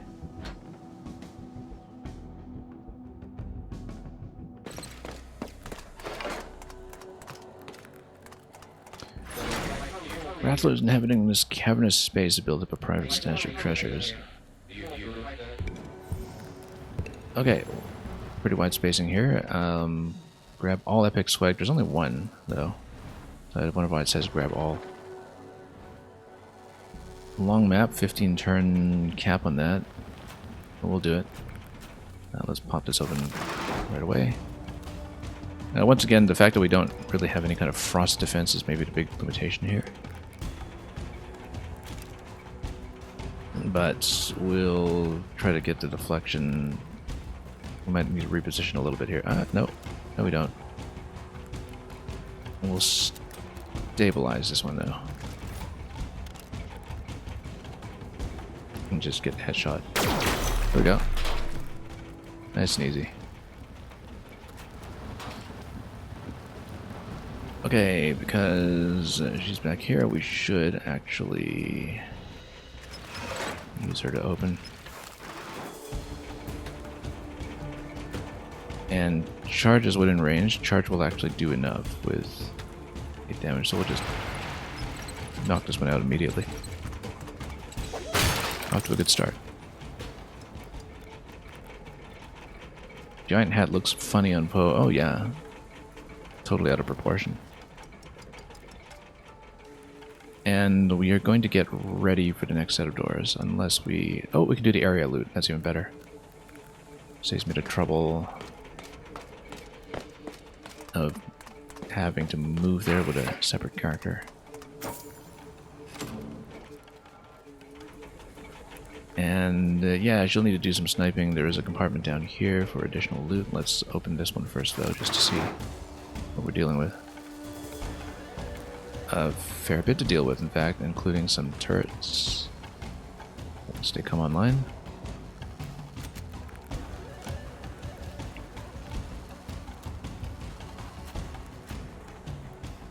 Yeah, I mean, I guess we loaded up on all the explosive damage in the previous map, so I'm not going to have as much of that to play with this time, but in terms of what we can do for melee, we can still use the free sidearm. We don't have to charge this turn, though. Free sidearm's going to do 4. I feel like we should not stand here next to the explosive barrel.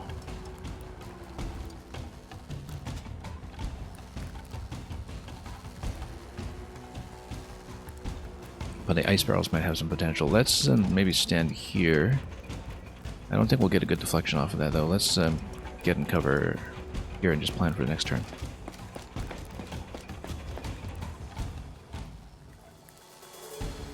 Yeah, we don't want to stand too close in general to explosives. Wheel and deal might get pretty far here. Because then we can get up to this point and maybe even, you know, pop this door for a moment of movement. Except we need to shoot directly from this location. That's fine.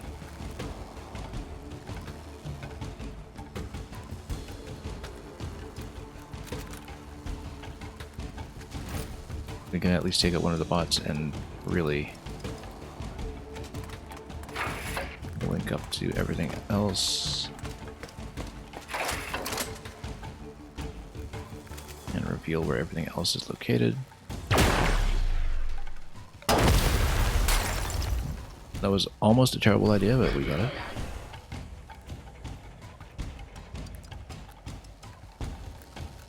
Now, sidearm isn't going to be quite enough to penetrate this one. But we can loot, and after you loot, we actually have the additional move thanks to Payday. Now, I believe that only happens once per turn. Let me just check that.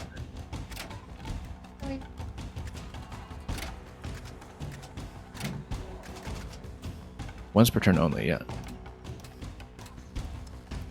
We can grab this, and then we can still kind of get in position to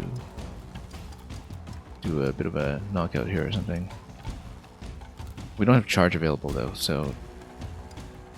But we can do this, and we can get back into cover, essentially.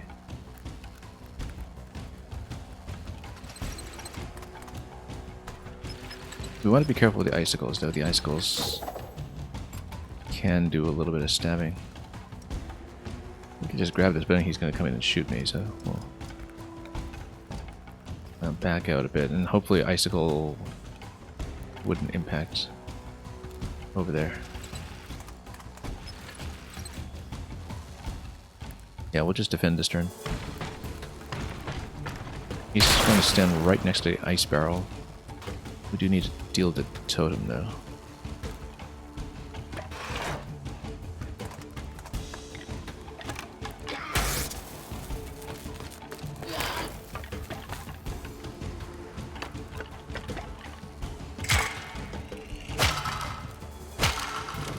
That's okay. That can all be dealt with a penetrating attack. I probably shouldn't just open this compartment possibly just yet until we know what we're doing. Also, this can be dealt with a sidearm. Might even be able to pop the totem here. And then she still has the free move after that. Right? I sure hope I took the free sidearm. Yes, I did. Okay. Well, it spent one action point. Did I not take... Did I not take the free sidearm? Did I just neglect that completely? I must have confused myself a bit with the build here, because how did I not... Oh, no, that's okay. Yeah, no, because she needs to level up into that with Brawler. She doesn't have that. Right, okay. Good to know. Because then we can blow up this ice barrel and we might be able to charge into the other guy. So here, yeah, we'll just maybe even shoot him from above, like up. That won't work positionally, but we'll just try to shoot the barrel and miss.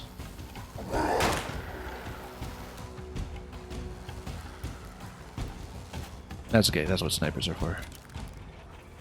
Particularly snipers who have the ability to do really fancy deflections like this. We can go perfect aim. No, we already spent that. Yeah, we just deflect off every barrel or something. That would be really funny. There's a very narrow passage here, though, if you look at this, where you can deflect off both barrels. And I won't penetrate the first one that's standing next to me. But that almost looked fancy.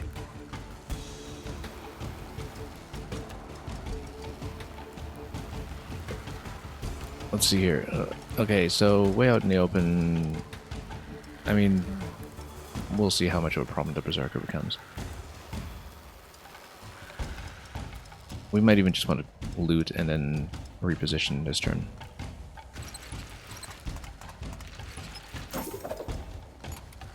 And maybe just position behind a door until we're ready to pop out of there for an ambush.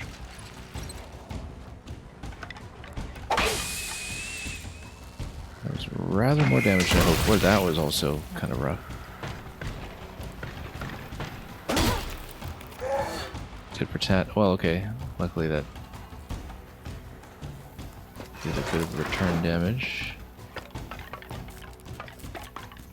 Sidearm from top, but we have to cool down on that shit. Ooh, yikes. Yeah, the totems are so rough when they're so far out of position.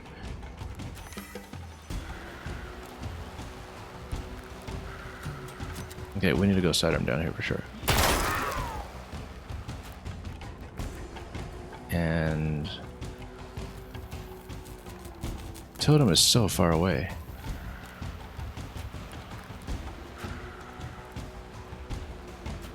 We will need to go... What cooldowns do I have? I don't have wheel and deal. I do have charge. But I've kind of spent a movement point already, so I can't really go for totem this turn.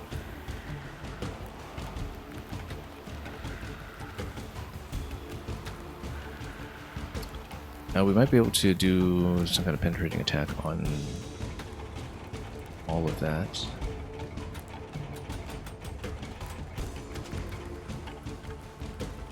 We might be able to get over here and kind of smoke bomb for defense or something and do some kind of big shot here. No, we have to just punch this.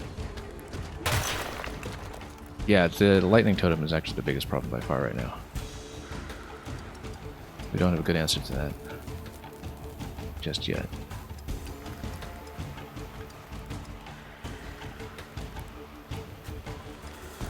And everything here is kind of in frost right now as well, so that's really not ideal.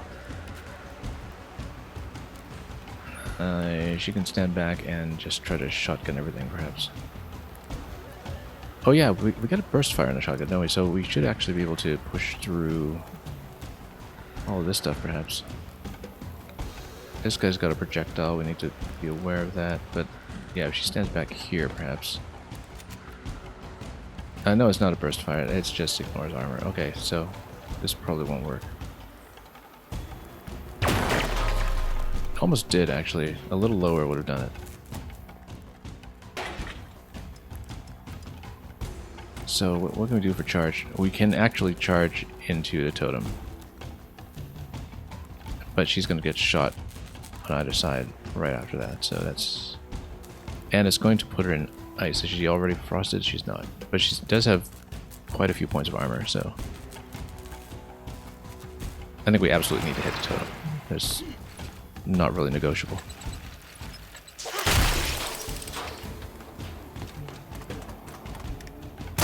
And then, yeah, that's a huge issue. But that's okay, we can break her open with snipe. After that, perhaps. The lack of a lot of splash on our current weapon set is a pretty major liability.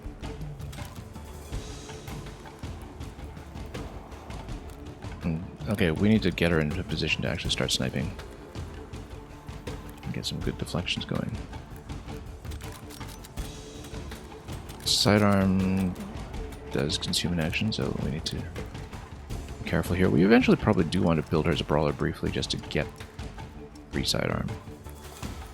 It's so beneficial. Wheel and deal would at least get me to take out this guy here, or possibly fire through this location.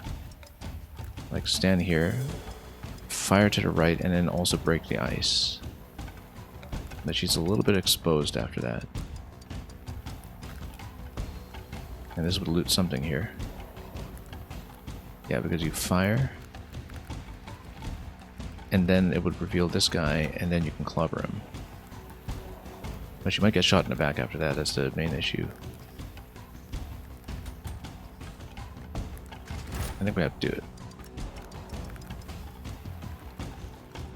Unless there's a better position I can get into. I think this is as good as we're going to have it. So we do need to break our comrade out of the ice. And then she can have the free sidearm here. A free sidearm's great because apart from the cover potentially being an issue, we can maybe shoot through the other skeletons on that side. Almost got all three. There was a time when I could have gotten all three. Yeah, no. We'll... Maybe even...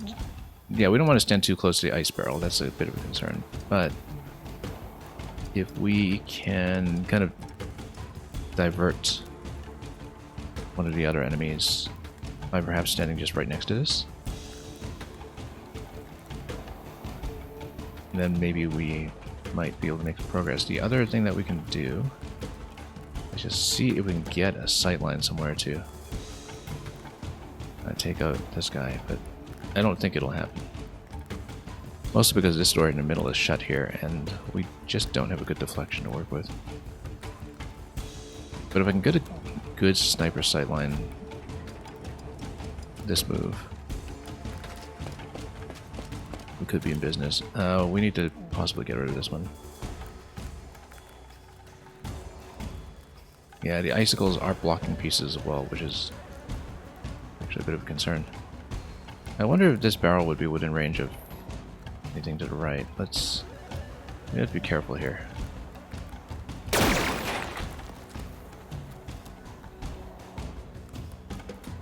Okay, sidestep.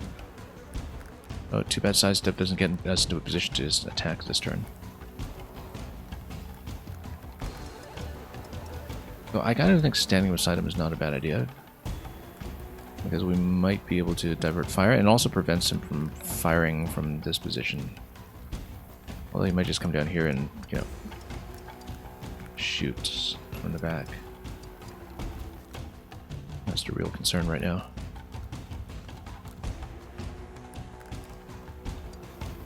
We just don't have a good place to stand. I am going to stand here and try to lock it down. Yeah, these guys always prioritize grenades even when it's not in their interest to spend a tempo on that first.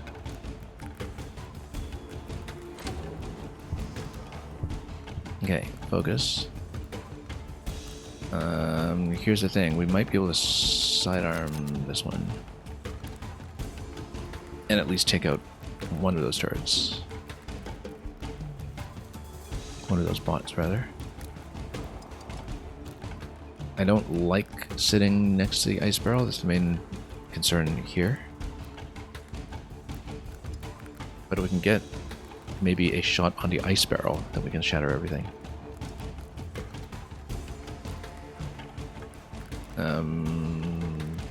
There is a bit of an issue with this, which is that we have to spend a turn on a reload.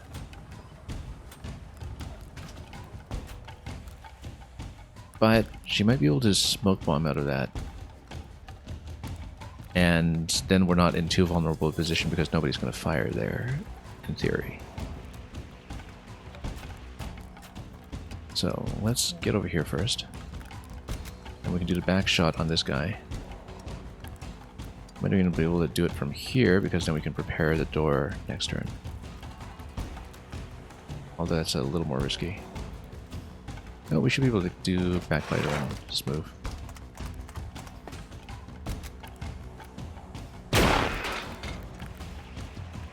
And just smack this guy in this move. The bots are a problem. We will, I think, actually do the smoke bomb method. No, we can use a stun gun for one of the free actions, and that could actually solve this.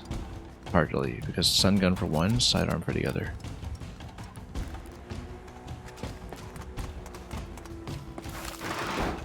Okay. Let's make sure we know what we're hitting. Stun gun is not going to kill, but it is going to hit. And then we'll hit the other one.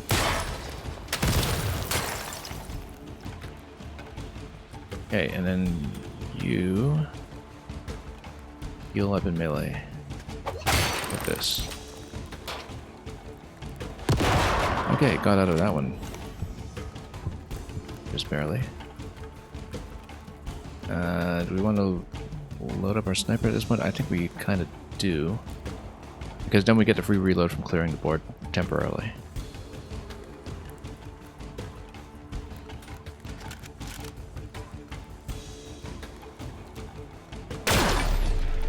Yeah, because she's not unloaded. She's got a hot reload also from standing still this turn. Now the question is, do we want to pop this open immediately, given that we have 9 turns left to destruction? Do we have to do it? Just one guy here. That's good. We can kill him pretty easily, in fact. Although we are likely to get chilled if we're not careful, so... Yeah, because isn't this an ice patch? It is. Isn't really a good solution to that. We'll loot this first. I think we'll just need to take the chill damage. Guess we have to get rid of him.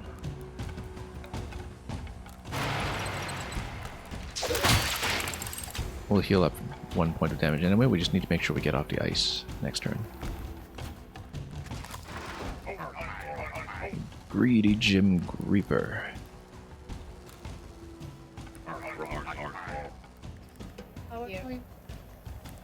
Okay. Not really within attack range of my other unit here. Cool Cat Jill. We'll take all their treasures.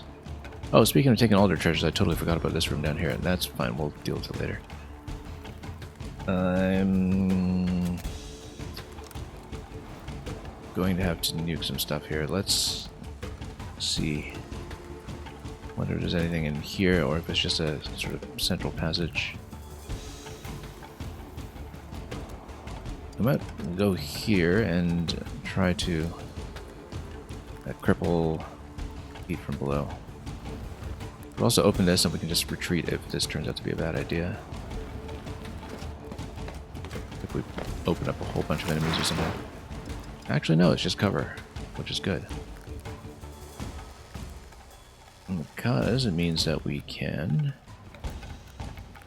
just get in cover. And hopefully we don't have somebody charge through the door this turn.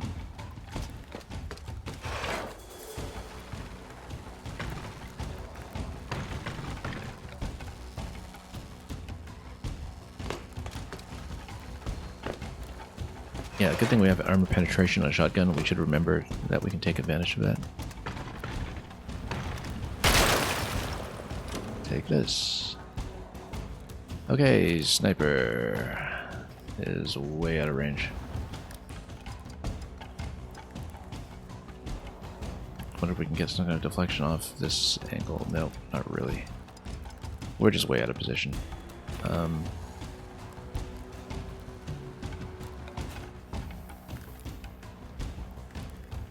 Charge is also not available this turn, so we can come up here and shoot this guy though, and then that'll do 4. Wheel and deal going backwards would actually give you a +1 here, which combined with backbiter would give you 9, and 9 and 4 is going to take this guy out. So we can do it. We need to not step on ice. And yeah, we'll step back here. Oh, I forgot wheel and deal. Oh, okay, that was a mistake. That was a mistake. Big mistake. I needed to activate it first. That was a huge goof. Yeah, because we absolutely could have taken this guy out this turn and we blew it. Because wheel and deal is on her, it's not on this one. I needed to just take a sidearm shot from longer range. Yeah, I just got my classes confused because we had been swapping back and forth so much. Oh, that's unfortunate. Okay. Yeah, that actually causes huge problems. And let's try to find somewhere safe to stand, but there's almost nowhere safe to stand. That isn't icy.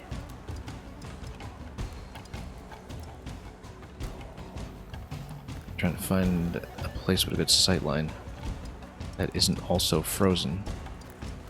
Everything's frozen. Maybe the whole point of some of these flame barrels is that you can melt off some of the ice. And we should have considered that as a possibility.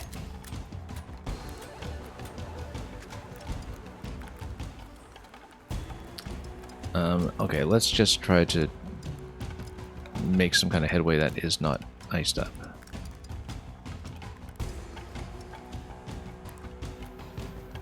Yeah, because maybe we do need to step around a bit. How do we do it?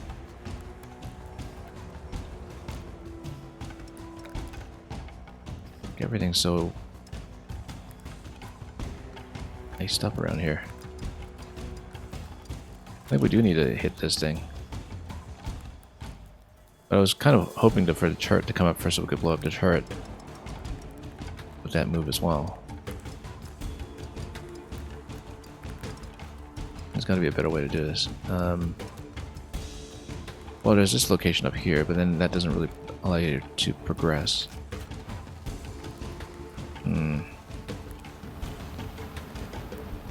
Well, we can still wheel and deal it.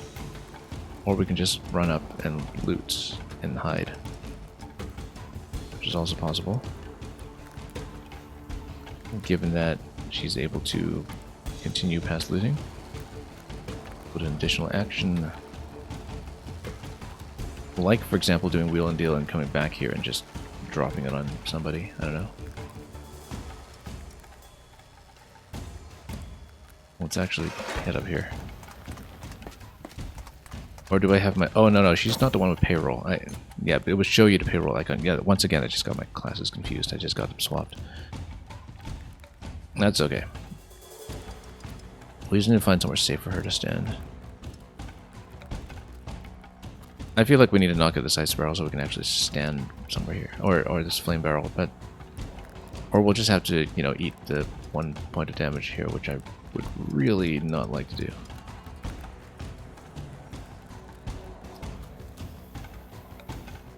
Or we can stand up here. Try to...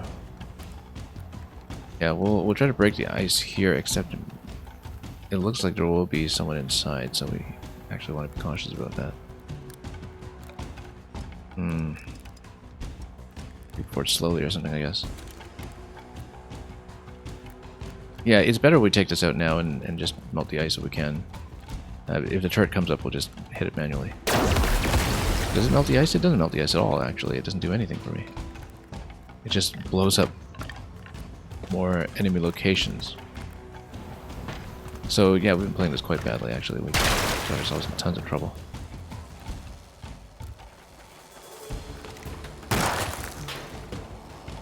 Okay, this guy's potentially going to attack indirectly.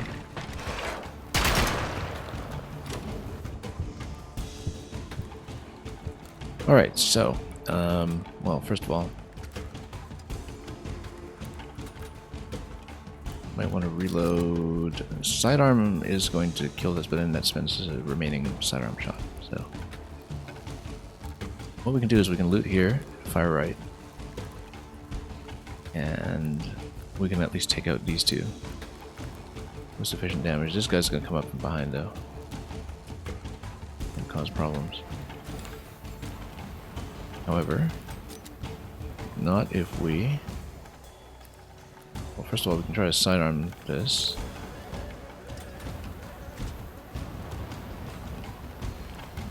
And then we can try to melee back here to take out what we can.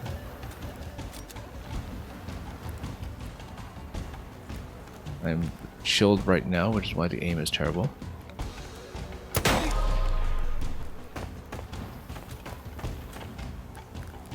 9 damage.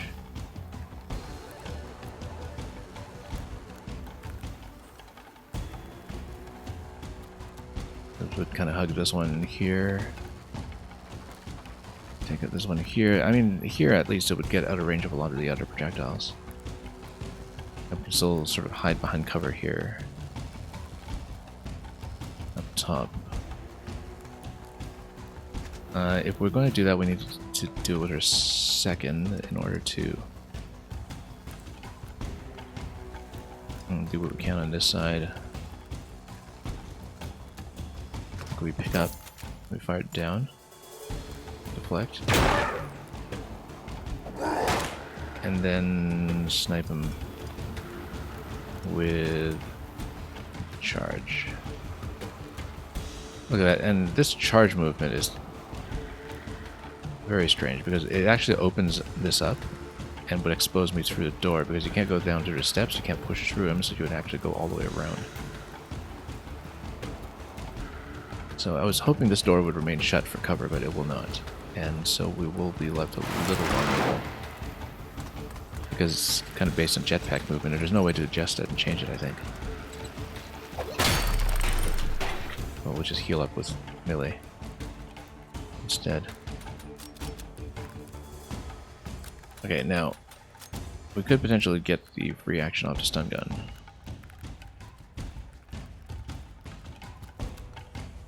Or even use the stun gun to blow up the barrel, which is not a terrible idea. I just have to know where to stand. Just know where I'm allowed to go because everywhere is just covered in ice. Let's just reload this and blow this guy up. Except we open up another one, and so that's going to be rough as well, but at least we have a penetrating damage through both of those. Almost to the treasure, though. We probably should have just charged all the way to the back. Okay, here. Again, nowhere to stand. But we can come down here and shoot the barrel.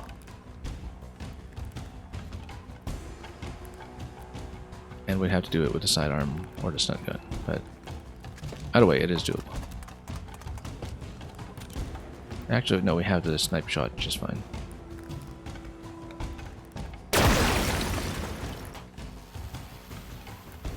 Okay. She should just come down here. And then... Oh, actually, no, we should take her because she's got the payday effect. And yeah, the sidearm is going to cost 1. But then we can at least eliminate the loot from being an issue, although it might activate an alarm before we head for the exits, which is the concern that I have with doing it that way.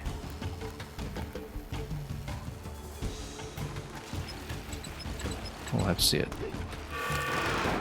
Yeah, it's an alarm. Well, I mean, if we take a few hits here, that will just happen. Backtracks are turrets, yeah.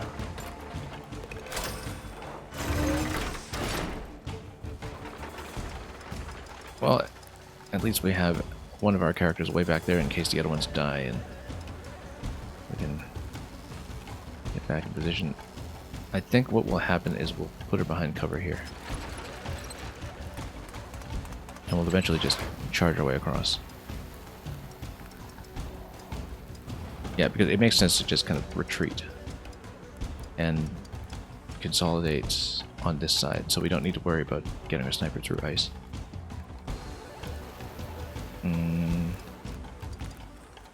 We should still try to shoot everything here if we can. Possibly just wheel and deal again. Taking a bit of a long shot.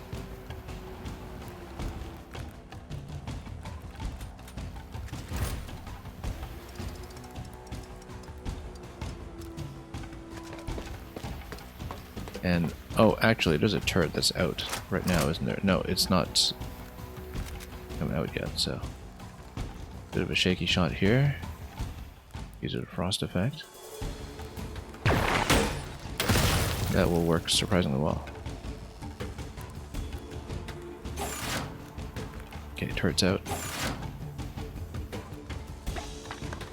That is a lot of turrets. But yeah, we'll try to charge our way back. And escape that way. I feel like we're not going to get all plane swag. That should not be the priority anyway. Here, we can at least do a sidearm attack. We can actually go icicles with the sidearm, because that would be better for stepping.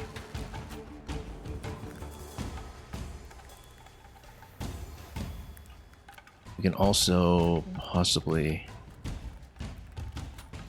let's not reload yet until we know what we're using to shoot, because we should actually maybe use a sidearm to fire at the first turret here. There's a second turret here that's going to try to fire from up top, though, so we should actually go this way. Do we have perfect aim? Can't use unloaded. Oh, so you can't even use perfect aim on your sidearm if you don't have it available on your main. That's interesting. But perfect aim might be able to get me some kind of deflection that takes out this turret. It's not the best position to be in, though. So we might just need to do some kind of straight shot with it, since we do have a sight line. Concern right now is this one up here, but we can take it out. Attack ignores armor. Yeah, we'll just take it out. And we have to. Everybody's going to bear down on me from this side. This might fire at me from that side. We'll just have to deal with it.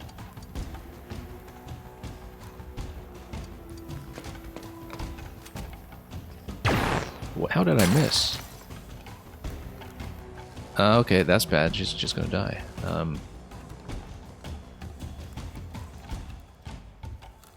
Unless I get up here. No, because we don't have the snipe available. I need to use my standard gun. That was an awful miss. I feel like she's absolutely getting whacked this turn, given how explosive those can be. I'm going to stand here.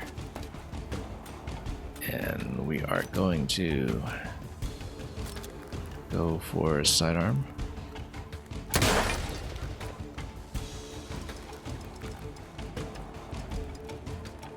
And yeah, we're just going to run it, I think. But if we run it, we have to end up here, take cover. Nobody's in melee to hit me from there, I don't think. And or just dodge this one entirely and just come up top. I think we need to go up top. Except this one is up here. However, we've got enough blocking pieces along the way that maybe it won't hit us. Like we just stand over here instead.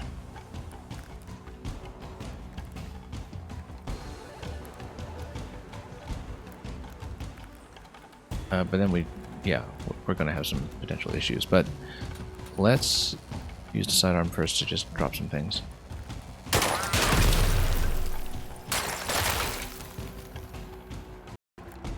Or did that consume movement? Oh, that consumed movement, didn't it? Yeah, okay, no, I made a mistake again. We didn't need to do that, we should have just run it.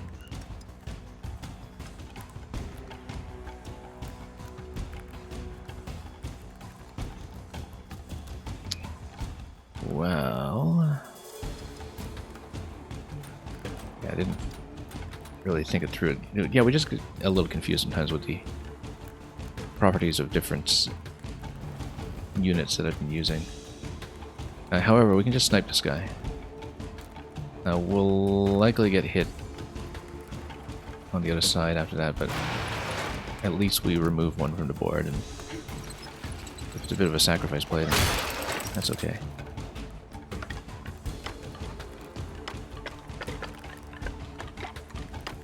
Yeah, again, I mean, it would be nice to get all stars, but as long as we escape with somebody intact. And yeah, these guys, again, always prioritize grenades even. But it's very suboptimal. But you will have enough movement available for the shot this time. As long as we're not frozen in place, we're okay. Because we've got tons of movement on that character. And in fact, she'll be able to... not quite get far enough because... yeah, she's...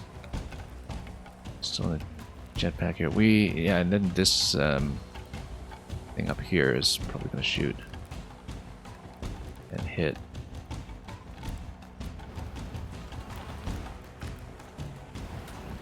So once again, we do have a sidearm available, but it does cost an action point, so we shouldn't use it. That was the mistake we made last time. However, we might be able to run, do a sidestep, and run again, and then that might get me further. I mean, this is the sort of movement pattern to get us up quickly.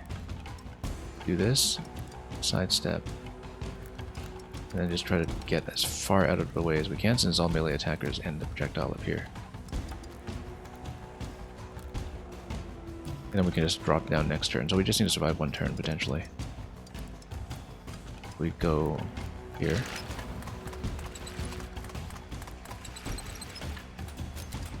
Sidestep. It's only 2 steps, but we'll do it. And center all the way.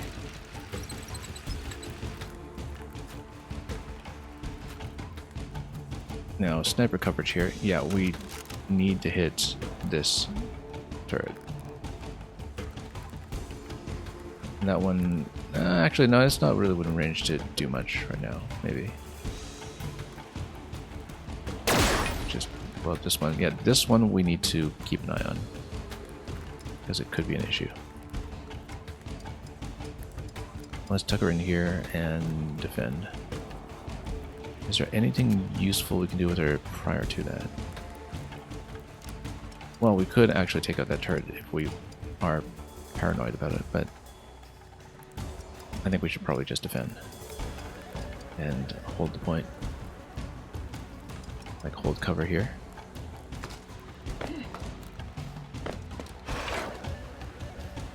And then we need to last one turn.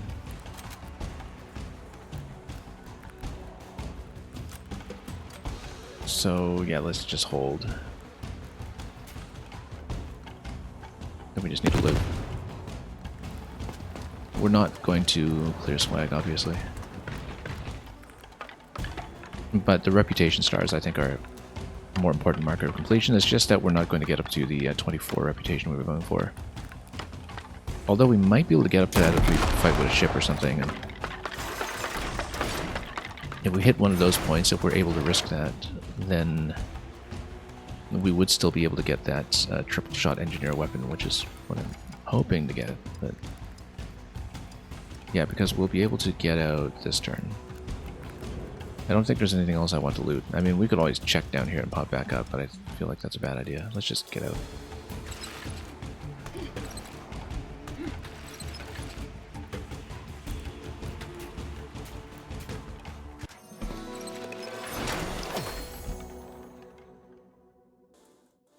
Yeah, the bonus is just for the reputation star, so 22 bounty. So possibly if we do a bit of ship combat, we can do the rest. I don't know if we want to risk that. We might go for a lesser reward.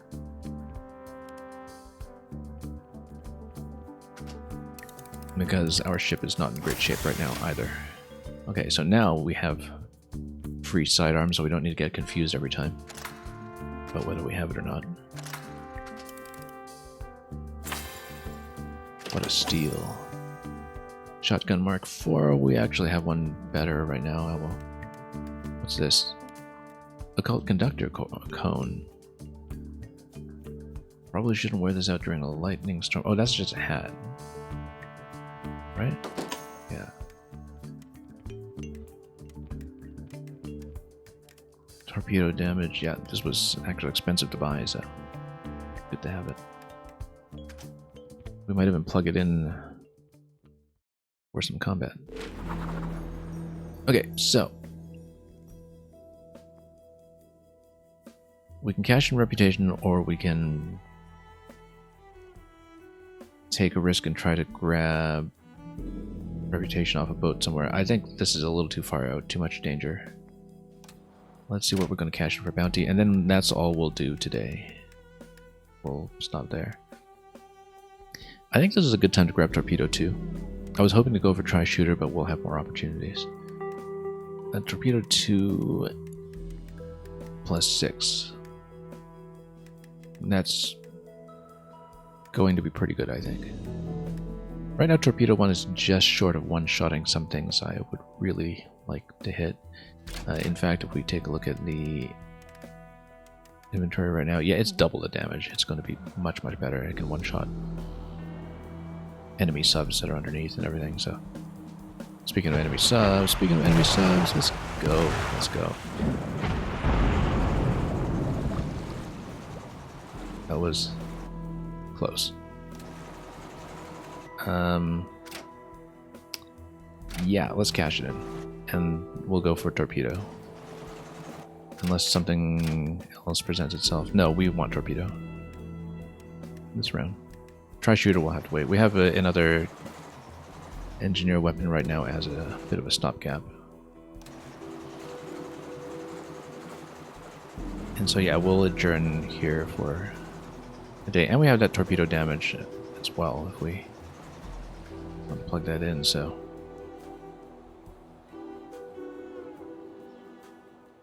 We'll do a bit of configuration here, and then that'll be as many missions as we see on today's agenda. Yeah, we might as well plug in more sub-equipment, like one slot for... Well, we need to replace Torpedo 1 with 2, but we'll have one more slot for the torpedo damage boost. I'm comfortable spending on that, even though we can afford some other upgrades at this point. Actually, yeah, because we're going to be picking up 6 anyway, so that'll bring us up to 19 total. After spending on 5 for the upgrade, we've got 14 to work with. We've got enough for upgrades. So, I'd say definitely... Oh, we'll just open up. Yeah, and there's a bit of a price hike for more slots after that point.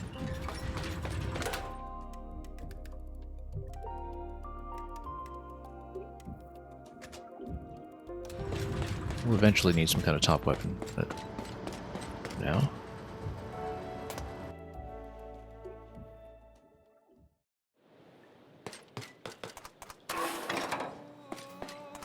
Let's talk.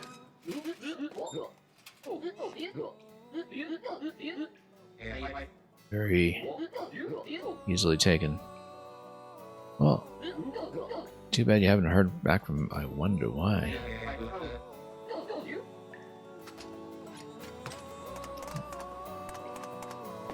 Well, we've taken care of that problem. Anything else we need to do here? Let's just talk. And end. Okay, like I was saying, torpedo 2. This will feel a lot better, I think. Has double damage. And yeah, definitely to 6, obviously.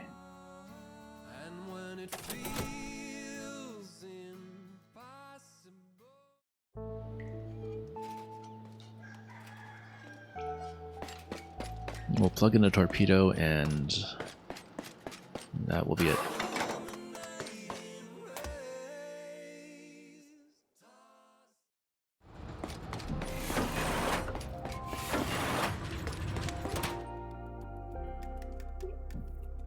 Okay, so straight upgrade. Yeah.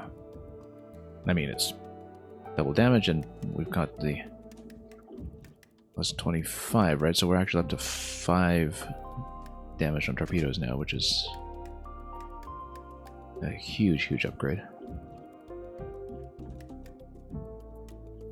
Okay. We don't even use machine guns that much anymore. I kind of wonder if maybe we should just go with speed instead or something. But yeah, so that is going to be it for this stream. And next time we'll be starting out here at the faucet. And having completed both Frostbite Fields and Glacier Gulf today, that's a big midsection map complete. And we are even getting a little bit further on Titan's Drain. I don't remember what the first benchmark is for unlocking the door there. I think it might have been 15. In which case we might have some bonuses to unlock there as well after one additional map, whichever one we might choose. So we might even clear a good chunk of that before we even get back to the main storyline here, since we're feeling a little better equipped for that now. At some point we will come here and explore this zone, sail all the way back just to see what is accessible, even when you haven't busted through the rocks that are conspicuously placed as a shortcut right in the middle here on the map. And yeah, we didn't progress the story at all, which is exactly how I like to play. So we're going to leave off here at the faucet and continue another time. I think we might be able to make it tomorrow, but if not, then definitely the day after. We haven't quite determined the specifics yet, but of course we're very eager to get through more and more. So yeah, thank you for dropping by, everybody who came by to spectate, whether you've played this already or not, and I think several of you have at this point. And yeah, Rodago, thank you once again for coming by. And we will see how much my playstyle continues to approximate yours at this point. We might drop a little micro raid somewhere perhaps, but I'll scan around to see if it's worthwhile. Either way, thanks for watching. SteamWorld Heist 2 will return. As always, have a wonderful week ahead of you with everything that you are still playing. And fare thee well.